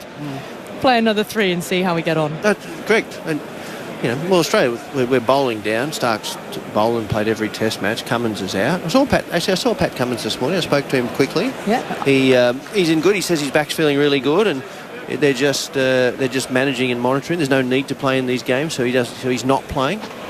Green in, a shouldering of arms, left alone this time by Jacks. Yeah, he was driving out of the ground actually at about, what time was that, about 9:30, maybe 10:15, I think, this morning. And came past me, so I don't know whether he's come back again or if he was just popped in for the early morning. He was in early just to come and say hello, give the team pep talk. And then he's gone back to, so he won't play the whole of January, he told me, and then I think T20 World Cup. T20 World Cup's what he's planning for. So I think that means preparation for that starts in early February more than anything else, as far as bowling plays goes. Jacks awaits, leaving this one alone outside the off stump. Green is trying to do what Boland did, is get some movement off the surface. 6 for 374.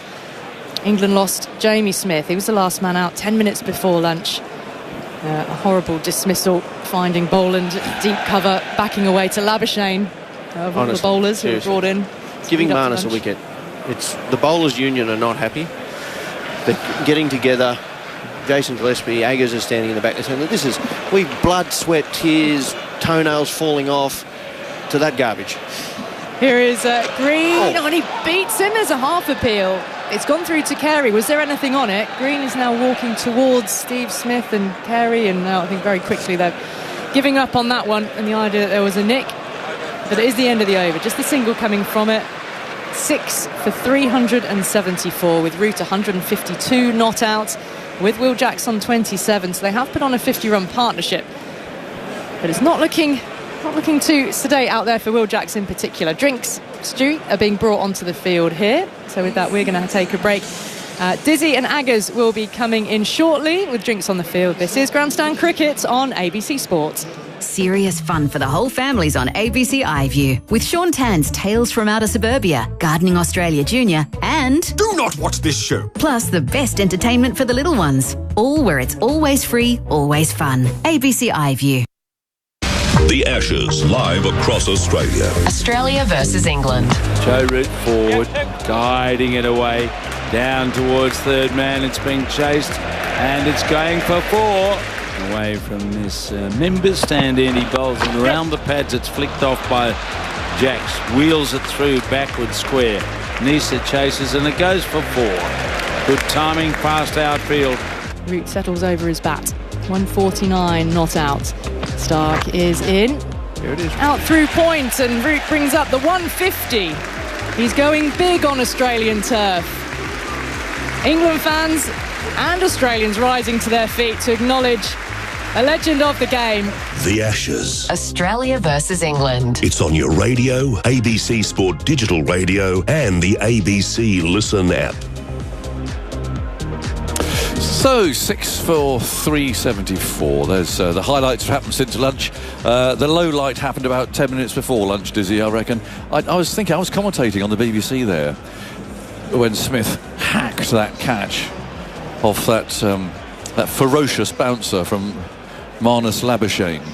And I really honestly think it's the worst dismissal I've ever seen. And I'm going to include in that, and I'm very proud president of Edgerton Park in Melton Mowbray. I'm going to include anything that I've seen, even down to their third 11. Good afternoon, Aggers, and to all our listeners. I was on comms here at the same time, and I concur. It was one of the stupidest things I've seen. And it just seemed to sum up the mindset of that England team on this tour for me. You know, just 10 minutes before lunch. You've got to be four overs for the new ball. I mean, how many reasons do you want for that to have been unbelievable? And also, I mean, for goodness' sake, Marnus Labuschagne, who I've seen bowl. I mean, he bowled reasonable wrist spin every now and then, running in and bowling bumpers. Oh, it's unbelievable. Well, you couldn't call them bouncers, really, could you? I mean, they're long hops. Anyway, that was absolutely bizarre, and I don't know what sort of reception. Well, what do you say? We've been there in dressing rooms and a batsman gets out, and there's either stony silence, which is never a great reception for the batsman, is it? You know, you want to give him a bit of a bad luck or something. So someone might say, "Bad luck." You can't say bad luck. You can't say it because the luck had nothing to do with it. No.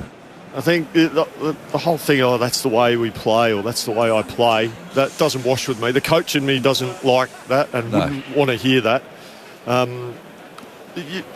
thought it was bizarre. He's got to be accountable for that. I'm sorry. But if you haven't seen it, if you're listening and haven't seen it, it's worth finding it somewhere and having a look. Because we're not exaggerating. No. It was so poor. It was as poor as you see. But there'll be no consequence. I don't know. I think I sat in the lunchroom there with Ricky Ponting and a few others. We thought probably the best thing to do was McCullum was to lock the door and not let him back in. Yeah. Just sit out there amongst the members by himself for a while. No, he's got to go back to county cricket for a while, I reckon. Yeah. But it just shows the mindset. Correct. Then the mindset of the team that is wrong, and that's kind of what we've been saying from the start. Correct. And that just rather neatly encapsulated a lot of the problems. So anyway, on the other hand, I mean, has Joe Root proved his worth yet in Australia? Can we put that away now? Look. I know a lot of commentary has been around. Would he be not a great player until he gets 100 in Australia? But for me, he's always been a great player. Yeah, likewise. No, we've got Nisa coming in and bowling the first ball off that drinks break. And Root is now on 152. Plays that to Gully. But what I will say, Aggers, is that it probably just puts end to that debate and those questions. And as much as anything, you want to test yourself against the best teams in the toughest conditions. So for him to have 200s in Australia now.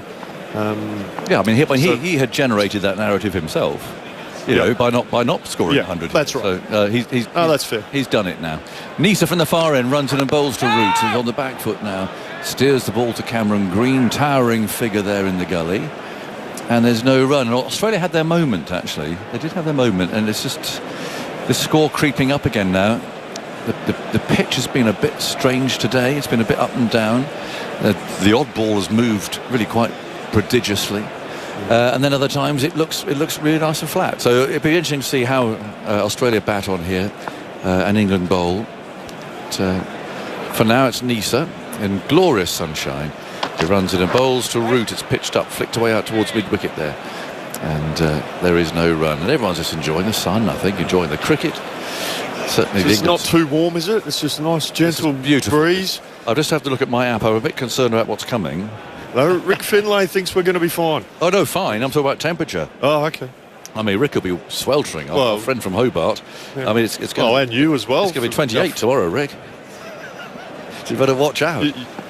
You'll be shirt off, won't you, as well? I promise you, it never gets that bad. Here's Nisa. Bowles pushed away square into the offside, and Root calls Jacks through for a single. I couldn't do that to you. I could. But look, 34 on Thursday, 37 on Saturday. That's the day I go home. Not until the evening. Right. So it might be shirt off.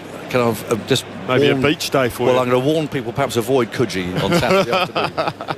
So you might see me with my shirt off down there. But anyway, yeah, 37 Saturday. So it's going to be a hot week, and then our old friend the southerly change on Sunday. We'll need to this out, but there's not even a cloud to be seen as of now. Really, there's not much about. In comes Nisa, Bowles outside the off stump, and that's ignored by Will Jacks, and there's no run. So it's a week left, really, of enjoying the hospitality and the seafood. What's been your favourite? What's your favourite place in Australia? That's an impossible question. Oh, I know. It's a question without notice. Well, no, I loved all the rural stuff. I really did enjoy that. It was fantastic, and actually, and raised some good money as well. Yeah, we did. And I've got my friend Muzz, who some people might well know this part of the world. Is an edge. Oh, he's caught by Green in the gully, and it's the end of Jacks for a decent 27. Squared him up there, a bit of movement for Nisa probably. He's found a thick edge, and it's now 7 for 375, and there's some reward for Nisa, who's been plugging away. Let's have a look. Does that bounce a bit? It's just leading edge. Yeah. Will Jacks is just off the back foot, probably stuck on the crease really to a ball that he could have gone back to. He's looked to work it through mid-wicket and only succeeded in getting a leading edge, and a well-judged catch from Cameron Green in the gully.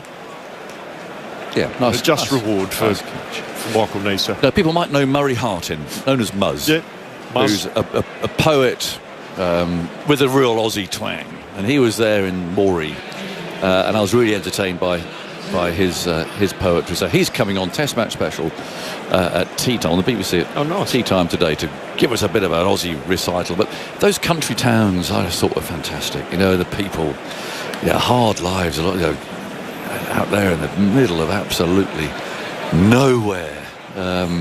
Moree's middle of Kamilaroi territory. Yeah, well, I enjoyed Moree, and actually they raised a lot of the money that we raised at Moree, so they were very generous. The golfers there, but Louth and Burke, Lightning Ridge. I don't think we'll ever forget Peter from Lightning Ridge, who gave us a bit of a tour around. He was a lad. Oh yeah, nice. Go to Parachilna in South Australia. Broken Hill. Yeah. Went to look at the Mad Max Museum. Oh yeah, but it's closed. Unfortunately, out there at Silverton. 7 for 375. It's the last ball of an over, so Green starts and he bowls to Root, and he flicks that away down into the leg side. They'll come back for a couple there. The fielder there slides on his knees in front of an appreciative audience, so we'll give him a good round of applause down there. No, really glad you've enjoyed yourself. I always do. I mean, I haven't. The problem's been the cricket. In that doing these they are quite long tours. The cricket has to be the thread. That's why we're here. You're here to work and to work on the cricket, and the better the cricket. Doesn't mean you've got to win, but just that the cricket to be good. And goes Green, bowls, and that's forced off the back foot by Root, and they're allowing a single here. So the new batsman Cass will be on strike. It's been unsatisfactory, and it's been unsatisfactory for all the reasons that we've talked about. And I think it was encapsulated by that dismissal we've been talking about of Jamie Smith. It kind of put it all together, really. It's kind of summed it all up. And we've had someone on the SMS say Smith's dismissal has overtaken Mark Ward's reverse sweep. Was that a bad one? That was a pretty bad one. Was it? But I reckon Smith's was worse. Yeah, I can toss in a couple of Inzamams.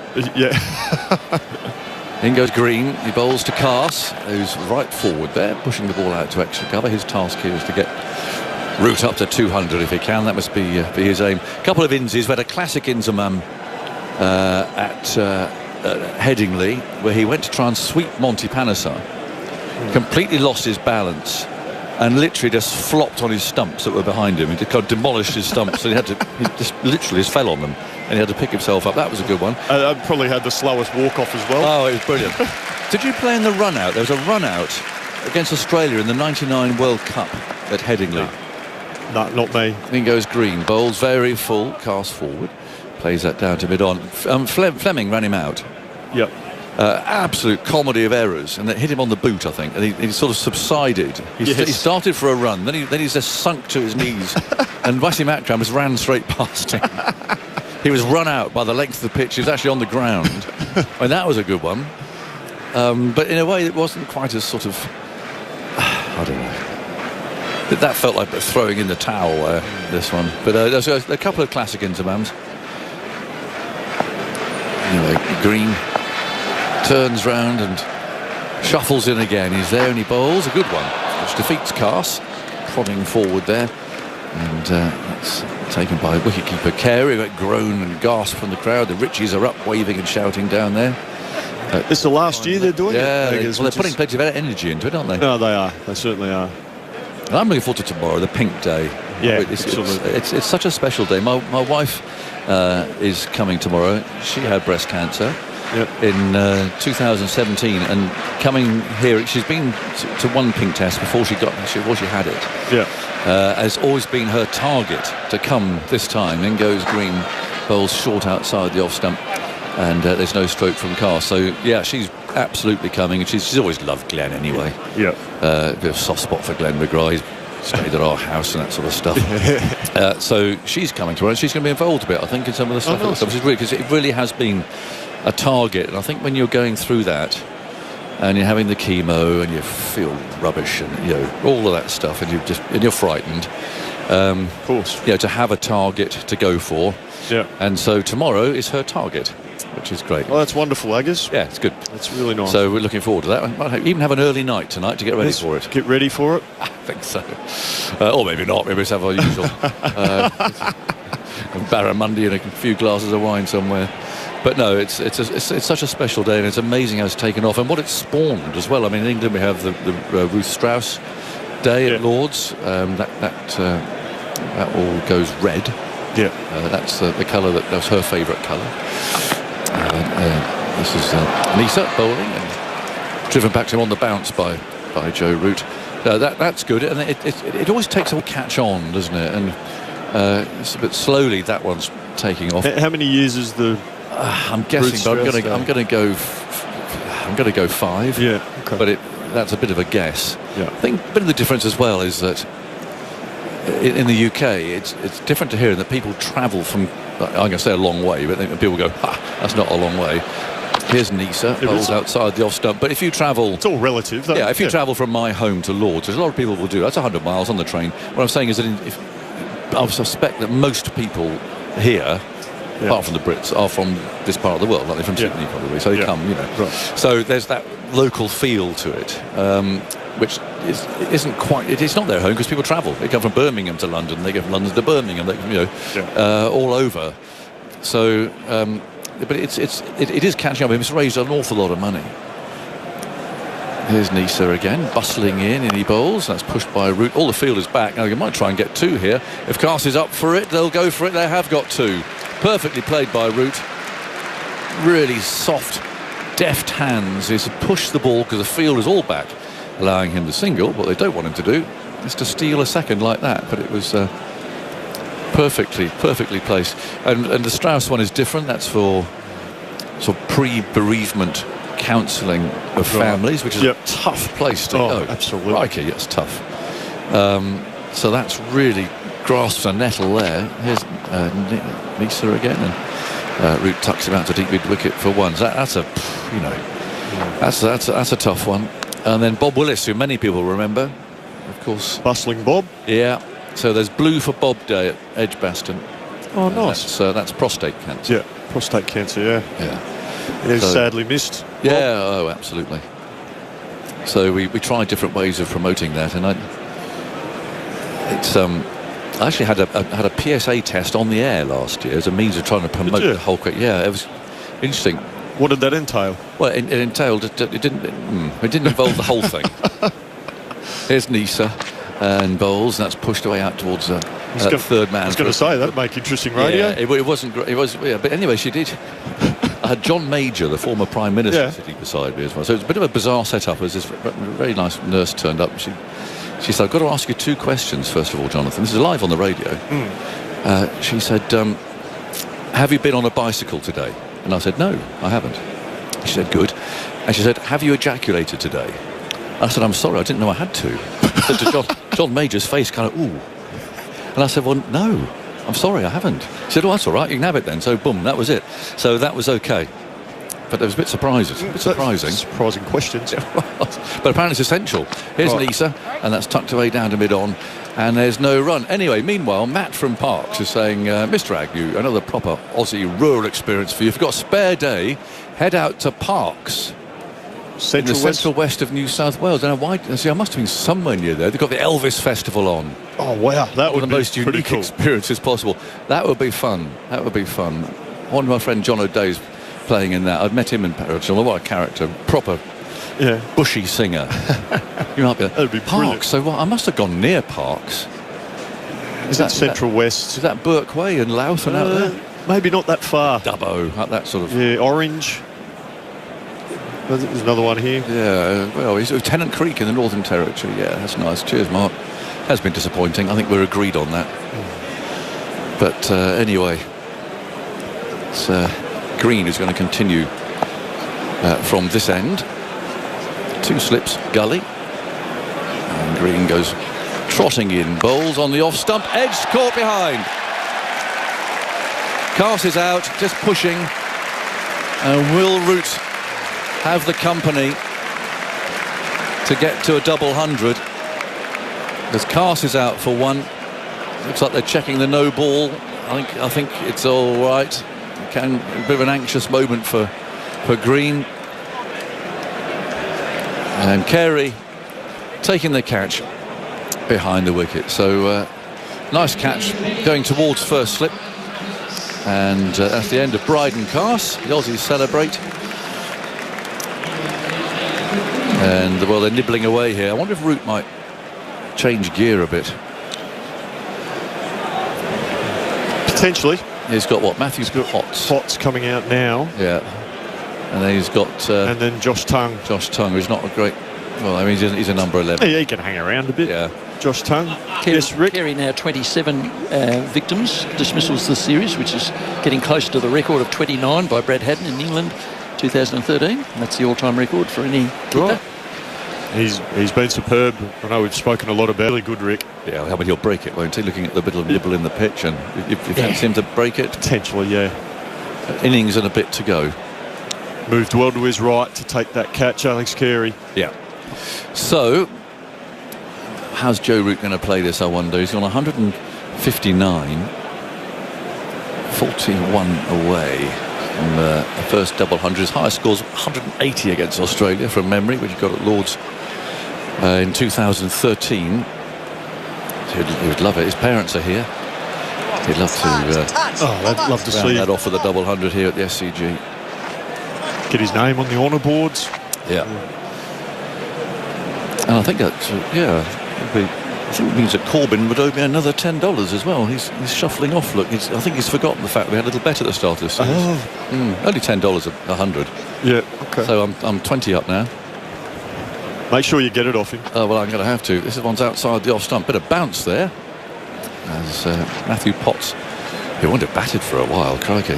He lets that go. He hasn't featured at all in this series. He did have a run out in Canberra in that pink ball warm-up, but that was before the Brisbane Test. So a bit of a moment for him to walk out in front of all these people. He actually bowled quite nicely in that go. I happened to be down in Canberra for that. He's a nice bowler. He bowled really nice. Yeah. I'm a little bit surprised he hasn't featured before now. Yeah. He'll bowl some overs as well. I mean, he keeps running in. Yeah, absolutely. 2 slips of gully. In goes Cameron Green. He bowls to Potts, who plays and misses. That whistles through. Whistles through to Carey. He took that round about head high. Just make sure you get that money off Corbin. Yeah, he's been known to disappear. Yeah, he's ignoring us at the back of the box. He's completely ignoring us there. Yeah, well, I'll get it off him, don't worry. I might need a strong man to help you. You might have to help me there, Div. Not employ Merv. I'm not the one to ask. I've seen Merv out the back. He can come and sit on him. But Merv, yeah. That'll sort it out. 8 for 382. In goes Green. He's there and he bowls. And Potts leans forward. The ball trickles away down to mid-on. And there's no run. So Root at the non-striker's end with 2 balls to go in the over. They're putting a deep square leg back. Smith saying, go on, try and get a single there if you want. He's directing. He does a lot of gesturing and moving of fields, doesn't he? Oh, he's a fidgety character, isn't he? You see it with his batting. He's always up to something. Now he's got a third slip. He's waving at the bowler. Third man there, quite square.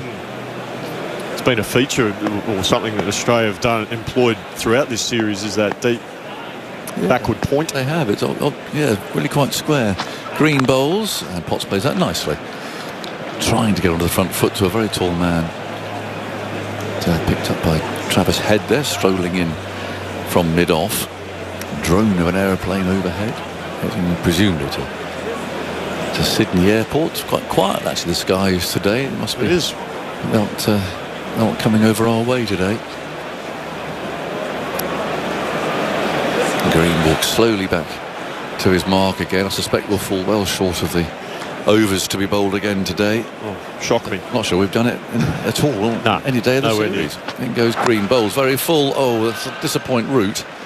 And that Potts has got that away for a single down to fine leg, and they've taken the run.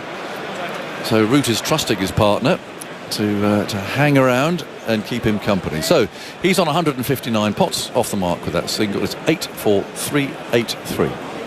The Ashes. Australia versus England. It's on your radio, ABC Sport Digital Radio, and the ABC Listen app.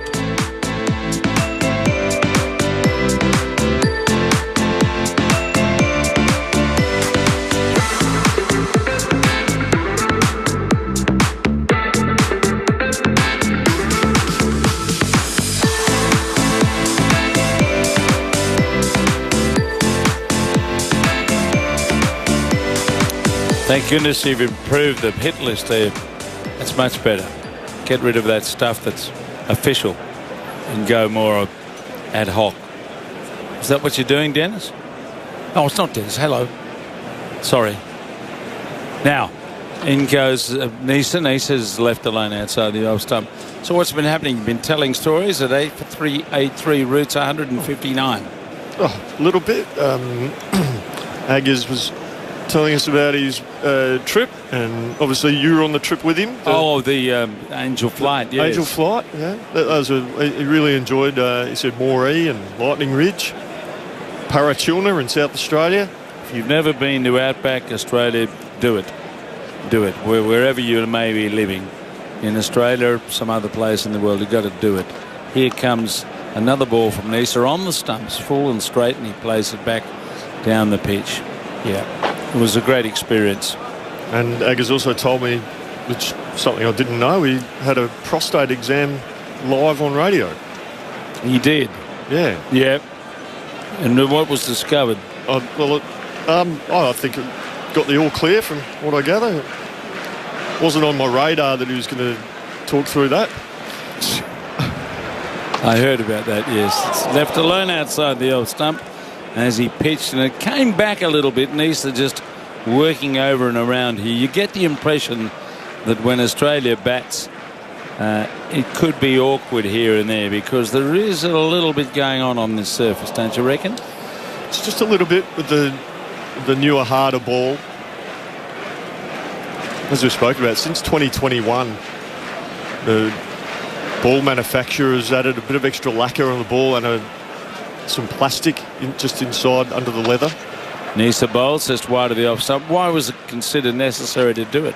What I've heard is that they're trying to get the balance right between bat and ball, because some of the surfaces were very much batter friendly and the like. But I'm not sure they needed to change the ball necessarily. I think it could just get the surfaces right. I think the ball was fine. But now with the extra lacquer on the ball, is it too much in favour of the bowlers? I'm not sure. Sometimes, but here comes Neser. Beats the edge outside the off stump. A very good delivery. What about the seam? Is that more pronounced than it was? Less pronounced? What have they done with the seam? Well, my understanding is that there's underneath the leather they've put plastic inside the ball, like a real thin layer, and that's to protect the ball from getting wet in the damp and that getting into the core. So, which then the ball potentially can go out of shape. So they're trying to minimise that. That's my understanding. I'm happy to be corrected if anyone knows more in the cricket ball space. Neser tries again, and Potts goes forward and defends away into the covers. And that is the end of the over, a maiden over, 8 for 383.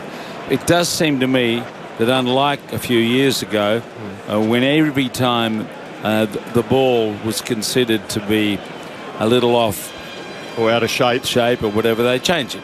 Yeah. But you don't see that as often.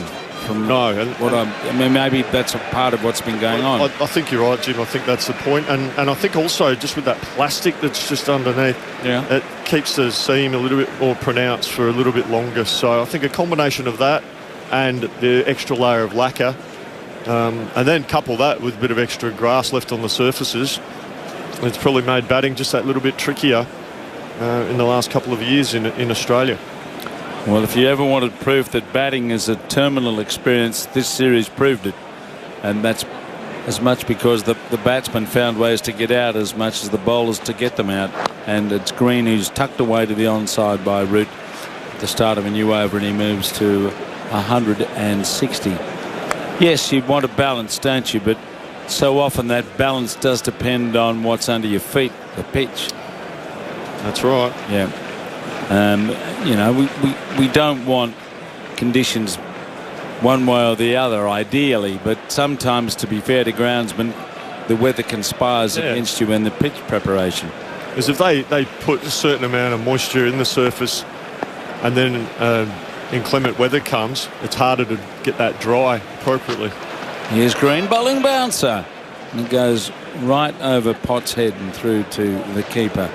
Now, Ricky Rokoko, if you've got your scorecard there, I better tell everyone what's going on, because we've seen a few wickets today.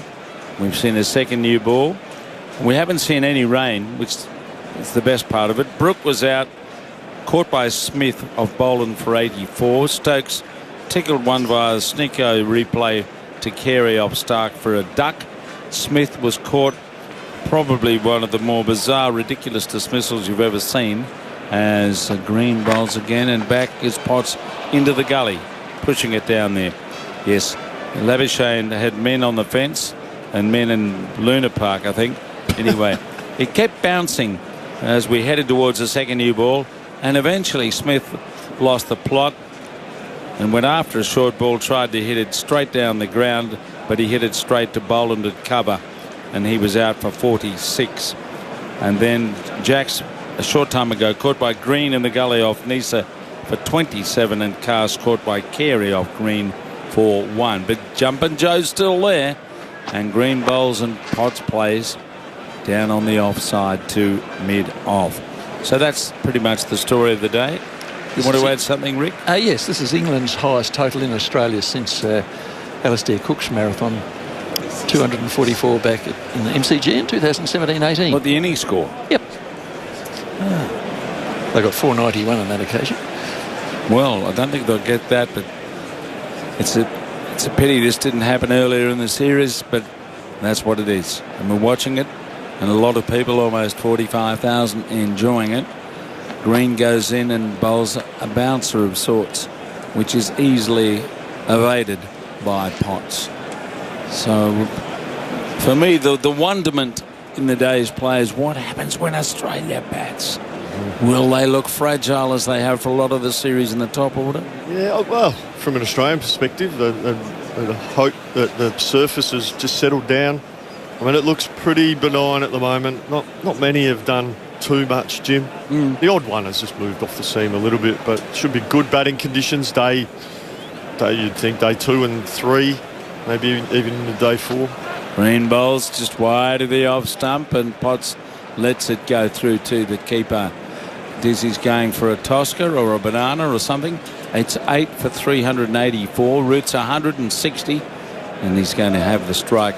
Green 18 overs, 1 for 85, and crowd of, what have we got just at lunch? 40,437. And Tuffus has come back alongside me here. Good afternoon, Jim. Good afternoon. So you got enough runs to force a victory now? Well, always need a few more, don't you? Always need a few more. While Joe's still there, play for the man. Yep. Who's got all the runs? He's got 100. How many's he got? 50, no, 160. He's got 160 of them. Play for your mate. Get him up to a double.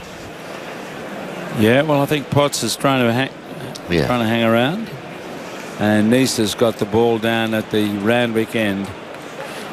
3 in the slips. He comes up, Roots on the walk, and then hits it back in the air. He's caught by Nisa. Very good catch. He miscued completely. Nisa rushed to the onside.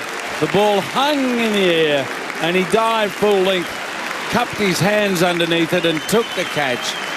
Joe Root out for 160. A fabulous innings, full of determination and the experience of one of the great batsmen of the day. His 41st Test century comes to an end with a miscue. It's 9 for 384, and Root is caught and bowled by Nisa for 160. And here's the applause as he goes up, raises his bat, hopefully not for the last time here at the SCG in a Test match, but he very carefully, humbly acknowledges the applause, and what an innings it's been, as Rick will tell you. Yes, caught and bowled Nisa for 160 off 242 balls and containing 13 fours. He came in at 11:31 yesterday morning, out at 2:44 today. Well played, Joe Root. Yep. He was trying to get on with it a bit, wasn't he? Trying to just force the pace, and he took a couple of steps down the pitch to Nisa. It just got a bit big on him and just sort of lollipopped up on the leg side. But yeah, it did bounce a bit. There is still a bit there. That one, the old England bowlers will be having a look at that. A man on 160 gets one just to lift on him a bit, but fantastic knock. What a great knock. What a great player. Well, England's finest, Jim. England's finest. An innings of high class, which has put England in a pretty good position. Yeah. And never really sort of broke sweat. Yeah. If you know what I mean. I'm sure there was a few beads out there. It's been a pretty warm day, but here's Nisa, bouncer, bowled Tongue, who lets it go outside the off stump. A rearing delivery from Nisa, who has 3 for 60 in his 19th over. It was just an innings of composure, wasn't it? Mm-hmm. 1s and 2s, put the odd bird ball away. Just yeah, high class, high quality. He's cutting, he's driving, cover driving, I think, as someone mentioned earlier, was outstanding. Pleased for him as well. Second ton on the trip. Make him want to come back again. Hope so. Nisa bowls. He's through. He's bowled him. Clean bowled. Yeah, Tongue played down the Paddo line, and it was the Randwick line, and it hit middle and off. And it's all over. 3-8-4 all out. Second ball duck for Tongue, and 4 wickets for Nisa. He finishes with 4 for 60. Just clipped the bails as it went between bat and pad. So Australia will be batting soon. What are we going to see then? And from the England bowlers, 3-8-4. They began the day after just 45 overs were bowled yesterday at 3 for 211, and they've added 173. I'll give you the details, and that's the largest innings played by England and Australia in a Test since 2011. Yeah, I mean, it's one of those scores that you're not quite sure of, are you? I mean, 184 feels like a good score, but they always say, let's have a look at the pitch and how it goes when the other team have a bat as well. But England will feel that they're in the game. And there is a little bit of movement, especially from that end. What is that end, Jim? Randwick. Randwick end, yeah. Randwick end. Race horses are just down the road there in Randwick Racecourse. That's it. And Paddington, you've got all the old terraces behind us. Lovely. When you go out to the loo next time, look at that huge photo. Yeah. Yes. And much of what you see up there in 1894 is still there today. Lovely. Yeah. Well, there is a bit of sideways movement, so England are going to be thinking to themselves, right, okay, Corden, catch the catches, because there's a bit of movement with this new ball, and if we can get 2 or 3 early wickets, they'll be thinking we can get right in here to this Australian middle order and put some pressure on them. It's a good score without being a great score. 380. Yes, it's a little bit tantalising. Yeah. And it certainly gives England the advantage because of the runs on the board, but what quality of reply will we get from Australia given the sketchiness of some of the batting outside of Head, Smith and Carey, of course, in this series? So that's for everyone to ponder. 2017 was the last big score compared to this one from England. 491 I think it was then. Anyway 3 for 384. Here we go. Down the board. Yesterday, Crawley, LBW, Neser 16. Duckett caught Carey, bowled Stark 27. And Bethel caught by Carey off Boland for 10. They went to stumps at 3 for 211. Yeah, 3 for 211. Today, Brooke caught by Smith off Boland for 84. Stokes caught Carey via Snicko's determination from Stark for a duck. Smith out to probably the dismissal of the series. Labuschagne will certainly think so.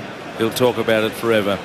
He bowled a bouncing ball outside the off stump with a widespread field, and Smith tried to whack it over mid-off, but he only holed out to cover and Boland for 46. Jacks caught by Green off Neser for 27.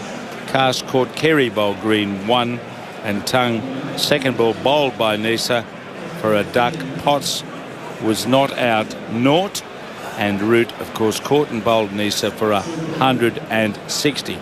Stark 2 for 93. Neser 4 for 60. Boland 2 for 85. Green 1 for 85 from 18 overs. Webster 1 for 20, and yes, Webster get a wicket? None for 20 off 5, and Head none for 20 off 4 overs. So there you go, 384, and Australia to come out and start shortly. At the moment there's a vast array of people on the ground, some of whom have got a bit to do with the pitch, some of whom are warming up or having a bit of a practice, and it's tea time actually. They've taken tea. The England quicks were warming up. They've since made their way out onto the ground, and unlike this time yesterday when we went off the ground due to bad light, it's about 7 minutes past 3 local time. The sun is beating down and the Aussie openers are out there fully powdered up. Travis Head along with Jake Weatherald and Bryden Cass after his new foray into bowling with the new ball that he's going to continue. It's been a little rocks and diamonds for him so far throughout the series, but he's ready to bowl the first ball in Australia's innings. On his way in to Head, who's back and pushing out to point Will Jacks Fields. And that is a dot ball to start the Australian first innings. England all out for 384. Corbin Middlemass on grandstand cricket alongside our chief statistician Rick Finlay. Former Australian ace Jason Gillespie is here. Hello, Diz. Hello, Corby, and hello to all our listeners. You enjoy your soft drink? Did you get one? No. Still haven't got one. My apologies. I was good yesterday. I sort of provided, but today just went it alone. Cass over the wicket and nipping back into Head, who cuts out to point once more. Almost a repeat of the previous ball. Jacks does the fielding. I'm not a coffee drinker at all, so I don't drink any coffee. No, I'm the same, yeah. My only caffeine I get each day is from the diet sodas, and I need a few of them to keep me going. So, and the other thing, it burns a hole in your wallet here too, doesn't it? it's not cheap. Man. Not cheap. Interesting that England have gone with Bryden Cass. He's opened the bowling a bit, or a lot in this series. Not sure it's the right call. Cass in again. Head tucks it off his hip down towards fine leg, and he'll pick up a single, so he's off the mark. So again, the length a little short from Cass. 2 cut shots and then one in at the hip and tucked down to fine leg. An easy start for Travis Head. He's off the mark. So 384 all-out England. The highlights there, Joe Root made 160, 84 for Harry Brook. Didn't really add to his overnight score all that much. Jamie Smith with an interesting 46. He really should have been out twice. Interesting, one word. Yeah. And then got caught slogging to deep cover off the bowling of Marnus Labuschagne. Nisa finished with 4 for 60 and then 2 wickets for Stark and Boland. Here we go. First ball for Jake Weatherald. Big innings for him. Low crouching stance. He chases a wide one and plays over the top of it. Ends up into the gloves of keeper Smith. Just as I started to brag about the Sydney weather, Jim Maxwell's just showed us the radar. Stand by. Stand by the experience of Jim Maxwell. What's 384 worth? Is that about right? Is it overs? 384. Is it unders? I think it's a decent score, yeah. Cass to a low crouchy Weatherald who whips the ball or tried to off his pads, thuds into his pads, sent back by Head, pick up, throw at the stumps, misses. Just trickled out on the leg side and Duckett collected and tried to throw the stumps down. And Jake Weatherald has had a little bit of a blind spot there on his pads and Cass is into him here, not out the call. Teddy Cowan's big on that, isn't he? Yep. He thinks there's a genuine blind spot. I'd be interested to hear Darren Lehmann talk about his setup, because he just seems, from even when I coached him a couple of years back, just seems to be even lower in his stance. Yeah. 3 times in the series he's been out LBW. One of those, it must be said, he wasn't out. It's Cass to Weatherald, and again he's looking to cut, eager to get on with it. Nibs back in and over the top of his pegs and through to the keeper. So nervy start for Weatherald. Heads on 1. And the Aussies, this first innings is underway, the second innings of the match. None for 1. Yeah, a couple of nervous shots there from Jake Weatherald. Too close to cut. I don't know, it's a super strength of his, so to speak, for a better term of phrase, but they were too close to cut from Bryden Cass. It's interesting with him, he bowls mid-crease and he does try to swing the ball back in. If he was closer to the stumps, I think he would actually have more control, because the ball has to do a lot to bowling to the left-handers coming back into the off stump. Here we go. Matthew Potts. So he made 1 not out of 16. That was his first involvement in the series. He was the only player in the original squad in terms of the seamers picked for England that hadn't got a look in before the Sydney Test. He's in here. First Test match since December 2024 against New Zealand. And he's going to start with his right arm medium fast deliveries coming around the wicket. He bowls to Head in at the rib cage and Head stands inside it. Smith takes it down the leg side, stifles appeals as it comes off his thigh pad. What Potts will do for Ben Stokes is give him an element of control. I've watched him a bit in his, I think he's played 10 Test matches, his 10 Test career. He's able to offer just that little bit of control and discipline, line length. Can swing the ball back into the left-handers. And I watched him in the pink ball two-day game against the PM's 11, and he bowled quite nicely without getting too many wickets, but he bowled nicely. Comes around the wicket again as Head jams down on a ball, pushes out to point, and Jacks collects. I heard Stuart Broad talk about him. He said, look, exactly that, gives you control, can hit the top of off, not high pace or extra bounce, does get good batters out, and he raised the history in that New Zealand series against Kane Williamson, who he got him out 4 times. Oh, wow. In the same series, so that's a good guy to have the wood over. Well, considering we were speaking about Kane Williamson as one of the big 4 yesterday, weren't we? And debating that with Stewie Clark. 3 slips in a gully. Head looks at him and then turns a ball off middle and leg out to mid-wicket. And the skidding Duckett prevents the single. So 384 all out England. The Aussies none for 1.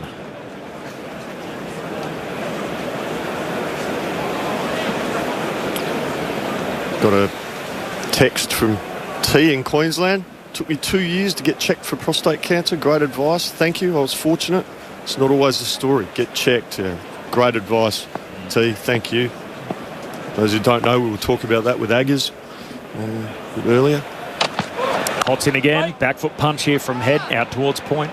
Jacks Fields. And we just heard the story during the tea break too of Dan and Kelly. So Kelly, the McGrath Foundation cancer nurse, and she's a specialist in essentially bowel cancer or issues in and around the bowel, basically, areas is her specialty. And so essentially until the McGrath Foundation expanded and became more than just breast cancer, and the Australian government were big on board there, essentially saying, hey, we love your service.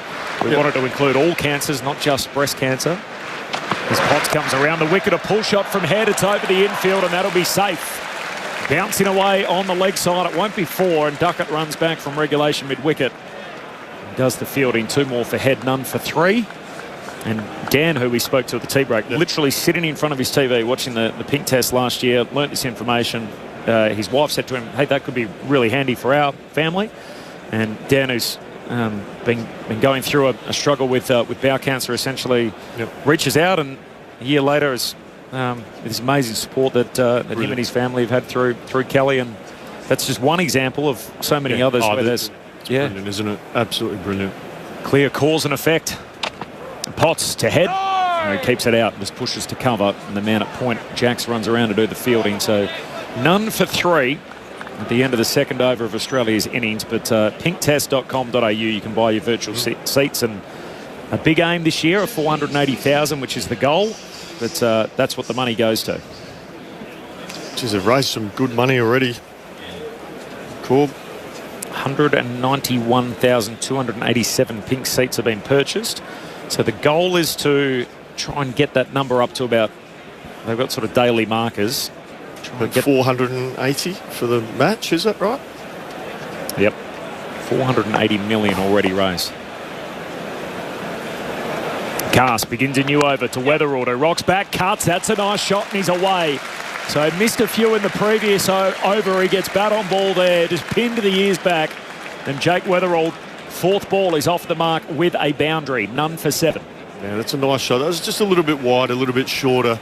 As I mentioned last over, Bryden Cast, he has to get it absolutely spot on. And yes, I've been a little bit critical of him. His consistency just hasn't quite been there. In his defence, he doesn't bowl a lot with the new ball in his first-class career.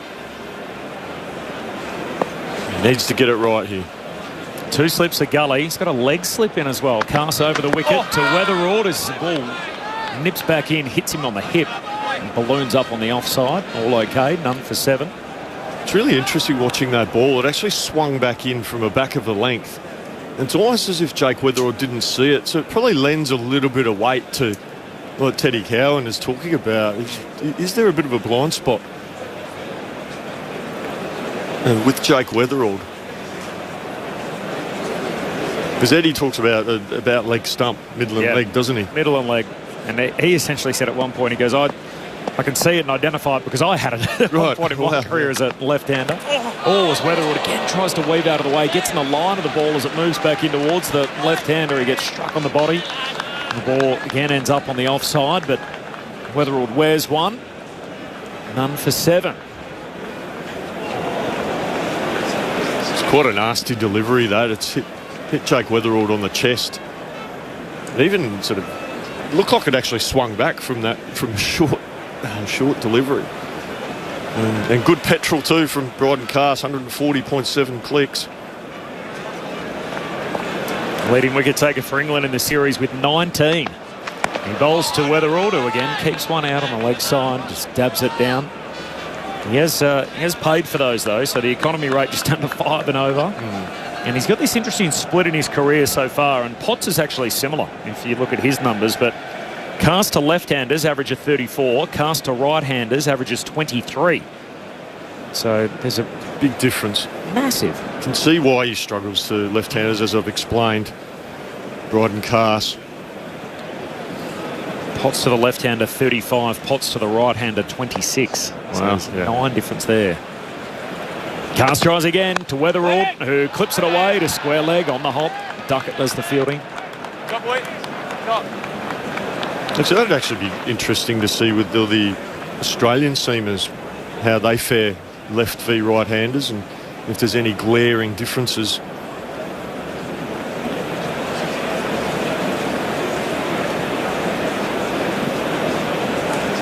A lot of left-handers. This Australian team as he's off on the way. Been that way for many years now. As Weatherall taps his bat, awaits Cast, pushing across him. Oh, it's full and wide. He chases it. And ends up hitting the turf as the ball bounces through between the bat and the body of Weatherall and into the gloves of the keeper. So end of the over. None for 7, the Australians, after England were all out for 384.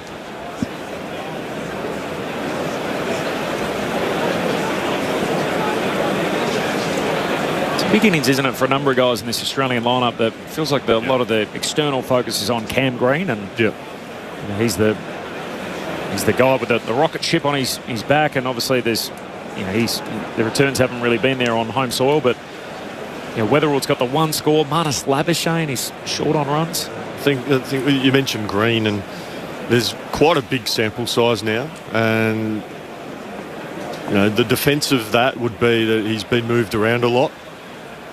Potts begins a new over to Head, who just turns it away along the ground to Duckett at mid-wicket, and the ball's found him a lot early. So people would say, but he's been moved around a lot in the batting order, but still, I mean, he's approaching 40 test matches. I mean, that's a big, big sample size. And I think at the start of this series, he was averaging 11 overs per test match with the ball in hand. He didn't quite, in that first innings, just didn't quite get his lines or his length right. Bowled with good pace, admittedly, and gets good bounce. So he's got all the attributes. Potts comes in again, bowls to Head at short. He's pulling out through, square-legged away for 4. And that just raced away over this beautiful SCG outfield. And Head's first boundary takes him to 7. The Australians 11 without loss. Yeah, just too short for Matthew Potts. He doesn't have the pace to worry Travis Head. Had just sat up on this now benign SCG playing surface. It was a good shot, well executed by Travis Head. Soon enough, I think we'll see a man out on that boundary. But Potts has got to get his length right. Leading run scorer in the series, Travis Head. Awaits Potts at short again. Once more he's pulling, this time in the air and over mid-wicket. It won't be 4. Duckett will run back from the regulation position to do the fielding. And Head with 2 more moves to 9. 13 without loss. Averages 51 at home, Travis Head. 10 of his 11 tons have come in Australia. He's got 400s in Adelaide, 2 in Brisbane, 1 in Perth, Melbourne, Canberra and Hobart. Which means that this ground here, out of the major venues, is the last box he hasn't ticked yet. He's in career best form. Potts tries again. Head, this time through the offside. Back foot, laces it away through, cover point away for 4. Head with his second boundary of the over moves to 13. The Australians none for 17. It's a well executed shot, but it is pretty poor bowling this from Matthew Potts. Just too short, too wide, and bowlers can get sucked in with Travis Head into bowling too straight, and you get hit to the leg side, but then you look to overcorrect, and it's just outside off stump, and that's width for him. And that's exactly what just happened then. 10 off the last 3 balls as Head works a ball off middle stump straight to Duckett at mid-wicket. And there's a dot ball. None for 17. Rooted first, slip Brook at second alongside the keeper Smith, and then in the gully stands Jacob Bethel. Jacks is out at point. Ben Stokes at a wide mid-off, almost at cover, he's that wide. Tongues at mid-on, Duckett's at mid-wicket. And having bowled the previous over, Cast is down at fine leg, and then there's Zach Crawley, who's in the back pocket of Travis Head sitting at leg slip. Potts around the wicket. It's short again. Head's pulling once more. 4 more. He's hit 3 boundaries in the over.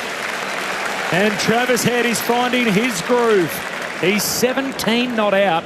And he has raced to that number. 21 without loss, the Australians, after England were all out, triggering an early tea break for 384.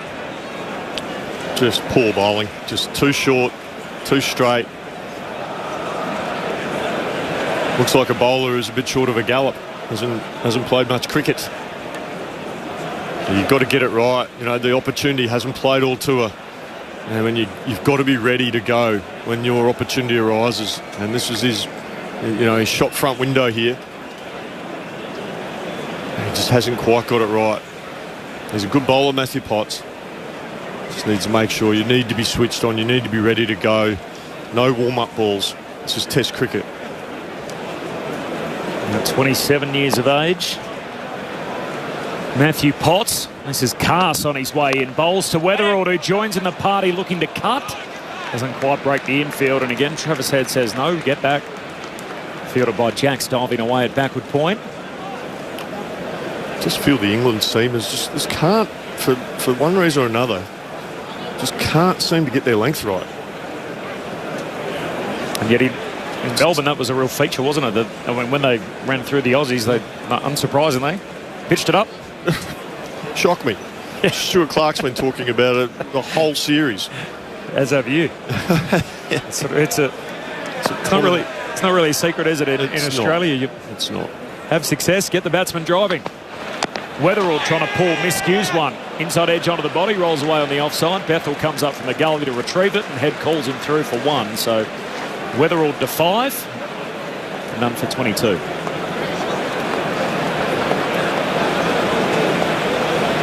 He's working up some pace here, Bryden Carse, but again, just too short. Like, remember the dismissal he got, Travis Head, pitched sort of middle and leg and hit off stump in Melbourne. Yes, admittedly, it nibbled, but it was the length that did him. As much as anything, he hit the top of off stump. Carse only bowled a couple of balls to Head so far. He's on the way in here. Head chases a wide one and crash. Just crunches it away through point for 4. And Travis Head has been allowed to settle. And that is ordinarily bad news for opponents. He's 21 not out. And he's been given some short stuff and he's cashed in another boundary. Yeah, and then England will say, oh, this is how got to play, got to take the attack to the bowlers. Well, Travis Head doesn't need to because the bowling's poor. Short and wide, short and straight. These guys aren't quick enough to ruffle feathers. Got to be disciplined, line and length. The follow-up outside the off stump, and Head's happy to watch that fly through. He's 21 off 16. 4 boundaries already for Travis Head, and really 0 risks taken. No risks at all. Not needed. We've been bowling to him for years. In this whole series, we've been bowling to him. What don't you do? Bowl cut shots. Yep. What are they doing? Bowling cut shots. Ridiculous.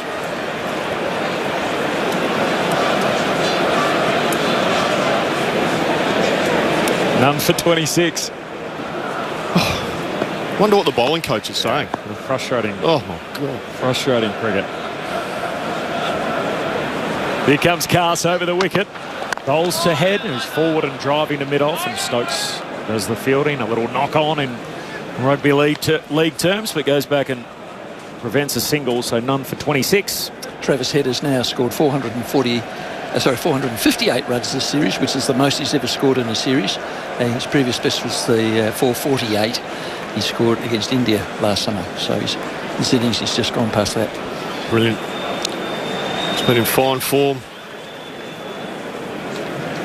The King of Adelaide. Yes. Along with Joe Root, the only 2 guys with multiple centuries in the series.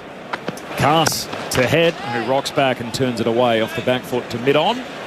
It's the end of the over, so none for 26. Head's on 21, Weatherall's on 5, and the Aussies Off to a bright start with the bat after they rolled England for 384, triggering an early tea break. All right, we're 20 minutes into the final session on day 2. Jason Gillespie's hanging about. Jim Maxwell's on the way in. The Ashes Test Series Is on your radio, ABC Sport Digital Radio, and the ABC Listen app.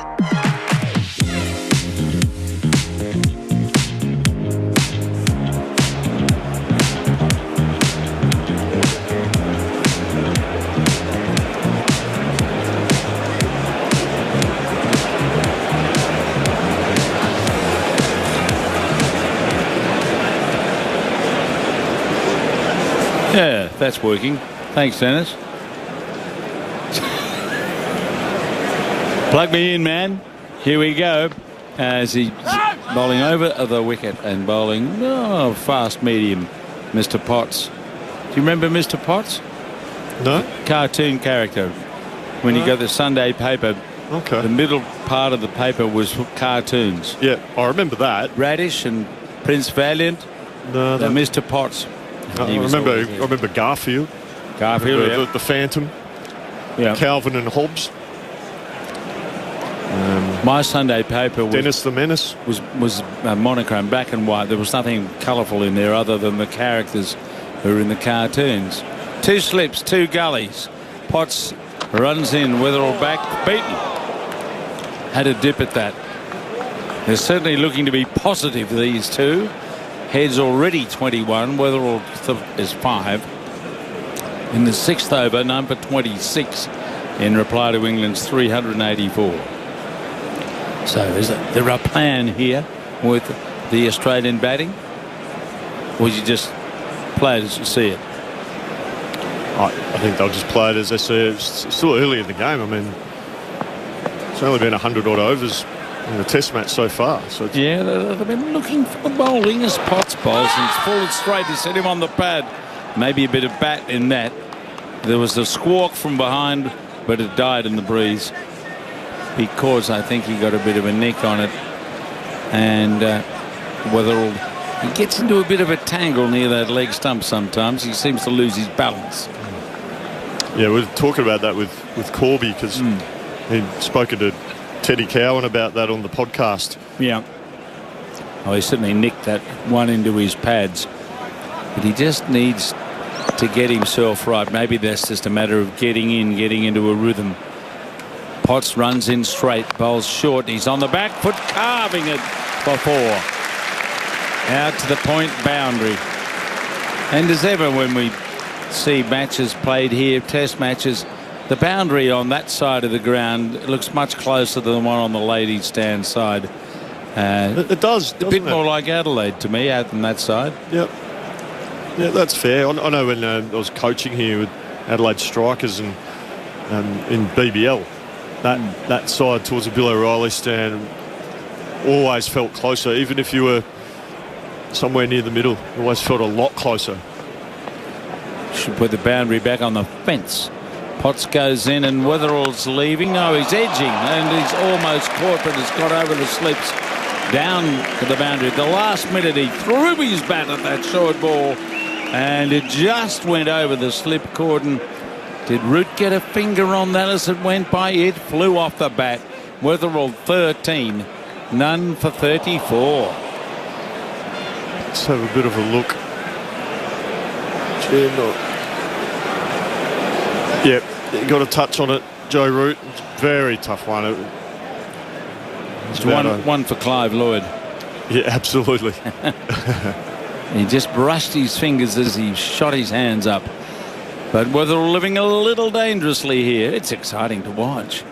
Potts tries again, runs in towards him, and he's back and says, yep, let's get a run down behind square.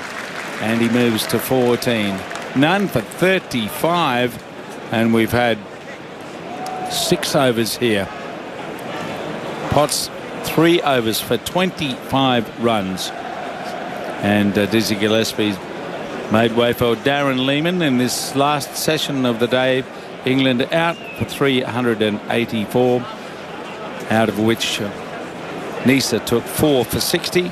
And now Ooh, busy, lively, adventurous start. You enjoying it? I am. Yeah, bowling short and wide. Why wouldn't you if you're a left-hander? You'd enjoy that, wouldn't you? That's where Cast bowls a few, and here he comes. He moves into Weatherall's pulling the ball away, and it goes just short of the man out in front of square. Did that carry? I think it might have carried, Skipper. The way he's reacting, it suggests Duckett dropped a catch there just in front of square as Weatherall pulled that ball away, and it went fairly hard and down to his right. I'm afraid Duckett's put another one down. Duckett's not been in the bucket in this series. He's had more of a mucket than a catch it, hasn't he? Dropped those ones in Brisbane. He dropped the Gully. Was that Perth? I think you might be right, Brisbane. There's a couple in Brisbane. Anyway, catch goes down. Cast comes in again, and Weatherall's forward. Wants a single and gets it, just pushing away on the onside. Yes, the ball has followed Duckett around a few times in this series. I would think that's 3 or 4 that he's slotted so far in the series. It was low to his right. His hands went down to catch it, and he didn't catch it. He's normally a good fielder, yeah, Ben Duckett, so he should have taken that.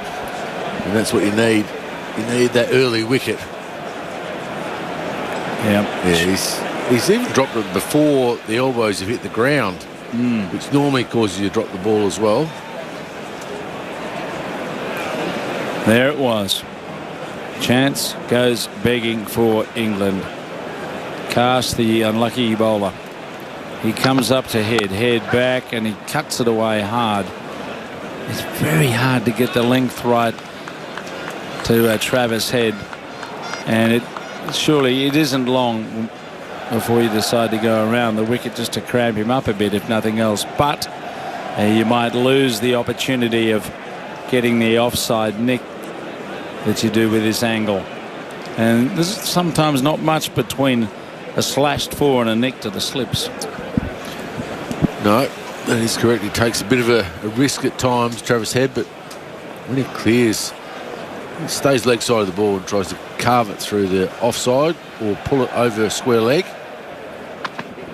Here he comes, and Head decides to defend it away on the offside, just going back and across and away to cover. But there's a buzz around the crowd of expectation that something will happen here. Well, from Australia's viewpoint, it's happened very busily. We're in the 7th over, none for 36.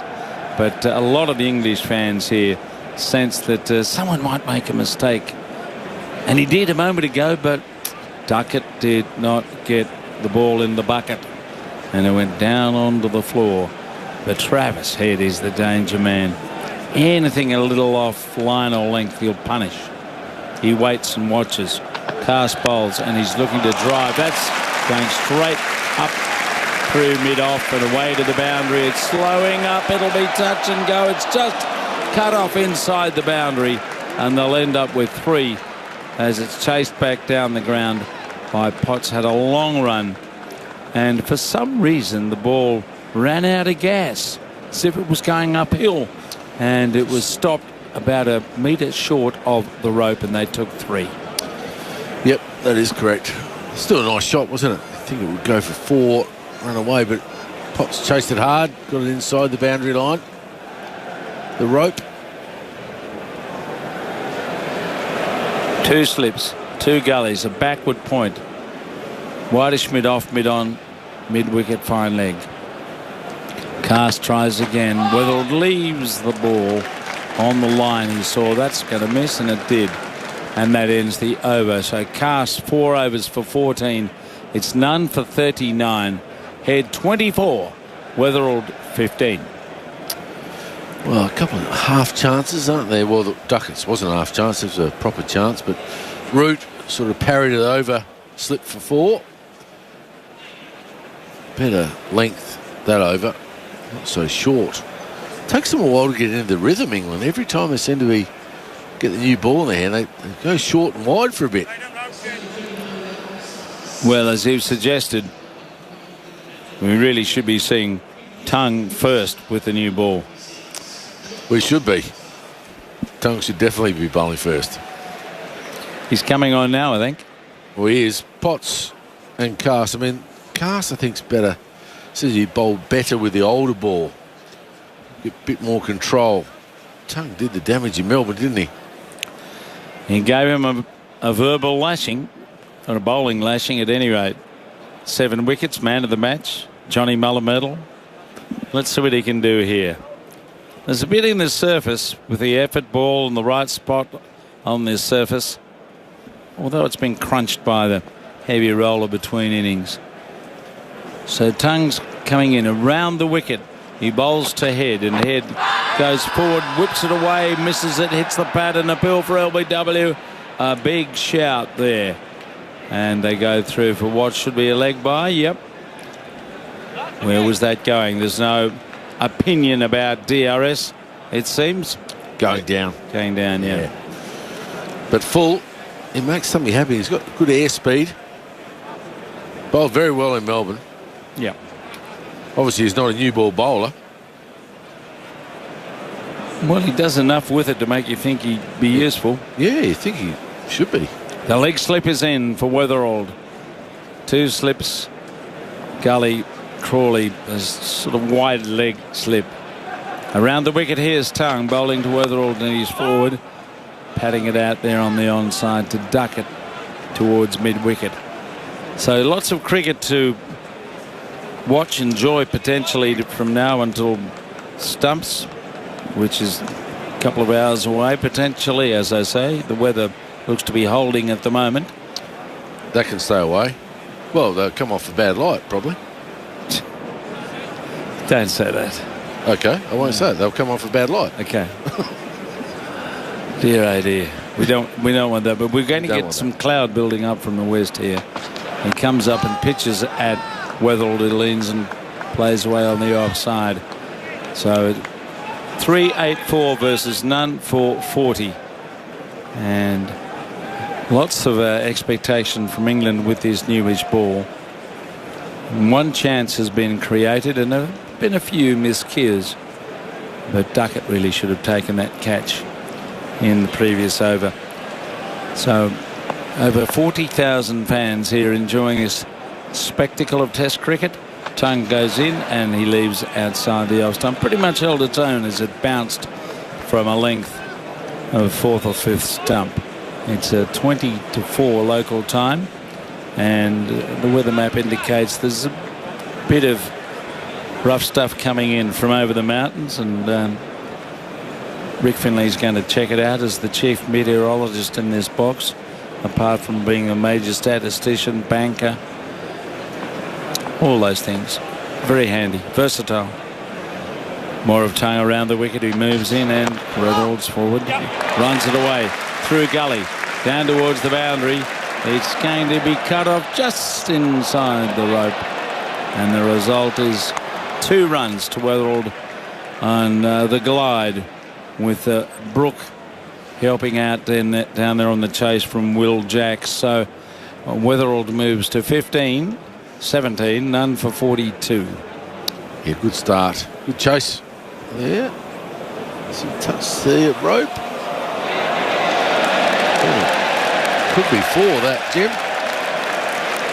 Yeah, we're having an analysis upstairs with the third umpire, Kumar Damasena, because the foot got very close to the rope as the hand tried to grasp the ball and scoop it back.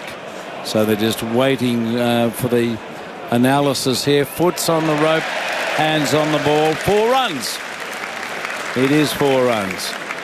Bonus. Because the effort to save it was pretty good, but not good enough. Weatherald waits as Tongue comes into him, and he leaves just outside the off stump, over the off bail, or just outside, to complete the over. Tongue's first over cost 4, none for 44 Australia. They've got off to a fly, haven't they? 5 and over. Both sides scored quite quickly. England not so much. Very close to off stump, that last delivery. But yeah, a little bit. Both sides didn't use the new ball as well as they would have liked, especially England short and wide. Cast to continue. He's got He's got the most wickets, but he's been quite expensive. It's his runs per over, Rick, for someone like Cast in this series. It'd have to be sort of 5.5, I reckon, if not more. I think he's been the most expensive on average. He starts at the over and he bowls to Head. Head goes forward and pushes the ball down towards mid-off, where it's collected by Stokes. You're getting fired a lot of questions today, Rick. What's the weather going to do? What's Cast's strike rate? It's pretty normal. Who's got the better run rate, Australia or England, in the series? I think it could be Australia. I think Australia's in front. I think they are. Yep. Well, England were quite conservative today, weren't they, Skipper? Well, they batted. They didn't motor along. Well, they were sort of rooting along with Joe, and he was doing his job. As Cast runs in again, short wide, he goes after it and misses it. I think in the end he was trying to heave it over the slips down to third man when there's no one at home. None for 44, so Australia at 5 and a bit and over so far. We tried to hit that for 6 miles over third man. So Duckett continues to get a ribbing. There's a hole in the Duckett, perhaps, for that drop catch. If it was a pint, he'd have caught it. Bit unkind. That's a bit harsh. Bit harsh? Yeah. Yeah. No one ever drops a pint. You shouldn't. If you do, you get 2 for the next one. Here comes Cast. Back he goes, plays away to the offside towards cover.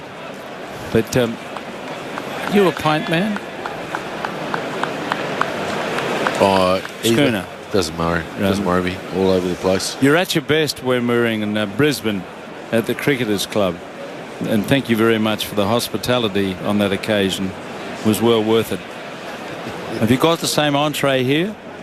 Well, you're in charge of the social function here, aren't you? Well, this ground, you could lurk for a while and quench your thirst, but now, because of the laws, an hour after stumps, bang, everything shuts.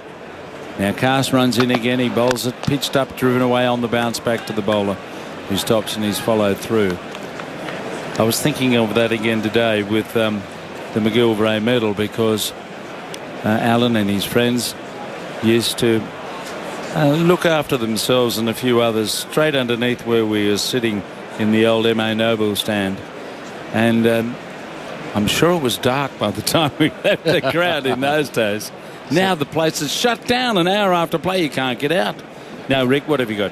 After this ball, I'll tell you about runs per over by the English bowlers. We're building the excitement. Cast comes in, head back, cuts it, keeps low, skids through, close to his bat, and he could have chopped it into his stumps. But every now and then we're getting that, a little bit of variable bounce. And that's not to say that the wicket's becoming more difficult, but just occasionally it does do something unexpected. That's what happens. Sun beats down. What's that thing going along? Oh, I thought it was an aeroplane. It's the camera. What have you got? Sorry. After this ball. You keep delaying. Keep delaying. Cast bowls to Head. Heads back. Bang. 4. Oh, dear. Don't bowl there. Well, short. It bounced and he hit it for 4. He might miss out once, Skipper, but he won't miss out twice. Short and wide. Over, backward point. Comfortable shot for a left-hander at that pace and with that width. Carved it up. Easy boundary.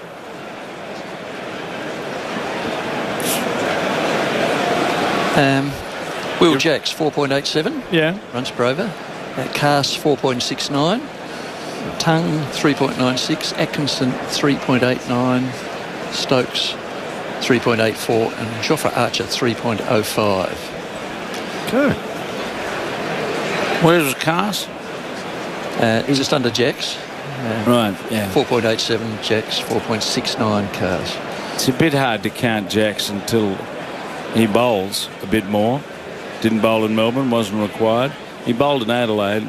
Yeah, 50 overs. In Adelaide, really. Here comes Tongue, and Tongue is given, as they say in Barbados, a little lick around the corner down to fine leg for a single.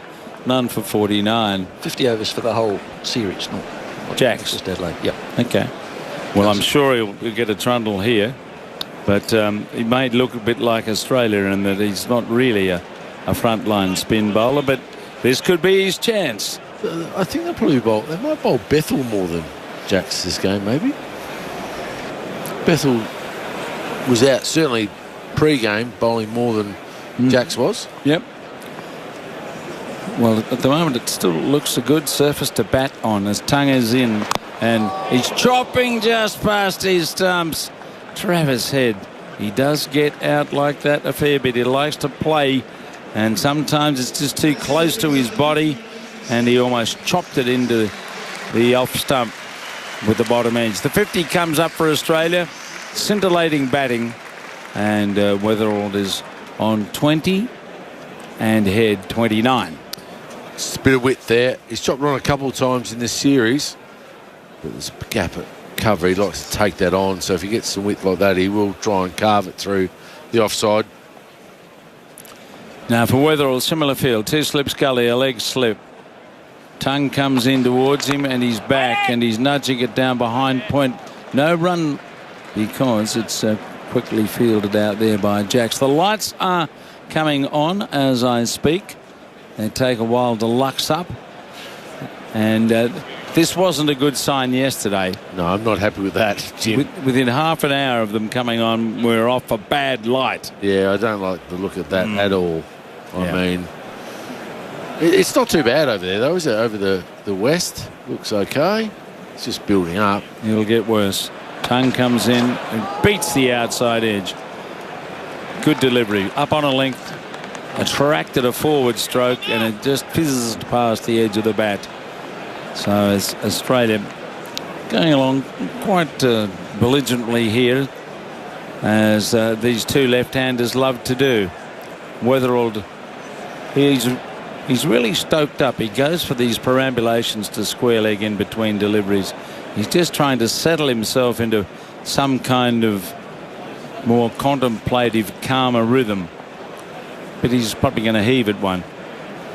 He goes in Tongue. He bowls a Yorker right in the block hole, and he digs it out back down the onside. Well, he's not falling across as much this innings, Weatherald, so he's standing a little bit taller, but I heard Dizzy speaking before. He's got too low in his stance, I think. He's got to stand taller. It's almost like Ian Morgan batted like that for England for a while, really crouched. And AB used to crouch a little bit, didn't he, Jim? You did. Yeah. But Weatherall's on a stool in the pub. He only needs a push. He's on the floor as Tongue bowls to him, and he's sending it away just behind point. I like that. I like that. I'll use that one. None for 50 after 10 overs. Aggers is coming in to join Darren Lehman. Australia versus England. Live from the SCG, it's on your radio, ABC Sport Digital Radio, and the ABC Listen app. Well, hello, Darren. I've missed you all day. Where have you been hiding? I've been all over the shop. Have you? Jonathan, I've missed you. It's great to see you. Well, thank you very much indeed. You've dressed up for the occasion, I see. What's wrong? This is the SCG. You can't come dressed in shorts. Why not? You know what? No one else is. There's most of the box are in Go and shorts. take a lesson from Brett Lee's book. You see how he turns up to work every day. In shorts? No. Immaculate, sharp suits, isn't he? Not a hair out of place. Well, I've got hair. Well, that's true. That saves you a job. No, he's always immaculate, isn't he? Noticed? Yeah, I don't want to be like that. Okay, Jonathan. Now, Ben Stokes is coming on, and we've got the floodlights on. It's a little bit murky around, but looking at the radar, I don't think we're in immediate danger of any rain. And Stokes trying to put a bit of a break on things here. None for 50, and Stokes is on his way round the wicket and bowls full on the leg stump, tucked away out towards a long leg. They've taken one. What have you done to me? Oh, it's a snake. Oh, thank you. Where's that come from? Thank you very much indeed. Take that and keep it later, because someone ate all the pies this afternoon. Have you noticed? No, I've gone. Oh, that's no good for you. Yeah, they've all been eaten, which is disappointing. So anyway, funny old cricket out there, hasn't there been? Yeah, it's been boring, isn't it? Where are you on the Jamie Smith? Bad. Where were you? Well, I was on air. Actually, unlucky. It'll make quite a good clip. Here's Stokes. Oh, it's a beauty from round the wicket. And that moved away and bounced. A really good ball. He got something similar to that himself, actually, when he was batting from Stark. Does bowl quite well left-handers. He sort of straightens it, doesn't he? A bit like Freddie Flintoff used to do that, didn't he? Yeah, it's good. To the left-handers? I said the ball before. I said, well, no one's going to get out to this. Anyway, in comes Labuschagne. Oh, it's one of those. You can't. Commentator's curse, was it? Well, I'm not taking responsibility for that. I've seen him do that in Shield cricket. Really? And he got my son out. No, doing it. Yeah, look, doing it. Oh. There's Stokes. Bowls very full, worked away around the corner. Single to Weatherald, who goes to 21. And as all good fathers, well, what did you say? Try and be positive all the time. Where was he called? Square leg. And I tried to be positive, and my positive response was, I was positive that's the worst shot I've seen in a long time. But I think it has to be said, doesn't it? Yeah. Oh, God, Marnus Labuschagne bouncing you out. Caught deep extra cover. I mean, you couldn't make it up, could you? You can't. Oh, dear. Anyway, Stokes round the wicket, runs in again, bowls, and he's hit on the pad there. Quite a full ball, heading down the leg side, I reckon. Not for the first time. There's a little bit of uncertainty about the running between these two. And they complete a leg by, which is very daintily signalled by umpire Gaffney. Talking of dainty, I saw Billy Bowden on television. Yeah, these things are everywhere, these snakes. Where's that one come from? What have you done to me? Don't panic. It's all good. I had the pleasure of meeting your wife the other night. Yes, you did. I've already told people what you said. Oh, have you? Yes, I did. Oh, that's not very good. What did I say wrong? Quite a lot. No wicket for 53 as Stokes bowling, pitched up and driven down to mid-on. She's coming tomorrow, and I would like you to be polite to her. I will. She's too good for you. That's my politeness. You can't say that. I just did. Well, I know. You want me to say it again? It's always you said it to her.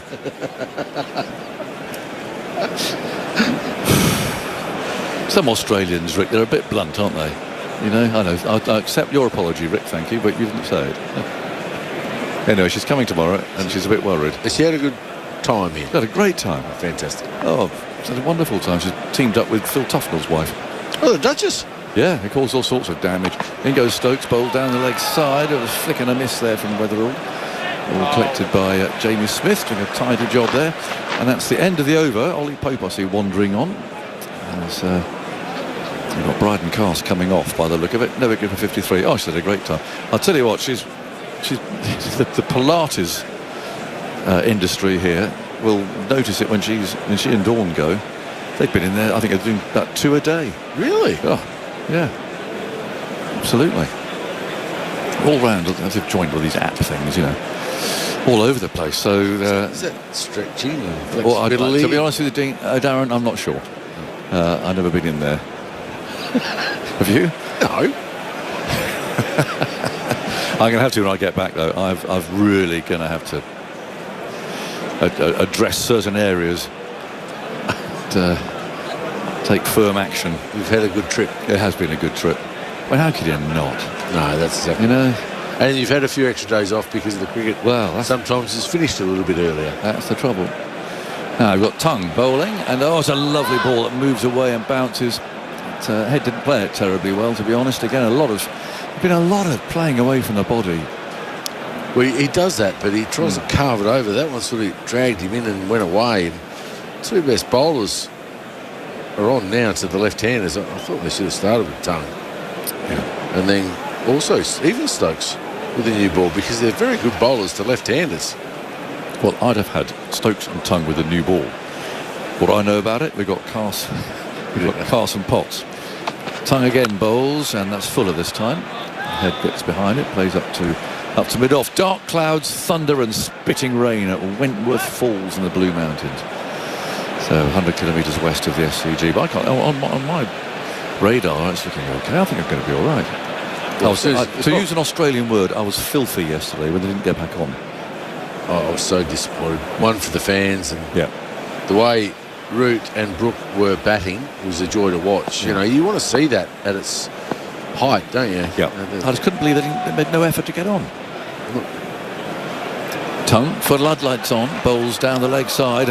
Acrobatic leap from Jamie Smith to gather that one. It was a quick ball, but not well directed. You know my theory on that, don't you? I suspect, Darren, you're a man of many theories, so run it past me. Well, 45 overs, so you don't get your ticket price back. Yeah. You get 2 or 3 hours in the boozer with everyone in the ground. Yeah. And they call it a day after 5:30, so everyone's going to stay there till that. Then they've had a good time, so they boot them all out. Yeah. No, I'd say, and the game can go 4 days, definitely. I would say our theories are mutually agreed. Here's Tongue, bowls full of length. So pitched up, driven up to mid off, and there is no run. It was just the absence of the motor mop, whatever you call it over here. You know, the super sopper thing that chugs up. Well, it wasn't on the ground. It never made an appearance. And the other thing is, it wasn't that dark, was it, yesterday? No, I think so. So as soon as it gets to that same level, they have to actually come off. Well, they do. So that's the problem. So it could not rain. Yeah, they go off. And they go off. Yep, the same level as yesterday. Because it doesn't look like it's that far off getting to that sort of level. You know what I mean? Like maybe the next half hour or so, 40 minutes, the lights will start to take effect. It could be off early again. Looks a bit grey over there. They won't be happy today if that happens. Here's Tongue, short, carved away. Bounces a couple of times over the boundary to our left. It's picked up there by a steward who climbs out of his chair and tosses the ball back. Not a great ball that, and especially to Travis Head. I mean, crikey. Short and wide. I don't know by now that he's quite strong in that area. I've done it all series though. I know. Agus, seriously, Yep, it's I been. know. Yeah. I mean, get it. They sort of shape away from the ten. Just get him driving with that shape. That's how you get him nicking. Yeah. Tongue again, round the wicket, hurtles in, bowls full on leg stop. It's driven quite firmly up to mid-on this time. There's no run, and I see the fourth umpire making an appearance down there. He's got a towel. He's not. Hasn't got the light meter with him, but there's going to be a break, and some of the spectators standing up, stretching their legs, and they'll head off to the bar to refuel or whatever they might be doing. Because, Jonathan, that's the 10th 4 in 12 overs. Is that right? Yeah, I mean, not all have been out the middle of the bat, but it's been pretty eccentric, hasn't it? So anyway, the score here, none for 57, and it means that Australia trails by 327 runs. This is Grandstand Cricket on ABC Sport. On the ABC Listen app, stream a wide range of free audiobooks from the likes of Kate Morton, James Patterson, Candace Fox and William McInnes. A man's got to have a hobby. No catch, no cost. Find free audiobooks on the ABC Listen app. The Ashes, live across Australia. Australia versus England. Potts comes in again, bowls to Head and short. He's pulling out through, square-legged away for 4. And that just raced away over this beautiful SCG outfield. Potts around the wicket. It's short again. Head's pulling once more. 4 more. He's hit 3 boundaries in the over. And Travis Head is finding his groove. Cass bowls to Head. Heads back. Bang. 4. Oh dear. Don't bowl there.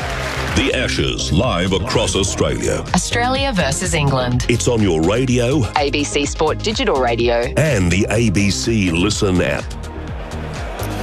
Yeah, welcome back. No wicket for 57. The players having a drink. And apart from obviously taking money off Corbyn for Joe Root's hundreds, which now stands at $20, I wish I also was being paid. I won't be greedy. I'm going to say 50 cents for the number of times in commentary in this series I've said short and wide. I'll tell you what, I reckon I'll be able to buy a place on Palm Beach and maybe a jet ski to go with it. I think you've got 2 jet skis, one for you and the wife. I think so. I think you're right though. We've said it. Oh, in Adelaide we said it with Jacks. Short and wide. just relentless. And I'm afraid. I mean, I do feel sorry for Matthew Potts. Come on, we've both been there. You haven't played for ages. You know. Yeah. You've suddenly. I mean, okay. I haven't been there. Maybe you haven't been there. But to be thrust into a Test match, having played, well, a bit of a pink ball warm-up before the Brisbane Test weeks ago, and you're suddenly out there playing in front of 50,000 in a test match. You've got 2 left-handers trying to get after you. I mean, it's not easy, is it? We've said again so many times, you can... That over that went for 10, I think, 4-4-2, wasn't that over? You can bowl like that in the nets, and it doesn't hurt, does it? No. You pick the ball up. Oh, that wasn't a very good ball. When you're in front of 50,000, and you've got the over ends, you've got to go and stand there in the field, and you're thinking, and you're buzzing, and the noise, and all that, and you think, oh, what's going on? Yeah, that's the you can only get that through playing cricket, but you only get that through bowling in games. You can. What you can do in the nets is get your workloads up and make sure your body's strong enough to bowl long spells, and then you've got to take that and put it into action in a game. Yeah, absolutely. And then when you're stiff and sore, it's like when you're stiff and sore and you don't really want to bowl anymore. Come back again. Bowl another spell. Yeah. Weatherald on strike. Stokes is bowling to him, and there's a noise. There's a catch down the leg side, but it hasn't come off the bat or the glove. Stokes very quick there to point to the thigh, the trousers that one flicked. I think the Australians got it right with the new ball. I don't think they were great yesterday. I thought their bowling was a little bit off. They were a bit, and Root and Brook really took to them, and rightly so. But they got a couple of wickets earlier, and then with the second new ball, I think they just, they played and missed, but you could just feel that sooner or later things were going to start going their way. And they went bang, bang, bang, bang. Yeah. And England should have posted 440 or 450 or something like that. I think so. That's... unfortunately, they're well short of where they could have got to. Stokes kicks up his heels again. Oh, he does everything but let go of the ball there, and he's looking back and didn't get up off your back leg. Get the stamper thing out, go and get it. He's saying, something off the back leg there. He was talking to the umpire about it. That's rather strange. Did he hit the umpire? I don't know, but he did everything but actually let go of the ball there. No wicket for 57. But this morning, when turned up, I knew Joe Root would get his 100. Yeah. I knew that there's probably every chance that Harry Brook wouldn't. But it's the professionalism of Root. Going out there, get the job done. Brook will probably play a poor shot and get out. There you go. Stokes again tries, and so he's hit on the boot, very full. Appeal flag before wicket, up goes the finger. Certainly looked out from here. Even Rick's given it out. Very full, looked straight, hit him more or less around the boot. I think he's going to review it. He'll review it. The question is it going to slide past leg stump? Now, I think it'll still clip leg stump, so I think... Might get an umpire's call. It'll be an umpire's call at worst. TV umpire to director, we have a player review for LBW, on-field decision. Right, Kumar Dharmasena is the man. I have checked both feet. Whose voice we hear. Let's have a look. Front on, please. I don't think he hit it. I don't think Travis was overly excited about going upstairs. Travis was a little bit like, "Go, mate, walk off." Yeah. Well, he's just leaning on his back talking to Weatherald now. I think England are in a little huddle there. Here we go. Here's the first bit of technology. Hang on. I'd like to go to the it's not here. RTS, please. It looks more leg-sided the more you look at the replay. It is. I think it'll be clipping leg stump, so I think you'll find. You can go to the ball tracking. Yeah, might be missing. You never know. He's definitely not nicked it. Here we go with the technology. Is out. Wickets, umpire's call. Umpire's call. On-field call. Yeah. So he is out. He was given out. Perhaps not quite as straight as it felt up here immediately. But umpire Gaffney raises his finger for the second time. If he'd given that not out, then Weatherald would have survived. But it's umpire's call, so Australia don't lose a review, but they have lost a wicket. They're 1 for 57. You've seen that time. That's his main mode of dismissal, hasn't it? You've seen that full straight ball around the wicket. I think it looks ugly because it hits him so low on the pad, right? Yeah. And the ball sort of goes on the offside. And umpires sit there and going, now it's clipping the stumps, but you could have, if he'd said not out, you probably would have gone, yeah, probably sliding. Jake Weatherald, he's got 21, but he's now, to be fair, he's playing for his place in the team in the second innings. He's very much I think he is. I'm not sure he's your man. No, I think there'll be a lot of questions asked, and given the test off the next 7 months, right? Yeah. It could be, it's a big second innings coming up for him. Has Constas completely disappeared? Or what's the playing Big Bash? I did the Big Bash game the other night. I covered it, and he got out first ball. I went out to watch Constas bat. They were 2 for none after 2 balls. Wow! In our Big Bash. So okay. He hasn't gone away. He got 100 in the Shield game last Shield game before Christmas. Right. He got 100 out here before the Big Bash started. I think and to be fair, what he's struggling with, he went from just a bloke playing shield cricket to rock star, and he did it in a way where everyone now expects when he bats. He can one of those like a flip and a ramp and a reverse sweep and run down the wicket and slog, and that's never the way he batted. He coming through the juniors, and he's the same age as my son, so I've seen quite a bit of him. Yeah. I never saw him play one of those shots once. Really? Right, Stokes is on his way now again and bowls, and Labuschagne lets the ball go. It's pretty tight to the off stump.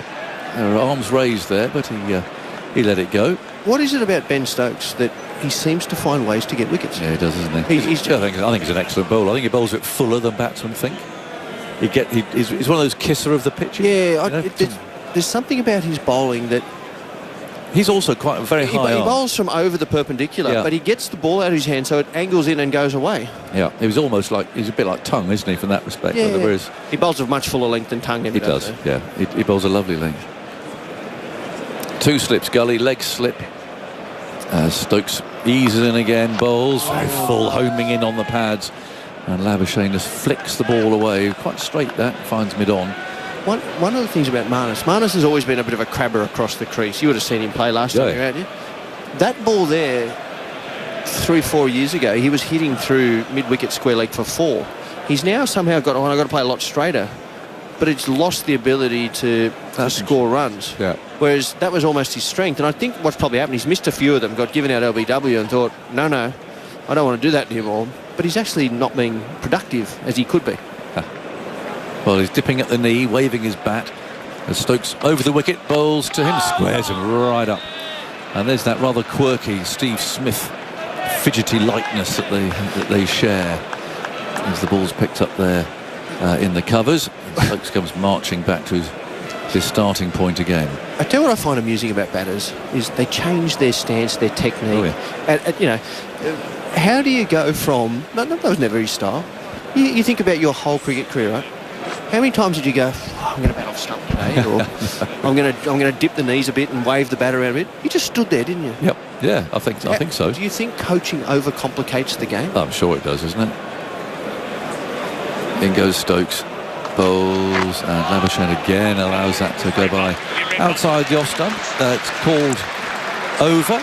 A successful one for Ben Stokes, and Australia a 1 for 57. So entertaining day's cricket. Hope you're all enjoying the coverage back at home. I'm out of here and Ali's coming in. The Ashes 2026, live across Australia. The Ashes is on your radio, ABC Sport Digital Radio, and the ABC Listen app.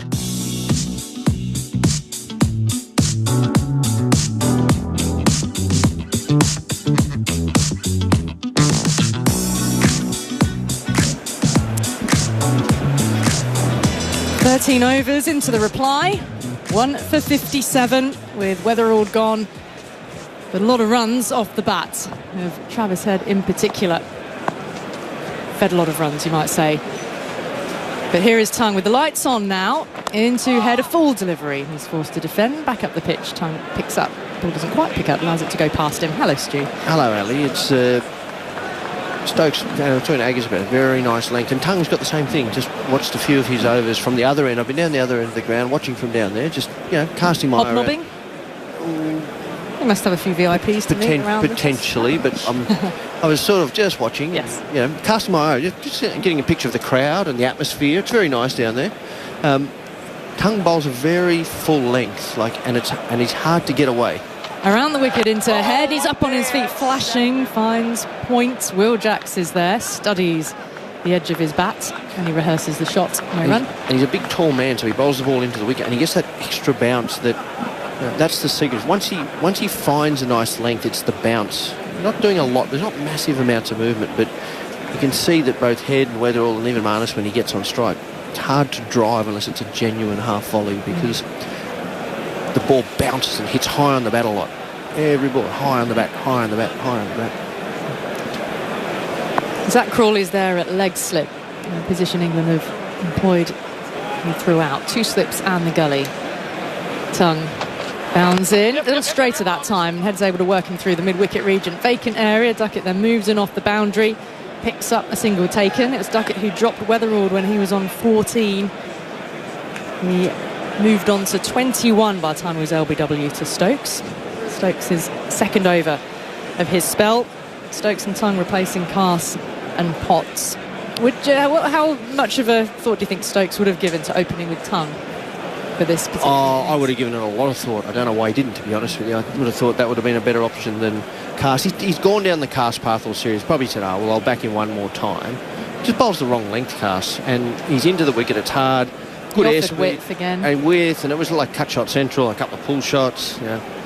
It was, cut, pull, and it just allowed Australia to get off for a flyer, and then you could see the pressure reverting the other way. Right-hander Labuschagne yet to score as Tongue moves in, and he works this off the legs. A full delivery, clip through square leg for 4. And just overpitched by Tongue and whipped away by Labuschagne to get himself off the mark with a boundary. It's a nice shot by, as we were just talking about before, that Marnus's great strength is you couldn't bowl straight at his pads, and when you did, he just worked you through the offside, through the onside, whether it be square or through mid-wicket. That ball there's hitting the stumps, but it's probably going over the top of the stumps. But Marnus's strength is just timing off his pads. Look at Marnus's career now. If you had a complete wagon wheel, which Rick may have of his whole career, Rick, wouldn't you? No. How many runs would he have scored through square leg and mid-wicket? Over the wicket again. Labuschagne outside edge. Now it doesn't quite carry to gully. It bump ball. It's gone through to deep third. Duckett's chasing back. Labuschagne comes back for the second. And throw comes back into the middle of the pitch where it's taken by Smith. Rick, what have you got for us? Just looking at Jake Weatherall's dismissals this series. He's been out 8 times, caught in the field once, bowled once, caught behind twice, and LBW 4 times. All from around the wicket and full too, I would have thought, Rick. So he had the one that pitched outside leg, and that way Joe Root's just coming off the field with a bad back by the looks of it. That's not a good sign. The back has been about the only little injury niggle that Root has struggled with times during his career. He's holding his left hand behind his back, just to the right-hand side, centre and right-hand side of his back. That means Ollie Pope's on. He's at third slip here. His Tongue is in again, and Labuschagne touch squared up. The ball drops right into the turf in front of his feet, and he uses the toe end of his bat, waits just a moment and pokes it away from him. End of the over from Tongue. Labuschagne on 6. Ahead there, 35 from 41. As Australia are 1 for 64 in reply to England's 384 all out. We were talking, I think Dizzy and myself were talking post-match about Marnus, and interesting listening to some of the former greats that are sitting up here amongst us in the commentary suites and the boxes about Marnus's technique, and something's happening. We're just watching footage of Root, and just almost out of nowhere in the field, it's like back spasm. It's sort of like he was nowhere near the ball, wasn't even chasing, and he's just suddenly I heard last night he had played 18 holes. Well, after playing 18 the previous 2 days. And he played 18 this morning early. Joe Root, that's when. But no, hang on, no, not allowed to question that. Stop, everyone. New over, Stokes. He's run through the crease and hasn't released the ball. Now, what's going on there? Harry Brook is pointing at something. He's in the wrong spot. Slips. Stokes not happy with the field. There's no leg slip. He's saying, hang on, I make the decisions here. We didn't quite get that right. So Pope has moved across from third slip to leg slip. So Crawley and Brook alongside Smith. They're persisting with that leg slip. They like it, don't they? They'll flick off the pad straight to him. It's a potluck position. And sometimes it comes off. It did in Melbourne with Carey, sure. And Stokes, right arm around the wicket into the left-handed head, falling for Yorker length, and it's driven back up the pitch. Stokes to pick up in his follow-through. Do you think part of that, having that position there, might be to discourage... I mean, it didn't really work because Carse offered an awful lot of width through that offside, but almost to say, like, you can bowl a bit straighter because, I'll give you a catcher there. If they do clip it around the corner, there's somebody lurking. I actually think there's a genuine chance for Travis to get inside the liner one and just ride it around the corner. I'm not sure. I don't know about that. I think it's a bit lucky if it goes there, but that's all right. They might think they're a genuine chance. Stokes moves in around the wicket, a bumper. And a leaping take by Smith behind the stumps. Both gloves in the air above his head. Travis Head just had to really flex his back, and he's there opening his eyes wide down the pitch. After that delivery, fizzed away.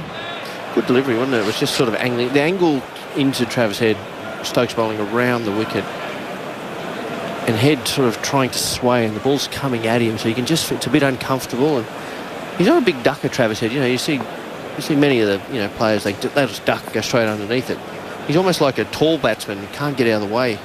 Bat is poised in the air as Stokes is in, gets him behind it, angled bat, deflects it out towards Will Jacks there at points, and there's no run. A little bit cloudy overhead now, isn't it? Clouds have moved across for some time now. I think the wind's blowing. The wind's blowing in a different direction, so it's building up out to the west. That's Western Sydney out that way.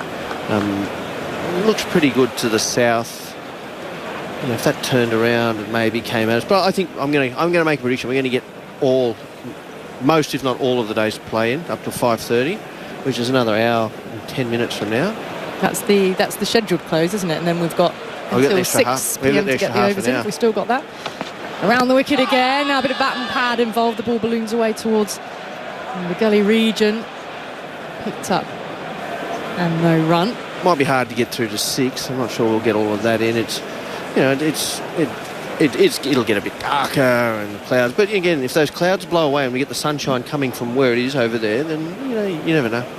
We could get a few more overs in.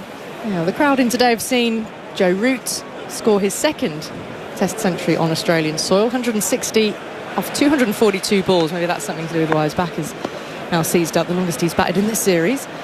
As Stokes moves in around the wicket, tuck into the leg side here by Travis Head, turning up towards mid-on. Brings Tongue forward to pick up. But they'll want his batting again in the second innings. I hope it is just a spasm that will calm down. Yeah, I hope he 3 or 4 days, doesn't need to bat again. Have a rest, Joe. You don't want to hurt it. Just sit in there, mate. Get the drinks in, put some ice on it. If he doesn't bat again, it'll be fine, Al. Don't worry about it. He wants to be part of a Test match win. He already got one. He doesn't need 2. But he wants to score 100 in a Test match win in Australia. Well, yeah, fair enough. 100 in a winning cause. Takes all the gloss off it. Is he 35? Root as Stokes move in. Tuck off the hip. Body involved, ricocheting away towards the leg slip. He turned 35 on his birthday's the 30th of December. So now 35. End of the over from Stokes as Australia are 1 for 64, Head 35, Labuschagne on 6. Is he going to be here in 4 years' time? Come on, put your crystal ball out. I'm going to say no. Oh, I'm saying yes. I think he will retire before that in a sort of lovely, glorious English summer moment. You know, ovations at home, all of that. Because if he plays through the series here, how many does he then go back to England? Yeah, and surely he wants to do, you know, Usman Khawaja's wanted to retire on home soil, the lovely ovation and everything. Jimmy's deserves to. Jimmy's still played. He can be, look, Root, depending how much cricket they've got, that might be a bit of a question how much cricket there is coming up. More tests than most countries for England. Here's Tongue in again. There's some movement there past Labuschagne. He doesn't offer a shot, but some late in-swing as it's all past the bat. He's not the type of guy to go on the T20 circuit. He might play better the 100 and things like that. That'll keep. I can see him playing on. And the other thing I think Stokes, this is probably his last turn to Australia, you would have thought. I think given his body and the fitness. And he could go onto the T20 circuit as well, so quite easily. So I think Root, given the team they've got, and they might have some bowlers, he might want to come again. Labuschagne on 6 pulls. Comfortably behind square for 4. Down towards fine leg. Pass was there to offer some protection, but as well helped around the corner by Labuschagne. I mean, the one thing which would hold Root back, as I would have said even before he's gone off, is the back. And just maybe a little telltale sign that, yes, that a back twinge and some difficulties could be the thing which means he doesn't perhaps keep going for another whole 4 years. But and he's not stopped. You know, he's literally shrugged off the questions about the hoodoo Test hundreds in Australia. A huge, is that a fly or a wasp just flew in the commentary box? Come on, Al, you've been here enough. You know what that is. Over the wicket goes Tongue. Defence from Labuschagne, easing it out towards cover. I've got a stat for you, Stu. Yes. Well, not necessarily a stat, a fact. I've got a dog fact. Oh, here we go. We were talking about Crufts, and you seem very excited by work in the dog world. How much do you know about poodles? I've got a cavoodle. Okay, so That's it. you know half of your dog is poodle. Yes. Does it like swimming? Loves it. There's a reason behind that. Right. As Tongue moves in. Labuschagne's on 10 now, coming forward, little cramps, the angle into Labuschagne. Okay. No run. Oh, now you've got me intrigued. All dogs had an original purpose, a function. Right. You know, whether it's a herder, a sheepdog, a guard dog. Some are just, well, the toyed group of dogs, literally lap dogs for companionship. Yep. The poodle's a utility dog. It was known as it was a duck retriever, was its original function. Right. So it was... So they would go out in the hunters with the hunters. It would dive into the lakes. Bang, bang, duck down. Yep. In goes the poodle, swims Right. out, retrieves the duck. Right. Hunter. Which is another reason why, as Tongue moves in, Labuschagne will fiddle out to the offside. Quick single taken here, underarm throw at the stumps, misses. And Travis Head is comfortably through. I think Travis is excited about that single, just watching him there. Matthew Potts with the underarm throw. Travis is filthy. He's looking at Marnus going, mate, what are you doing? Mate, he was resting on his bat. Travis has had 2 days in the field. He's tired. He's happy to bat. Hit fours, jog singles, quick singles. No. He's taking his time now, isn't he? Go all the way back to his mark to take guard. And Labuschagne has walked all the way down the crease, probably to offer a little apology, maybe. I don't think he's as sprightly as he once was, Big Trav. He's got a purpose. He knows how to play the game. He plays differently to Marnus. Head taps his bat against the ground. The question is, why are poodles traditionally cut in the way they are with the pom-poms? As around the wicket here, Travis Head drops it into the onside up towards mid-on. There's no run. End of the over from Tongue, 1 for 69. So why do you see poodles with the little pom-poms, the sort of shaved hindquarters, puffy fur around the chest? Easy to swim. Bang on. So the fur is always left thick around where their vital organs are, the heart and the lungs, to protect that from the cold European rivers and lakes. And then the hindquarters shaved so that their legs could pump them and swim through the water. Quickly get the duck and bring it back. Exactly. When you're doing There's a reason for everything. When you're doing your dog shows, is this one of the tests when the poodle section comes out? They throw a duck in the pond and they make it swim out, get it. Is it a speed test? I've never seen that. Right. I've never seen they that. go shotgun. Okay, well, poodle's ready. Bang, and the poodles all jump in, go first one, and then they go 5 ducks with 6 dogs. One dog misses out. 4 ducks. There is 5 a demonstration though with the gun dogs, which is very, very cute actually, because they often use puppies. As Stokes is in outside the off stump, new over. What, they shoot Jamie puppies? Smith. Cool. That's a bit harsh, isn't it, Ali? I hope not. It's the gamekeepers. They kind of create a sort of fake, let's say, fake forestry. You know, there's bits of bush and twig and leaves, and they're just throwing items for them to search for and hunt for. So, you know, sniffing their way around, and their little tails, their whole body shakes when the tails wag, and they're having that much fun. And these cute little. My cavoodle's a bit older now, but when she was young, hot day, open the pool, full of kids. All my kids could get in there, bang, straight in. Happy days. There you go. Stokes bounds in over the wicket, full ball driven as far as point though. He got a good stride in, Labuschagne. Joe Root would hit that for 4. That was just a hallmark of his innings. Just the cover driving was exquisite. We saw him play shots around the ground, didn't we? He swept when the spin came on. He drove. He did score still the majority in that quarter behind square on the offside. He's such a strong player through that part of the ground that anything full and even half full, just punching through the gap. Full face of the bat. The leg slip still there, 2 slips in the gully. Stokes, gingerhead in past the umpire with his Panama hats. Bowls full, well, leading edge, but out through the covers. He was looking to clip that way through mid-wicket. He's found the gap, and it's a chase here for Jacks from point. Labuschagne's back for the second. Sends the ball back into Smith. 1 for 72, Rick.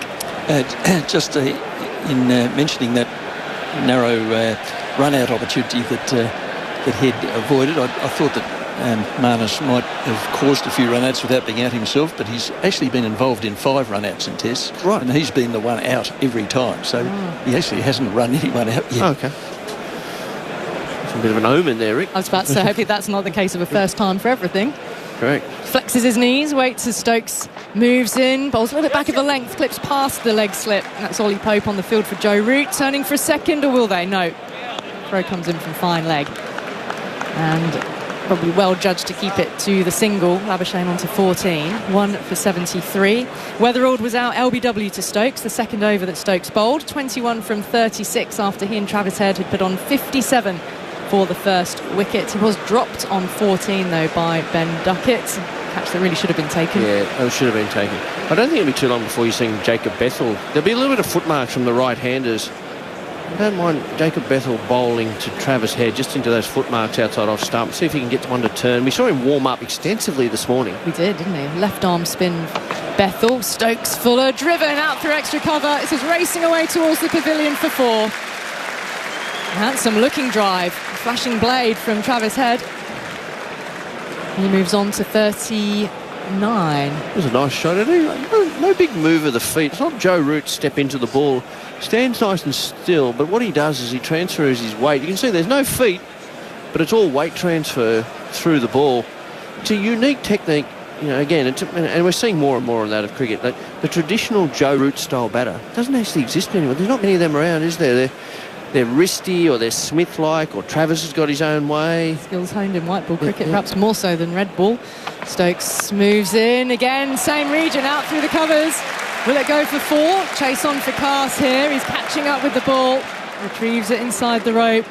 And Head coming back for a third. It's a wildish throw, though. They won't run any overthrows. Travis Head has run a good 6 or 7 paces beyond the crease. So 1 for 80. One more ball to come here from Stokes. But already 10 runs off the over.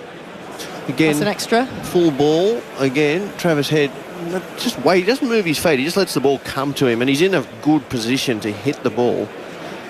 But the weight transfer is the key to that whole scenario where the ball gets whacked away through cover. And lovely hands, lovely timing, but not your traditional step into the ball, hit the ball type style. Floodlights on here in Sydney. Stokes over the wicket here. Labuschagne's forward, very correct defence, and Stokes grabs the ball with his right hand in his follow through. He's calling for something from the dugout. The end of that over takes his cap from the umpire. 1 for 80 then in reply to England's all-out 384. Head on 42, Labuschagne on 14. Stuart Clark and I making way. Coming in will be Dizzy Gillespie and Corbin Middlemass. The Ashes 2026, live across Australia. The Ashes is on your radio, ABC Sport Digital Radio, and the ABC Listen app.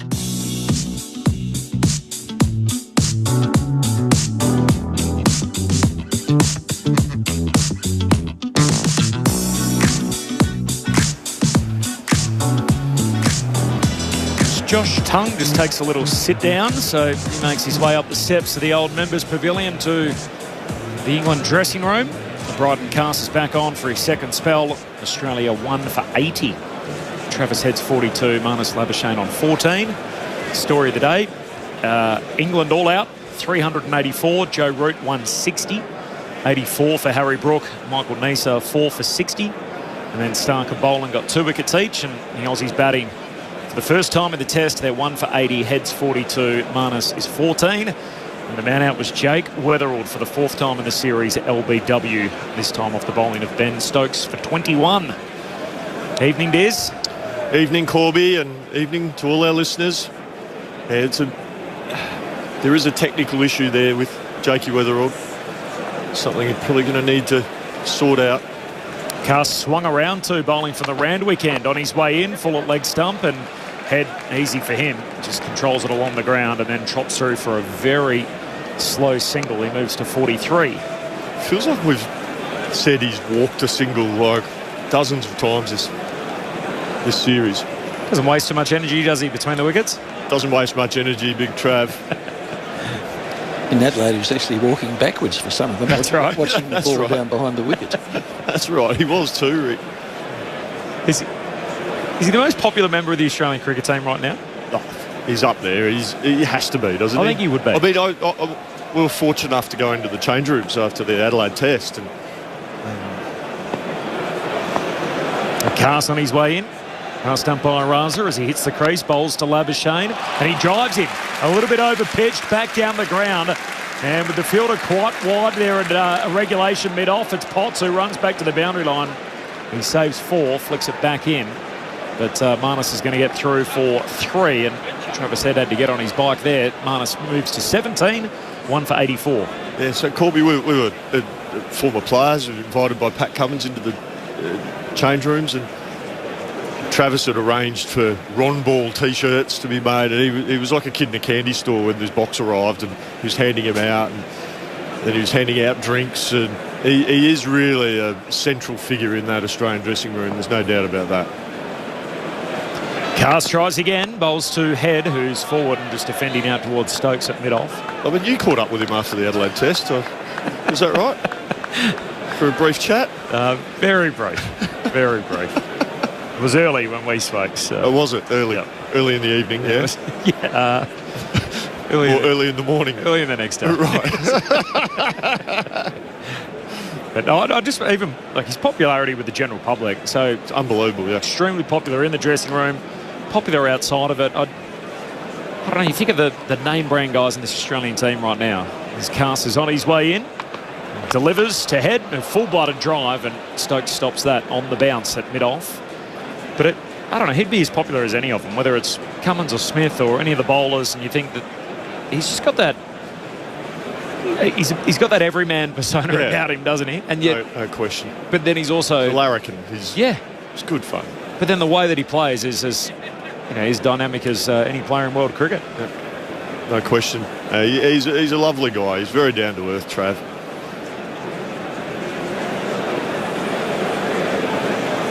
Cast away from the side screen at the Randwick end. He bowls to Head, who's nicking just wide of the diving Bethel in the gully. Down to the rope for 4. There's a gully in. There's also a backward point, and it just bisected them beautifully. And Travis Head living dangerously, but moves to 47. It's the right length from Bryden Cast. Been talking about it. I know Stewie Clark mentioned it as well. Just, it's a different game. When Bryden Cast gets his line and length right, he's a much different bowler, much improved bowler.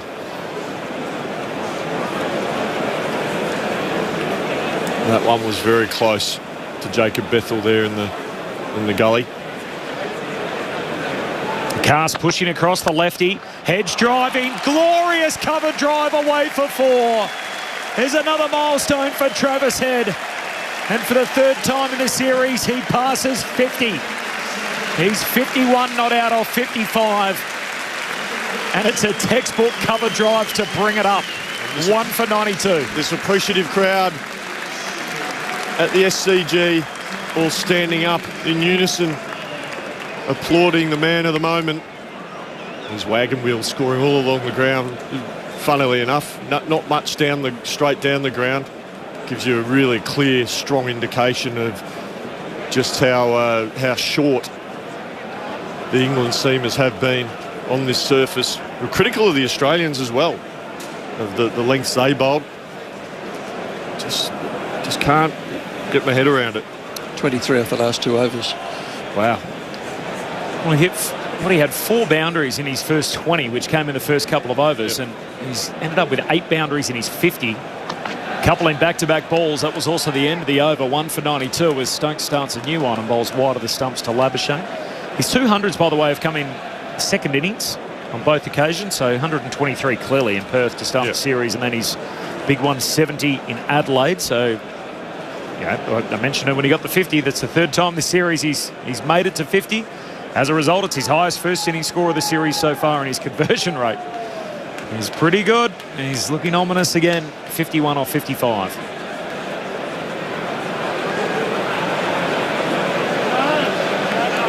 .51 not out. Stokes to Marnus. Oh, a rising delivery that keeps on climbing after passing the batsman. Taken by Smith up over his shoulder.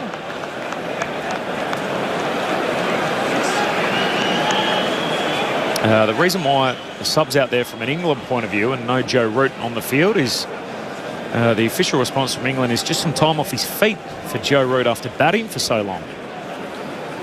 How do you feel about that, Diz? Oh, well, it's a test match. You play.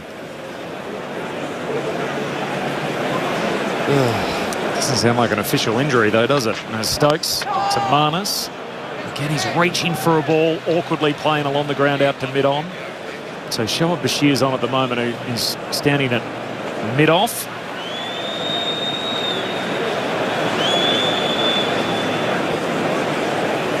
When you score big runs, you know, gee, I remember taking the new ball afterwards, and Warney dropped the catch in that over. You didn't get some time off your feet? Didn't get any time off my feet. I was opening the bowling, and the king dropped the catch. I said, mate, doing all the batting and I'm doing the bowling too. Shane lets the ball go wide of the stumps. You just crack on. Dear, oh dear. Different game. It's a different game. It's a different game. But you know, look, we're has-beens, aren't we? We don't know anything. Time off feet for Joe Root. How's this update from Filthy Phil? Solid hail in Lithgow. So is that Nathan Lyon? Filthy Phil. Filthy Phil? Ouch, it hurts. Thanks for that, Phil. Certainly got a lot darker. It's just got a bit cooler as well, hasn't it? It's very overcast at the start of the day. We're back there again as Marnus Labuschagne again stands inside one, clips his thigh pad on the way through to the keeper Smith. 1 for 92, the Australians. 1 for 112. Australia going at 5 and over here. And doing it easy, Jim. They haven't had to take really any risks. There's been a couple of streaky shots, but by and large, it's been very simple for them. They haven't had to take any risks. And they're scoring at a really good clip. I reckon Australia could consider to be on top. Sorry to say this, English fans, when Will Jacks comes on to bowl. Yep. I'm not sure he's coming on to bowl anytime soon, though. Well, that's right. But Potts is looking short of a gallop. He can't hit the length, can he? Well, he's bowled 4 overs, no maidens, none for 37 at the moment. So that's right. He's leaked a lot of runs. He's running in now, and he's bowling, and Labuschagne plays back on the bump down towards mid-on. Yes, he just can't hit the rhythm and the length to keep some control. And he's not moving the ball. No, not moving it off the straight at all. So head 62, Labuschagne 25. Joe Root made 160 today. Such an accomplished player. And he was there for a long time until he was running out of mates. And eventually he miscued to the onside. And Nisa, in his follow-through, ran towards mid-wicket and took a very good catch. Here comes another one from Potts. Hits the glove. That surprised Labuschagne. Hit his right hand. Now that's happened 3 or 4 times recently, which suggests what about the way he's batting? Is it just the pitch, maybe, or the fact that he gets into the wrong spot? Possibly. His hands are quite low. That one looked like it did jump at him a little bit. Yeah, it got him on the thumb, didn't it? That'd be a bit nasty. No, physio's being moved back, so Marnus just wringing his hand, wringing his finger. Physio's got his tradies gear on, hasn't he? Just come down to fix your pipes or your spark plugs or something. He had his little bag, didn't he? Yeah. Gladstone bag. Guessing he wouldn't have had a spanner or just a hammer in there. Can of spray. Can of a couple of deodorant Tic Tacs. Yeah. 2 slips, Cully short mid-off, cover, and a man at mid-off as well. Potts runs in, Labuschagne leans and drives it, and it's deflected at short cover towards Stokes down there at mid-off, and they don't score. Yes, but Labuschagne's taken a few raps on the gloves recently, and is coming down to have a chat. Oh, Travis Head, no, and Duckett, they're having a chat. Well, what a surprise. Why can't we have a little microphone out there to record what you're doing tonight? I'll see you downstairs, 9 o'clock. Okay. Away goes. Potts runs in wide of the off stump. Lets it go through to the keeper. So Australia looking good at the moment, but it's 384 they're pursuing. And you do wonder after, as I say, yesterday's decision on the light from the umpires, whether or not they're going to see out the rest of the day. The lights are on. The sky above is getting greyer. And yes, it's always a worry in Test cricket, the preciousness of the damn game. Just keep playing. That's why you have lights. You turn them on and you keep playing. As Potts goes in and he pulls the ball away from the line of his stumps. And the evidence of that stroke as he picked up the length is that the light is beautiful, clear as. Exactly and Labuschagne's 29 not out. Spot on, Jim. If you can play a shot like that, it wasn't actually that short from Matthew Potts. It was just a very good shot from Marnus Labuschagne. Probably about hip height. Played that beautifully. Still wringing his hand a little bit from that blow earlier in the over. So he's not entirely comfortable out there, Shane. Potts is not having a good time. 41 conceded with one ball left in his 5th over. He's on his way up towards Labuschagne. Labuschagne leaves outside the off stump. So that's it. Dizzy's on his way for a bubblegum orgy or something. Labuschagne's 29, head 62, and it's 1 for 116. Drinks are coming out onto the field. The ground staff as well. And Phil Tufnell's fresh off his bike from down the road. Good evening, sir. How are you, Phil? I'm very well, Jimbo. You? Yeah, I'm sort of enjoying the game's rollicking along. Well, it is. I feel for Potts. I mean, he obviously hasn't had a bowl since Lilac Hill or something. He's looking a bit short, isn't he? Well, you've got to play cricket, haven't you? These days you don't have a game, do you, Jim? You know, we used to wander around Australia playing everyone and having a good time and seeing the country and getting some form.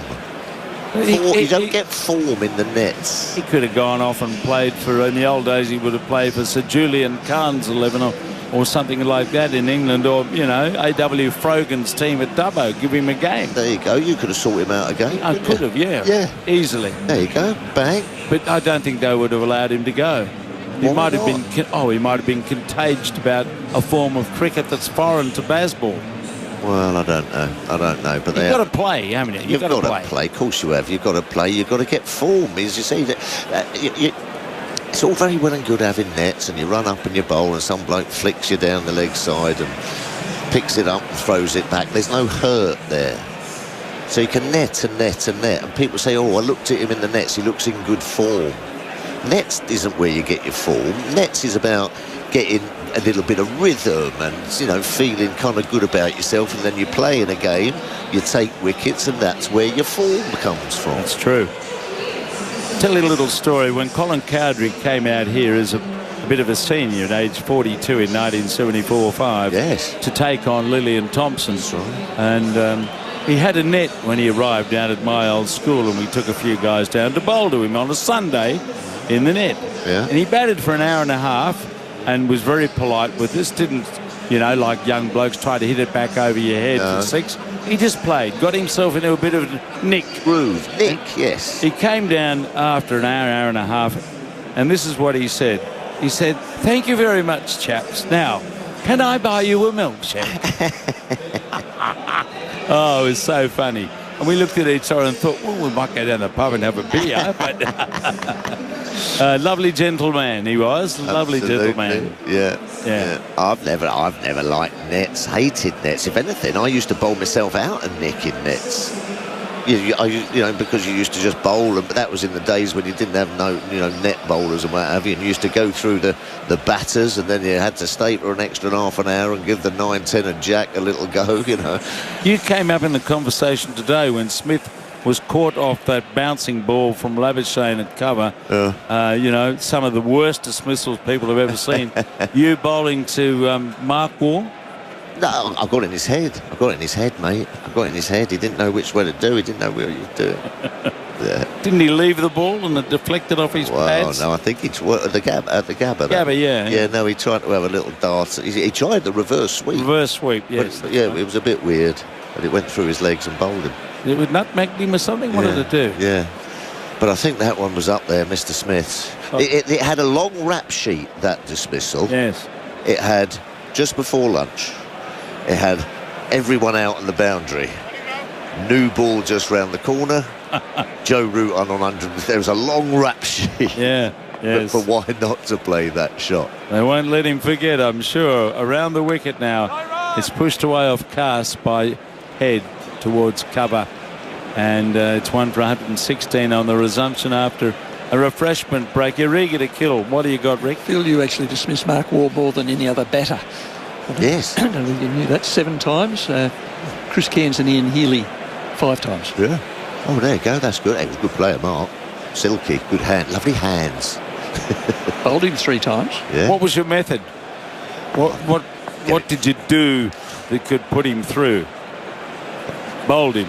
Here comes short ball, steered away by Travis Head down to deep point.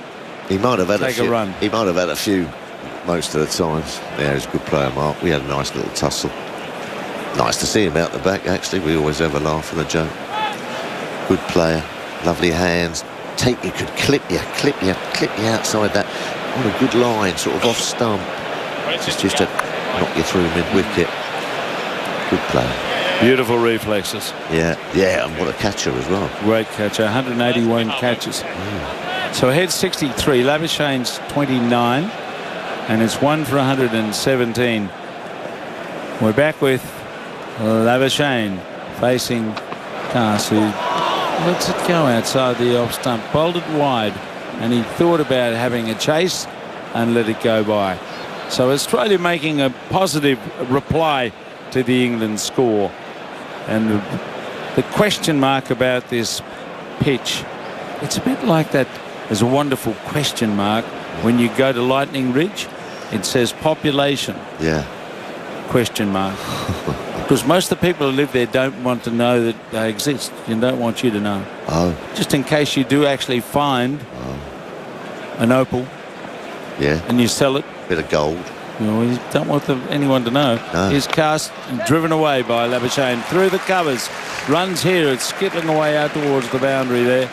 And Duckett and company chasing it back. They get a couple of runs. Keep it 1 for 119. Keep it quiet, do you? Well, yes, it's a fascinating place. If you've been to Lightning Ridge, you must go. Right. It looks like the area where all these claims are that people have to find opals. It's been dug up by anteaters. There's great piles of rock and gravel and everything else. Yeah. Because you dig and you keep going down until you find a seam or something like that. So as the guy was saying to us when we asked, so how quickly do you find something, become a millionaire? Cast bowls now, back and left. Oh, he left it in the end. That straightened off the pitch and just fizzed past the outside edge. That was a good pill. Anyway, he said, well, you could be a millionaire in 5 minutes or 50 years. Oh. Just depends where you're fishing. Yeah. So that's why a lot of people, they live by bartering rather than having cash in their kick, you see.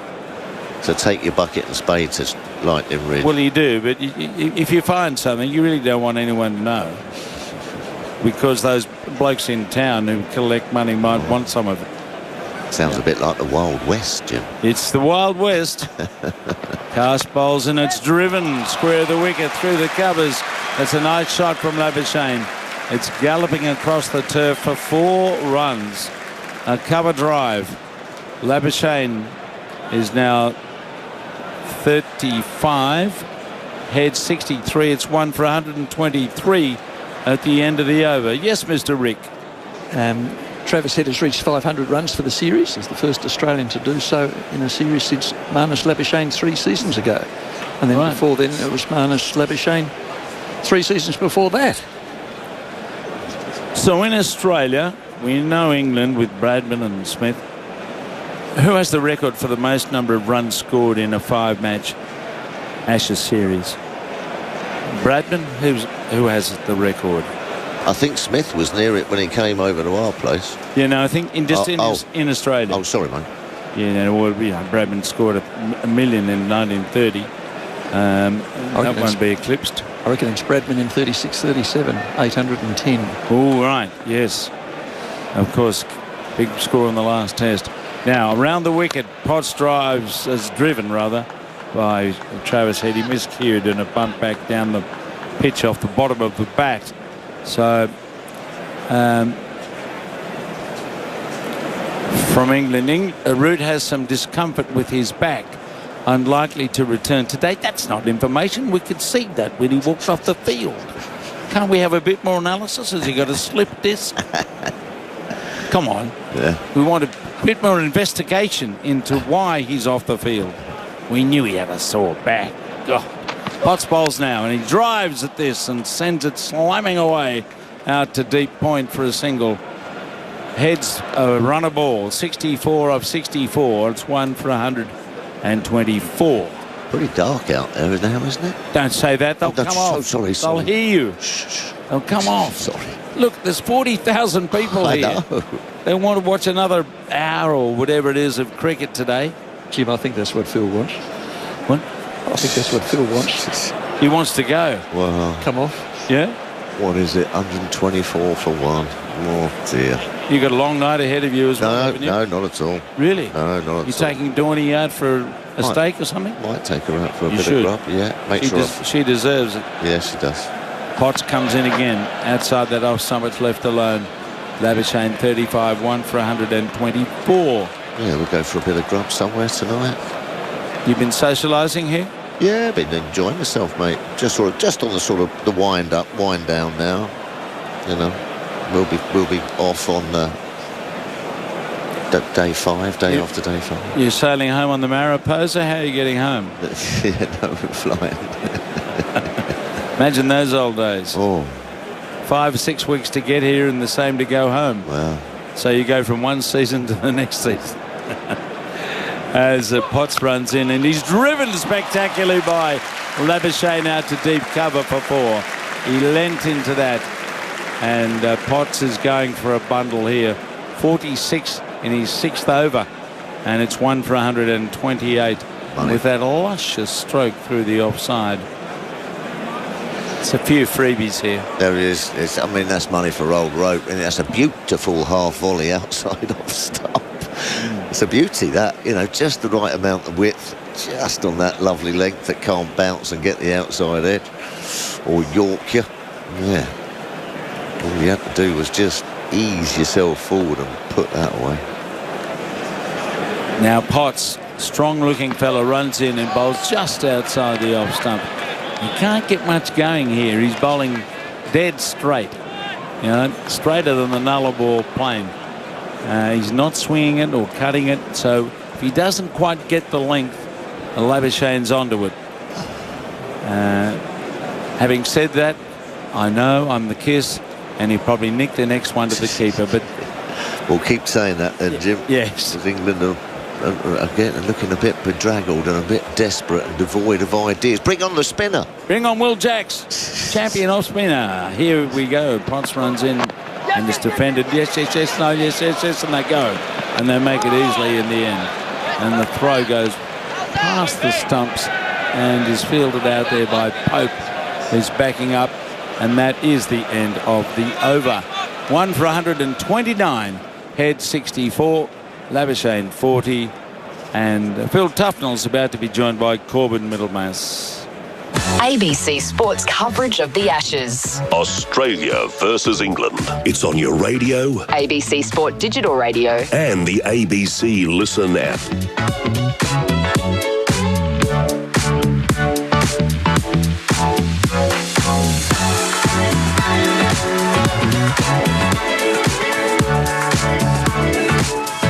Thank you, Jim.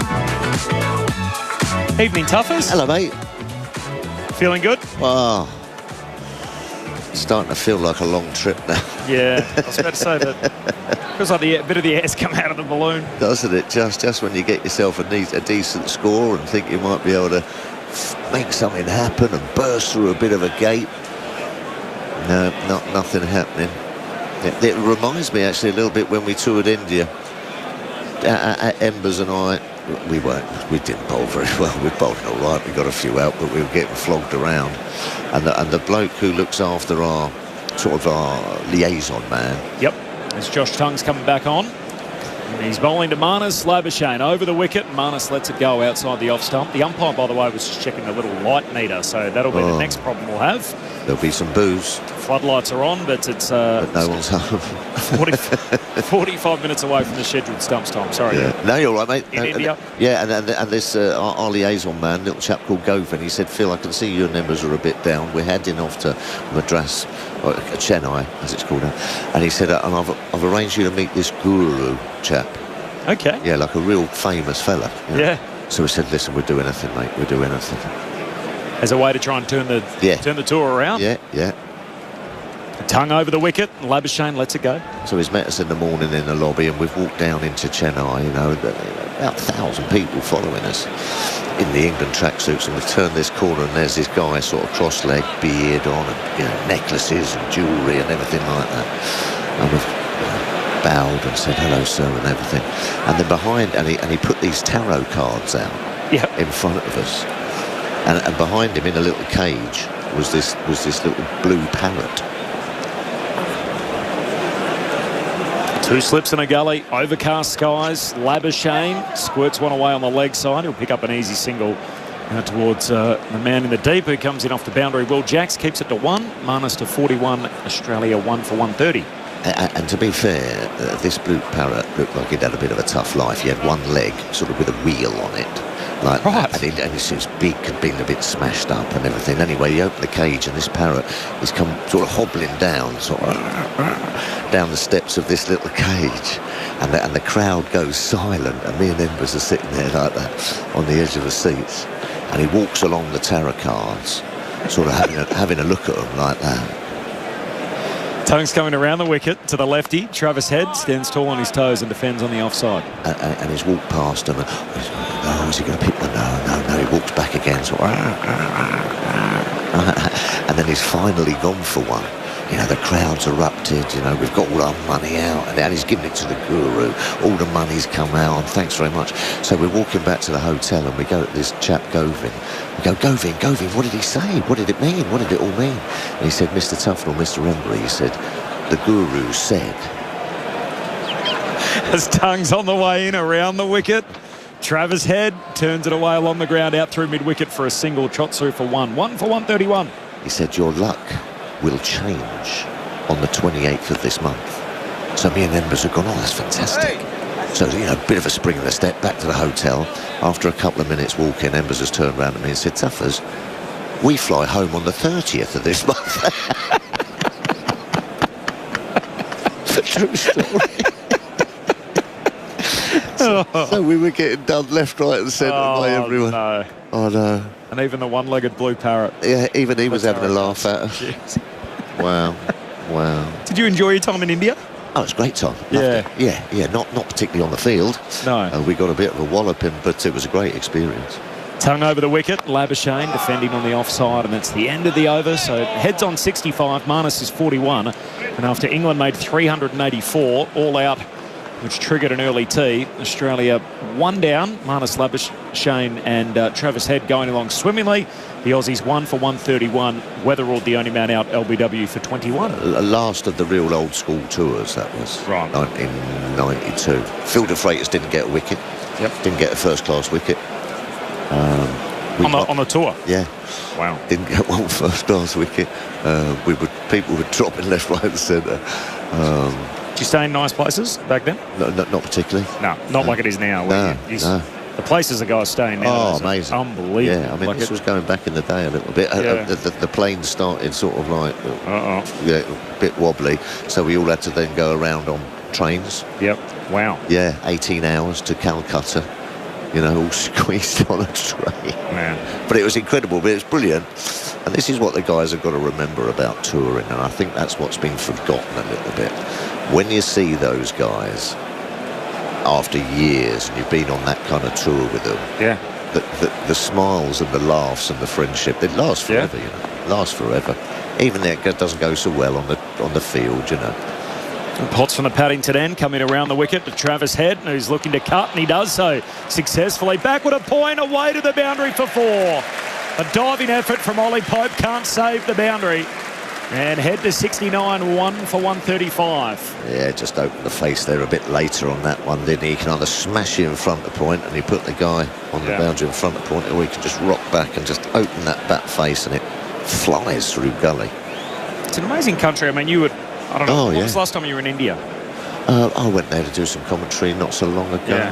It feels like would there be a country in the world that would have changed as much in the last 30 years in India? No, well, they probably not. No, no. But I mean, it was fascinating for a London lad. Yeah.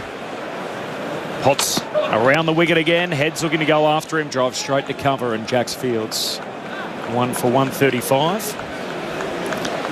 Australia, over the first 4 tests, hit a boundary every 13.4 balls. Today, every 13.4 balls, they've hit a boundary. Wow. In the first 4 tests. Today, in the first 25 overs, it's a boundary every 7.1 balls. Almost twice the frequency. I don't call it Ron Ball for nothing. Wow.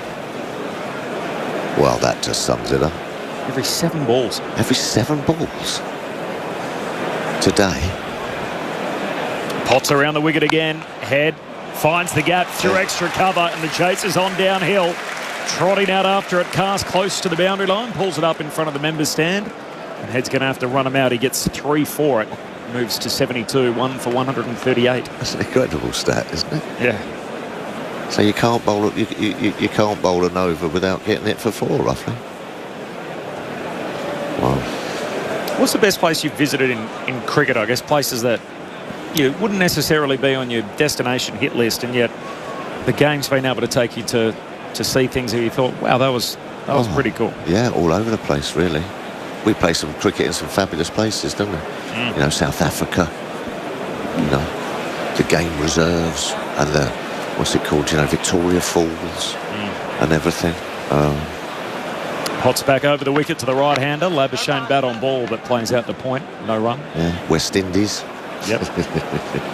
Good spot. I was about to say, I can imagine you would have good fun in the caravan. Yeah, not for particularly anything, you know, apart from beaches and a few beach bars, but that was good fun. You know, Aussie here's brilliant. Yeah. You know, we love it here. New Zealand, beautiful. Yep. You know, all you know, down in the you know, Queenstown and all round there. Very lucky to play cricket in some wonderful spots. You know, as you say, in India, amazing. Labuschagne's on 41. Lets the ball go outside his off stump as Potts trying to find his rhythm here. None for 54 off less than 7 overs for Matthew Potts. Yeah, a long time ago, I played cricket in the Bronx for an England side. Is it in New York? Yeah, against the West Indies side. Yeah, that was wild. And also at the Blue Jays in Toronto. Yes. Wow, in the dome inside. Yes, I think it was. Yeah, we were trying to. This was a long time ago. We were trying to sort of spread the word, you know. So you played at Yankee Stadium, or somewhere in and around there? No, it was a strange little place in the Bronx. Potts on his way in again. Delivers to Marnus. That's a great shot. Through cover point. Jumped on the front foot. Just punches it away, and that'll be 4. Marnie's up to 45, and the Aussies are feeling good at the moment. 1 for 142. All this in response to England's 384 all out as we tick towards stumps on day 2, and scheduled stumps is 6 p.m. I've got a feeling this is going to be called before then, so the umpires keep coming together and checking the light, but so far so good, and we'll get another over. 23 past 5 local time. Cruising. No real pressure, and listen, they played well. Yeah. You know, you still got to put it away, but absolutely cruising Australia, and they always say, let's have, I think you said it to me, that we'll always have a look. Don't never judge a pitch until both teams have had a go on it, and Aussie have made it look, well, just a piece of cake. Did you get out much in Manhattan when you're in New York? Yeah. Yeah. Good spot? Yeah, it was a good spot. Yeah, it was all right. Jeffrey Dujon saved my life. Yeah, because we was walking out very young, you know, wandering around, and he said, don't go down that way, go that way. Tuck around the wicket. Oh, in at the body of Head, and in the end he just allows it to hit him. To try and take evasive action. The ball thuds into his midriff. 1 for 142. Yeah, and I think I was with my mate Angus Fraser, who's a big chap, you know. I went, no, okay, it's all right, Jeff, thanks for the advice. He said, listen, don't go that way. go that way. Yeah. We took his advice. Even now, I was lucky enough to go to Yankee Stadium for a reasonably big game about 2 years ago. And I was with our executive producer, Ben Cameron, and we were on the subway. And we sort of went the wrong way. We went a few stops past where we should have got off. It's all very gentrified, the Bronx these days. As Head stands tall and just pokes out through point. And a single taken, 1 for 143. We were going to the baseball and we had all our baseball kit on, and as we've stayed longer and longer on this subway, there's less and less people wearing the baseball gear. We're in the wrong spot here, and all of a sudden we got off, and it looked a very different feel to the touristy spots on the platform, and quickly got back on another train, and we soon found our way where we had to go. But well, it's the same everywhere in the world. Correct. Yeah, you gotta keep your wits about you. Yeah, but it's a great city. Always good stuff to do in New York. Absolutely. Cricket's growing there big time. Absolutely. Major League Cricket. Tongue's on his way in. Tamanis well wide of the stumps. No shot offered. So a lot of the IPL owners and huge tech companies from Silicon Valley are invested in the Major League Cricket. So you could easily see in the not too distant future, if not already, that will be the second biggest T20 competition in the world. Absolutely. Behind only the IPL, and attracts the biggest and best players, and for that you think the amount of money that's there and the business that happens between the United States and India. And so the eyeballs that are on it from India, a country of 350 million people, you think our country here, we're 26, 28 million. There'd be that many expats alone in the US, as Marnus drops a ball on the offside, wanted a single and turned back. There would be that many expats in the US alone from cricket heartlands, that essentially people that are starved of cricket. And that's enough of an economy and a population to basically make it a huge event and an ongoing tournament. So lots of games in sort of Florida and Dallas at the moment, in Texas. They played games in New York, but not really a permanent setup for the World Cup that was staged there. But that's right.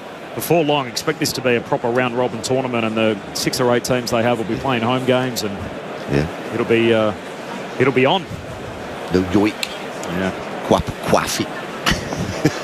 We should put our hand up. Be a good place to go and go and commentate. Yeah, I'll go and have a go. Doug to Labuschagne, he lets it go. If you need someone just to have a little waffle about. Middle of the US summer, you're perfect. Yeah, I'm your man if you need someone. What are you guys doing in the summer? You got New Zealand and Pakistan. For 3 each? Yeah, going to be interesting now. The dust all settles around this, And back home, it's been a bit savage. The press and what have you, they're getting stuck in. Fair enough as well, I reckon. Labuschagne awaits, he gets a short ball, he pulls it, finds the gap on the onside. Doesn't quite have the force behind it, and Stokes will run back from mid-on to retrieve it. Just places it into the outfield and the gap at mid-wicket, and he gets 2. So Marnie to 47, Travis Head's on 73, and Australia are 1 for 147. 1 for 147 as we tick towards stumps on day 2. And Joe Root made his way to 160 today. Harry Brook didn't add much to his overnight score. He was out for 84. 46 for Jamie Smith. He could have been out twice in consecutive balls. He was caught on a no ball and then nicked it head height between the keeper and first slip. And then eventually he was out slogging Labuschagne before the second new ball was due. Caught it deep cover. It was a deeply regrettable dismissal. Out for 46. Michael Neser 4 for 60, the best of the Aussie bowlers. England all out 384. And in response, weather ruled LBW Stokes for 21, the only man out so far for the Aussies. Yeah, never think you got enough. Never think you got enough. Aussie making 380 look not even par. So you've got to always have that in the back of your mind. If you get yourself in, go big like Joe. Played beautifully again. That's the one little glimmer. But we've had a couple of good tons from Joe. Josh Tongue's bowled all right. Ben Stokes has decided, you know what, I'll have a go. So he replaces Matthew Potts, coming around the wicket from the Paddington end and in at the leg stump. And Travis Head trying to whip it away, inside edge onto the body, and it rolls away on the leg side. And they scamper through for 1. Matthew Potts 4 overs, 33 runs in that spell. Yeah. That's expensive. I mean, he hasn't played. I was just saying at the gym, you don't get any form in the nets. You get form from getting people out, match situations. And he hasn't had any. So, bit of a tough ask, perhaps, but you know, that's Test cricket. That's why you're here. Got to get on with it. Stokes with his short sleeve shirt on. He's got the tattoos bursting out of his shirt. A sweatband on his left arm. You got any tats, Colby? I have a couple. Oh, do you? I have a couple. They're covered up in a professional setting. Labuschagne awaits. Works the ball off his thigh pad down to fine leg for 1. So Marnie moves to 48. 1 for 147. What about you, Tuffers? Got some tattoos? Yeah, I've got a little cat on my shoulder, left shoulder. So in times like this, I'd be walking back to me Martin, I'd tap my left shoulder and go, come on, cat. Come on, cat, get us a wicket. I like it. When did you have that done? Oh, I don't know. Crikey, 40 odd, 30 years ago. It's turned into a bit of a smudge now. I'd have to get it redrawn. Yeah, might have to. It worked on the odd occasion. Yeah. Yeah. No, I've got Dorney on the lower back. Head, plain and missing. Just had his feet planted on leg stump, through the hands at it. Not to be. Partnership worth 90. 1 for 147. The Australians in response to England's 384. Never got any team tattoos. Wasn't like a...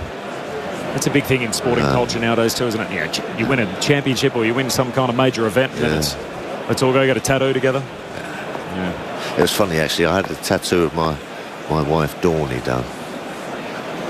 Stokes coming around the wicket. This is the go to the left-hander, and Head just keeps it out, pushes to cover. And I'm sort of quite proud. I thought it was quite romantic. Yep. Yeah? And I've come back and I didn't tell her, and I sort of like pleased as punch, you know what I mean? I said, hello, darling, you know what I mean? Little sign of my everlasting love for you. And I was expecting, you know, and she goes, oh, well, that's nice. And then I was expecting the sort of, oh, well, I'll get one of you done. Yeah. She said, you must be joking. She said, do I look crazy? I went, oh, OK, no, not to worry. A little bit crestfallen. Stokes continuing around the wicket. Head just laces that through cover for 4. Again, just threw the hands at it. Picked it up nice and sweet. And all the way along the carpet for a boundary. 1 for 151. Then Travis Head moves to 78. Too easy. Full and wide. Just lent on it, really. He's starting to move his feet a little bit now as well, which is a bit ominous. Travis Head actually got that front foot towards it. Usually just sort of stays in the crease and eyes and hands smacks it through extra cover. This time, bang. Trav ball is in session. 78 not out. Stokes to him here on leg stump. Bounces off the pads. Runs away very fine for 4. They'll count all the same. And in fact, the umpire thinks he got a little tickle on that. Ben Stokes has a follow-up conversation with Trav Head as they exchange some words. But Travis Head's into the 80s. He moves to 82. The partnership is worth 98. And the Australians are 1 for 155 with Labuschagne on 48. And a couple of impending milestones as the umpires come together. Oh. They'll check the light again here as Stumps is fast approaching. And we're allowed to go through for another half an hour, but I dare say we won't go that long. 81 overs today, Corb. 81 overs so far today. Ellie Mitchell and Darren Lehman are going to come in as long as it lasts. And then grandstand at Stumps to follow that, of course, coming up tonight. BBL action in Coffs Harbour, the Heat and the Sixers. The Ashes 2026. Australia versus England. It's on your radio, ABC Sport Digital Radio, and the ABC Listen app. Well, the ball's been disappearing to all parts. Boof. It has, short and wide and full and wide and everything wide. Just been bad bowling, hasn't it? Some good batting. Very ordinary bowling. But here is tongue to Labuschagne. The ball flies in the air momentarily off the bats and behind square for 1. 1 for 155. 156 now. Leg by, in fact. So Labuschagne stays on 49 and Travis Head on strike on 82. And if the light stays as it is, it doesn't deteriorate anymore, there is a chance here for this big big SCG crowd to see 2 centuries in one day. Joe Root earlier made 160, and this has been pure trav ball tucking in. A little bit more lift that time. Chased it, looking for the uppercut, did Travis Head. Didn't get anything on it, through to the keeper, but a rising ball from Tongue. Well, it's amazing today they're trying to stay on the ground. Yesterday they were trying to get off the ground, today they're trying to stay on the ground, so we can't complain. That's good. It is good, absolutely. Good. Everyone here wants another 25 minutes of play. Get right up to 6 o'clock local time. And they're eager to see if they can see Travis Head move from 82 to 100. That will bring the house down. 200 for him already in the series. More than 500 runs in the series. Around the wicket into him again. Full. Driving with a real flash of the wrists, but a tumbling stop at mid-off. Goes through for 1. But the partnership is 100 runs. Applause from the crowd. They came together when Weatherald fell in the 13th over. He was LBW to Stokes for 21. Labuschagne came out to join Travis Head, and almost a little bit like in Perth, Buff, when Head was going along and motoring, Labuschagne able to sort of almost move in his slipstream, and now he's found his groove as well. Yeah, it's been very good between these two. From Perth, you're exactly right. Marnus got going, but he's played well. He's looked to score this innings. He's facing up again. 2 slips and a gully. Tongue over the wicket. Full, is he nicked? No, he hasn't. A big drive. He's down on one knee. Through to the keeper he goes. Rick, what have you got for us? It's only the third Australian century partnership this series. There's one in Adelaide and there's one in Perth. Travis Head's been in all 3 and Marnus has been in 2. The other one was Head and Carey at Adelaide. Adelaide, yeah. Oh. Well, he's having a series where he wasn't expected to open. Opening has been a forte. And he's it's almost been thrust upon him, hasn't it? Yeah. He's taking it on in the vein of a Warner or a Saywag. Shouldering of Labuschagne, letting that ball go, not offering a shot through to Jamie Smith. It is quite good though, isn't it? I mean, I love it. Where do I see him batting at this rate? You've got to keep him opening, obviously, but against someone like... This attack hasn't been great, this series, has it? I mean, the England attack. There's been odd passages of play, but on the whole, it's been a very disappointing. If I'm perfectly honest, that first innings of Perth was the best they've bowled all series. Outside of that, they've been too short, too wide, and too many runs leaking. And not able to set a tone at the top of an innings, and that happened today, certainly. Tongue in, draws Labuschagne forward, a little crab-like almost, as he comes forward out of his crease, and it's a dot ball to end the over from Tongue, who's bowled. How many overs now? Is he 8 overs? None for 28. 1 for 157. This in reply to England's first innings. 384 with 160 from Joe Root, 84 from Harry Brook. And Neser finishing with 4 for 60. He got the wicket of Joe Root. A really athletic, caught and bowled, diving full stretch. Worth having a look at on the ABC Sports socials. He followed it up 2 balls later with the wicket of Josh Tongue to have England all out. And it was the new ball that did it. The new ball started to really seem quite prodigiously. And Australia took 4 for 37 in 17.3 overs with that new ball. But then Carson Potts were asked to open the bowling. And it was wayward. And Travis Head certainly tucked in. And he's awaiting now. Stokes in full, looking to drive. And finds Matthew Potts at mid-off. And there's no run. 83 from 79 balls. Brought up his 50 off 55 deliveries, but it's just cut and pulled. It did enough with the new ball, for second new ball for Australia, and that would have given England some encouragement, wouldn't it? You would think, if you get it in the right areas. Stokes is just bowling himself into the ground, isn't he? He said, you know, I've got to take it upon myself. It's a big heart, the skipper, but they've just gone all over shop. I mean, 5 and over. 157 runs in the session so far. Stokes' 7th over. Tucks Head up a little bit to mid-on. No run. Yeah. Joe Root off the field with a back spasm. He just suddenly went, didn't he? He was standing there in the... Is it mid-off, mid-on? He slips caught him in the field, and all of a sudden the ball nowhere near him. He was clutching his back and went off in real discomfort, having faced 242 balls for his innings across 2 days, of course. Stokes at the end of his mark, floodlights on, but the cloud is high. Stokes comes in around the wicket. It's a very low full toss, searching for a Yorker ball, a magic delivery to try and get underneath the bat of Travis Head. Digs it out, stays on 83. Stokes walking, trying to look purposeful back to his mark, but it's a slog to try and pull it back from here. That's the difficulty, isn't it? With the start that Australia now have and the start that Travis Head has now got, how do you rein him back? You're almost looking for a total lapse in concentration, a mistake to be made, or a totally magic ball. Almost got to start again, don't they? Go off, regroup. Just bowl good length. Through to the keeper for a bit. That'd be a start. No? And maintaining that for a period. Around the wickets. Has he got it? Oh, it's a thin edge over the top of the slipped cordon again, flying down to the boundary. That's happened more than once this innings. And Ben Stokes is left hands on his hips because he got the flash from Travis Head. But it's flying away, and it's 4 more. Takes him on to 87.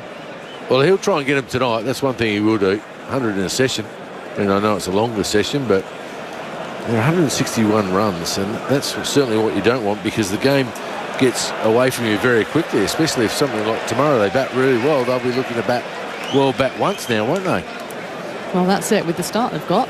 Oh, that would be something to aim for. Still 223 runs behind at the moment, but 9 wickets in hand, and Travis Head going along like a train as Stokes is in. Let's tuck him up again, but he manages to work it down to fine leg. Takes a single to move him. I mean, Travis Head, when he walks out bat, must think how lucky he is, because they reckon let's bowl short and wide, and let's see if we can get him out on a cut shot, and then we'll bowl properly to him, and we'll make him cover drive, but they over pitch, and then they bowl the odd good ball that's sort of the top of the stumps on a good length. He makes them do that. He makes them panic. He makes them panic, though, to be fair. He puts pressure right back on the bowlers. Trav ball at its finest. A false start from Stokes just then. He's at the end of his mark and he turns ready to run in once again. 88 from 83 balls. It's Labuschagne here on strike, though. Forward. Oh, he's gone. Caught it gully. Came forward on the drive. An outside edge. Sharp duck catch taken by Jacob Bethel. And there is the partnership broken. Late in the day, just over 15 minutes until the close. Labuschagne gone for 48 and Australia are 2 for 162, exactly 222 behind. Well, got it in the right area finally, pitched it up. A little bit of nibble, but went quite hard at it. Marnus Labuschagne, oh God, he walks off slow. Big drive. Bethel takes a good catch at the gully. He got that right. That's too wide and too short to drive. He's trying to play a big cover drive. Ben Stokes very happy with that. He's been working hard to get one of these two and try and crack the game or bring the game back in England's favour. And he's certainly done that. I wonder if they'll bring in a night watchman to the Australian team, which they may do. And if they do, bring a night watchman, that means Stark will be batting 11, or who is the night watchie? Would it be Boland if it's a night watchman? Mikey Nessa. Ah.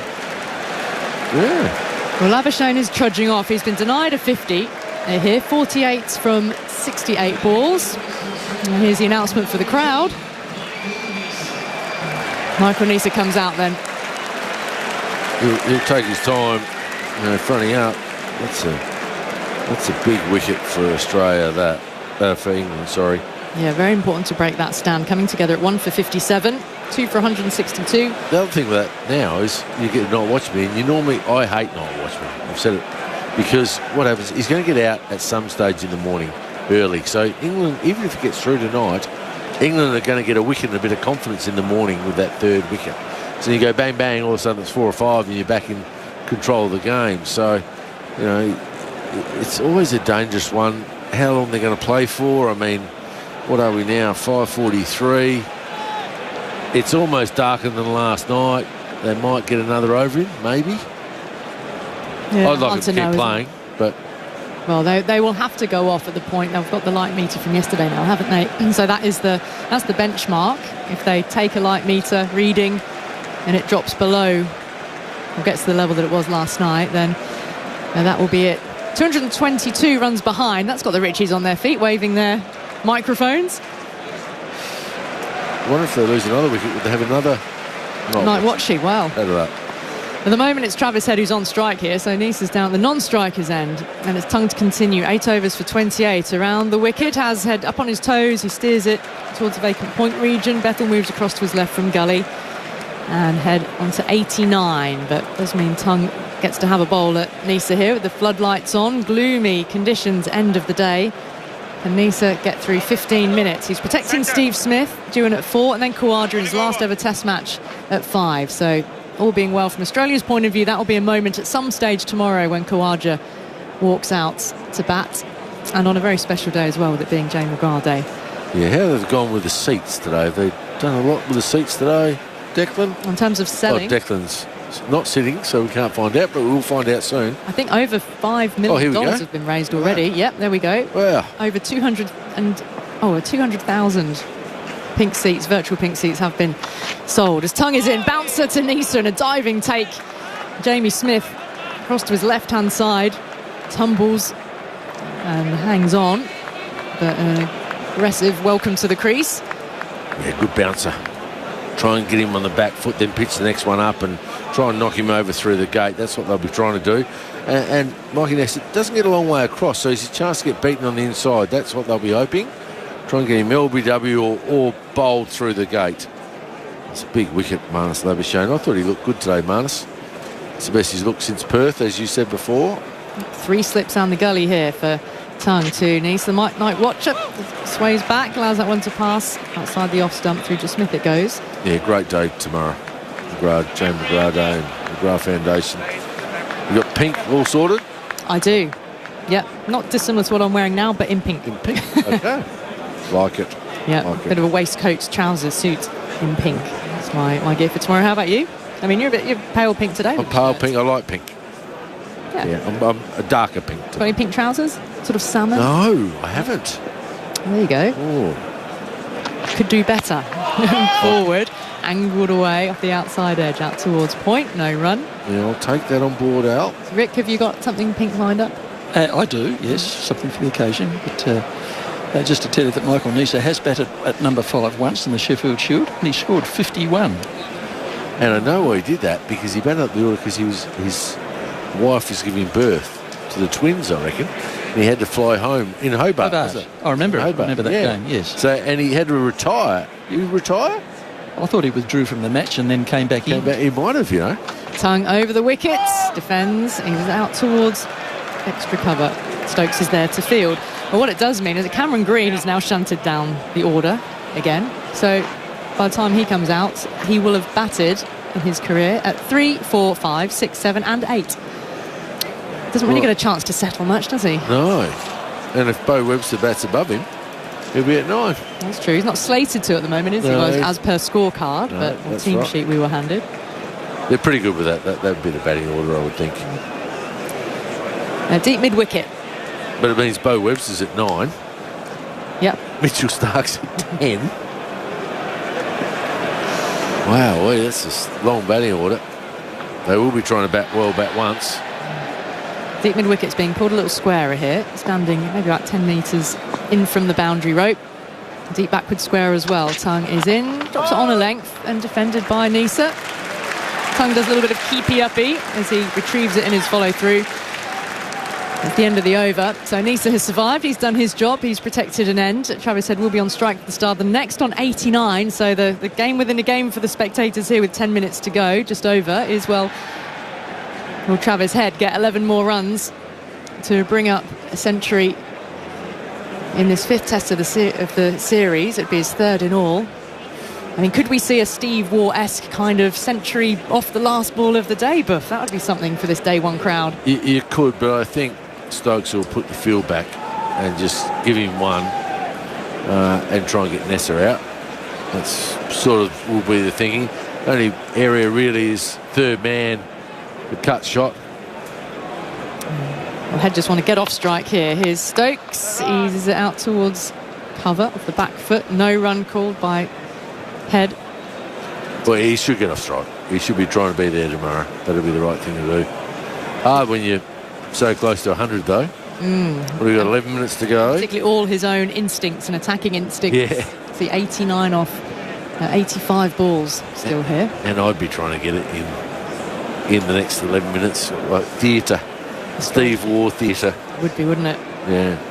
Head away. It's bat hovering as Stokes moves in around the wickets. Whips him away very wristily, but hasn't quite timed it. Along the ground out to deep square, and he's jogging / walking through for the single. So he's got what he needs in terms of this match situation, because it is more important that he can stay there and then compile and really continuing good conditions again tomorrow. I'm guessing it's beautiful day tomorrow here. Yeah. Great crowd. It was great to see it for McGrath Day.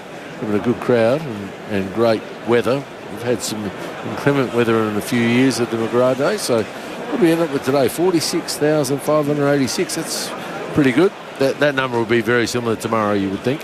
Yeah.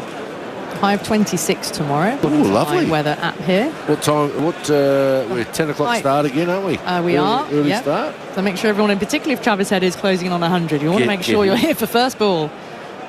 3 slips and the gully then. Nisa, the night watcher, awaits, and Stokes moves in over the wicket. Ball just darts back in a touch. He defends though.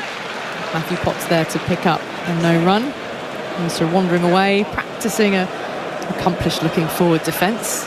Well done umpires today with staying on. Starting to see some shadows, so it must be pretty close. I think Travis Head's having a little chat with Chris Gaffney at the moment, passing the time of day, but possibly just saying, I'm struggling to see the ball here, ump. We'll see. Nisa has faced 6 balls so far. Labuschagne was out for 48. Stokes moves in, bowls outside the off stump, some width there. Maybe tempt Nisa, but he's not going to chase after those. Indeed allows it comfortably. Well, he shouldn't tonight, should he? He's got to get there. Just been through. A couple of balls left in this over. I'm sure the umpires will talk at the end of this over. It's getting pretty close. It's 9 minutes to go. They'll try and get through. They should try and get through now, really. For the theatre. Well, they've simply got a number to go on, haven't they? Yeah. I suppose if it does fall below that, they will have to take them off, and that'll be disappointing for the crowd. But Head's on 90 at the non-striker's end. Stokes is in now to Nisa, very tight on that outside edge as he drew into a shot defensively and went through to the keeper. But Stokes, that's the line. How many overs has Stokes bowled in a row here? It's the 8th. Is this the 8th in a row? Has he had a couple of spells? No, this is his second spell. It's his third over of his third in this spell. 5 in the 5th. Okay, so he just had a short break in between. Came off at 4:40 and started again at 5:28. Decent break. Stokes moves in. Gingerhead over the wicket he bowls again outside the off stump. A little bit of a twitch from Nisa there, as if he was tempted to play at it, but opted against it. Stokes a little frustrated that he's had all those deliveries at Nisa and hasn't been able to dislodge him. 2 for 164, and Australia are 220 behind England's first innings, 384. And England resumed, remember, on 3 for 211 today. And first strikes really went the way of Australia because they took the wickets of Brook and Stokes very quickly in quick succession. Stokes an 11-ball duck. Faced some excellent bowling from Stark for those 11 balls. He was really tied down and was caught behind by Carey in the end off at Stark. He continues to bowl with absolute excellence. 28 wickets in the series for him. 2 for 93, but Nisa 4 for 60. Out there with the bat in hand now, but he wraps up the innings. And he dismissed Crawley, let's not forget. The second wicket to fall, England's opener. Got Joe Root caught and bowled. But here's Travis Head facing up. He's on 90 and he drives. Doesn't get hold of it as he might have liked. Square out towards deep cover, finds the fielder. Goes 3 for 1 though, but he gets the single. That's the important thing for him, really. Bonus if he's able to pick off a boundary and head closer to that 100 mark. But there's a bigger picture in terms of the team and getting as big a first innings as Australia can. And day 2 of this match, moving into day 3. Try and eat away, still more than 200 runs behind at the moment, so a long way to go first to parity before Australia can even think about building a lead. Here's Tongue, and now to Nisa, and defends again into the onside, and he's looking comfortable enough, isn't he? Yeah, he's a very handy batsman down the order. And I like that they've actually sent him out instead of bowling, because one thing you do if you are going to send a night watchman out is they've got to be able to bat well the next day, because you can't just lose that wicket, as I said before. You need to be able to and score, put some pressure back on the bowling. If you can do that, then all of a sudden it's not so bad. If you can get through 40 minutes but you get 30 runs along the way, whatever it may be, but you score some runs. Nisa awaits.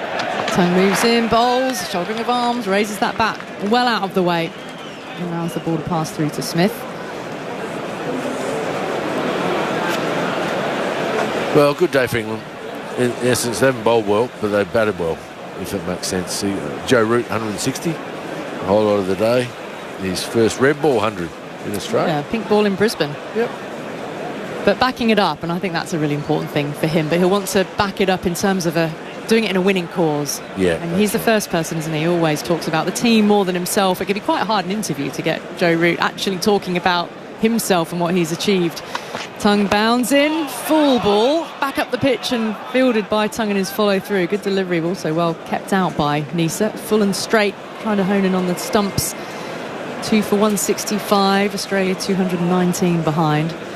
I know they're going to talk at grandstand at stumps with Corbin and the boys downstairs. They'll ask about what does that mean to Joe Root's legacy. Proper great, Ali, proper great. Got that on record, Buff. Proper. Straight out of your mouth. He'll break all records, barring Bradman's obviously in terms of batting. He'll break 51 centuries.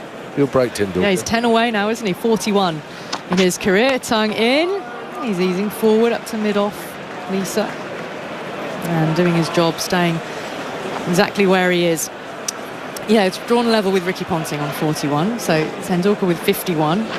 And what's his tally now in terms of career runs? Rick, after today's 160. Should do that maths myself. He started the day on 13,777.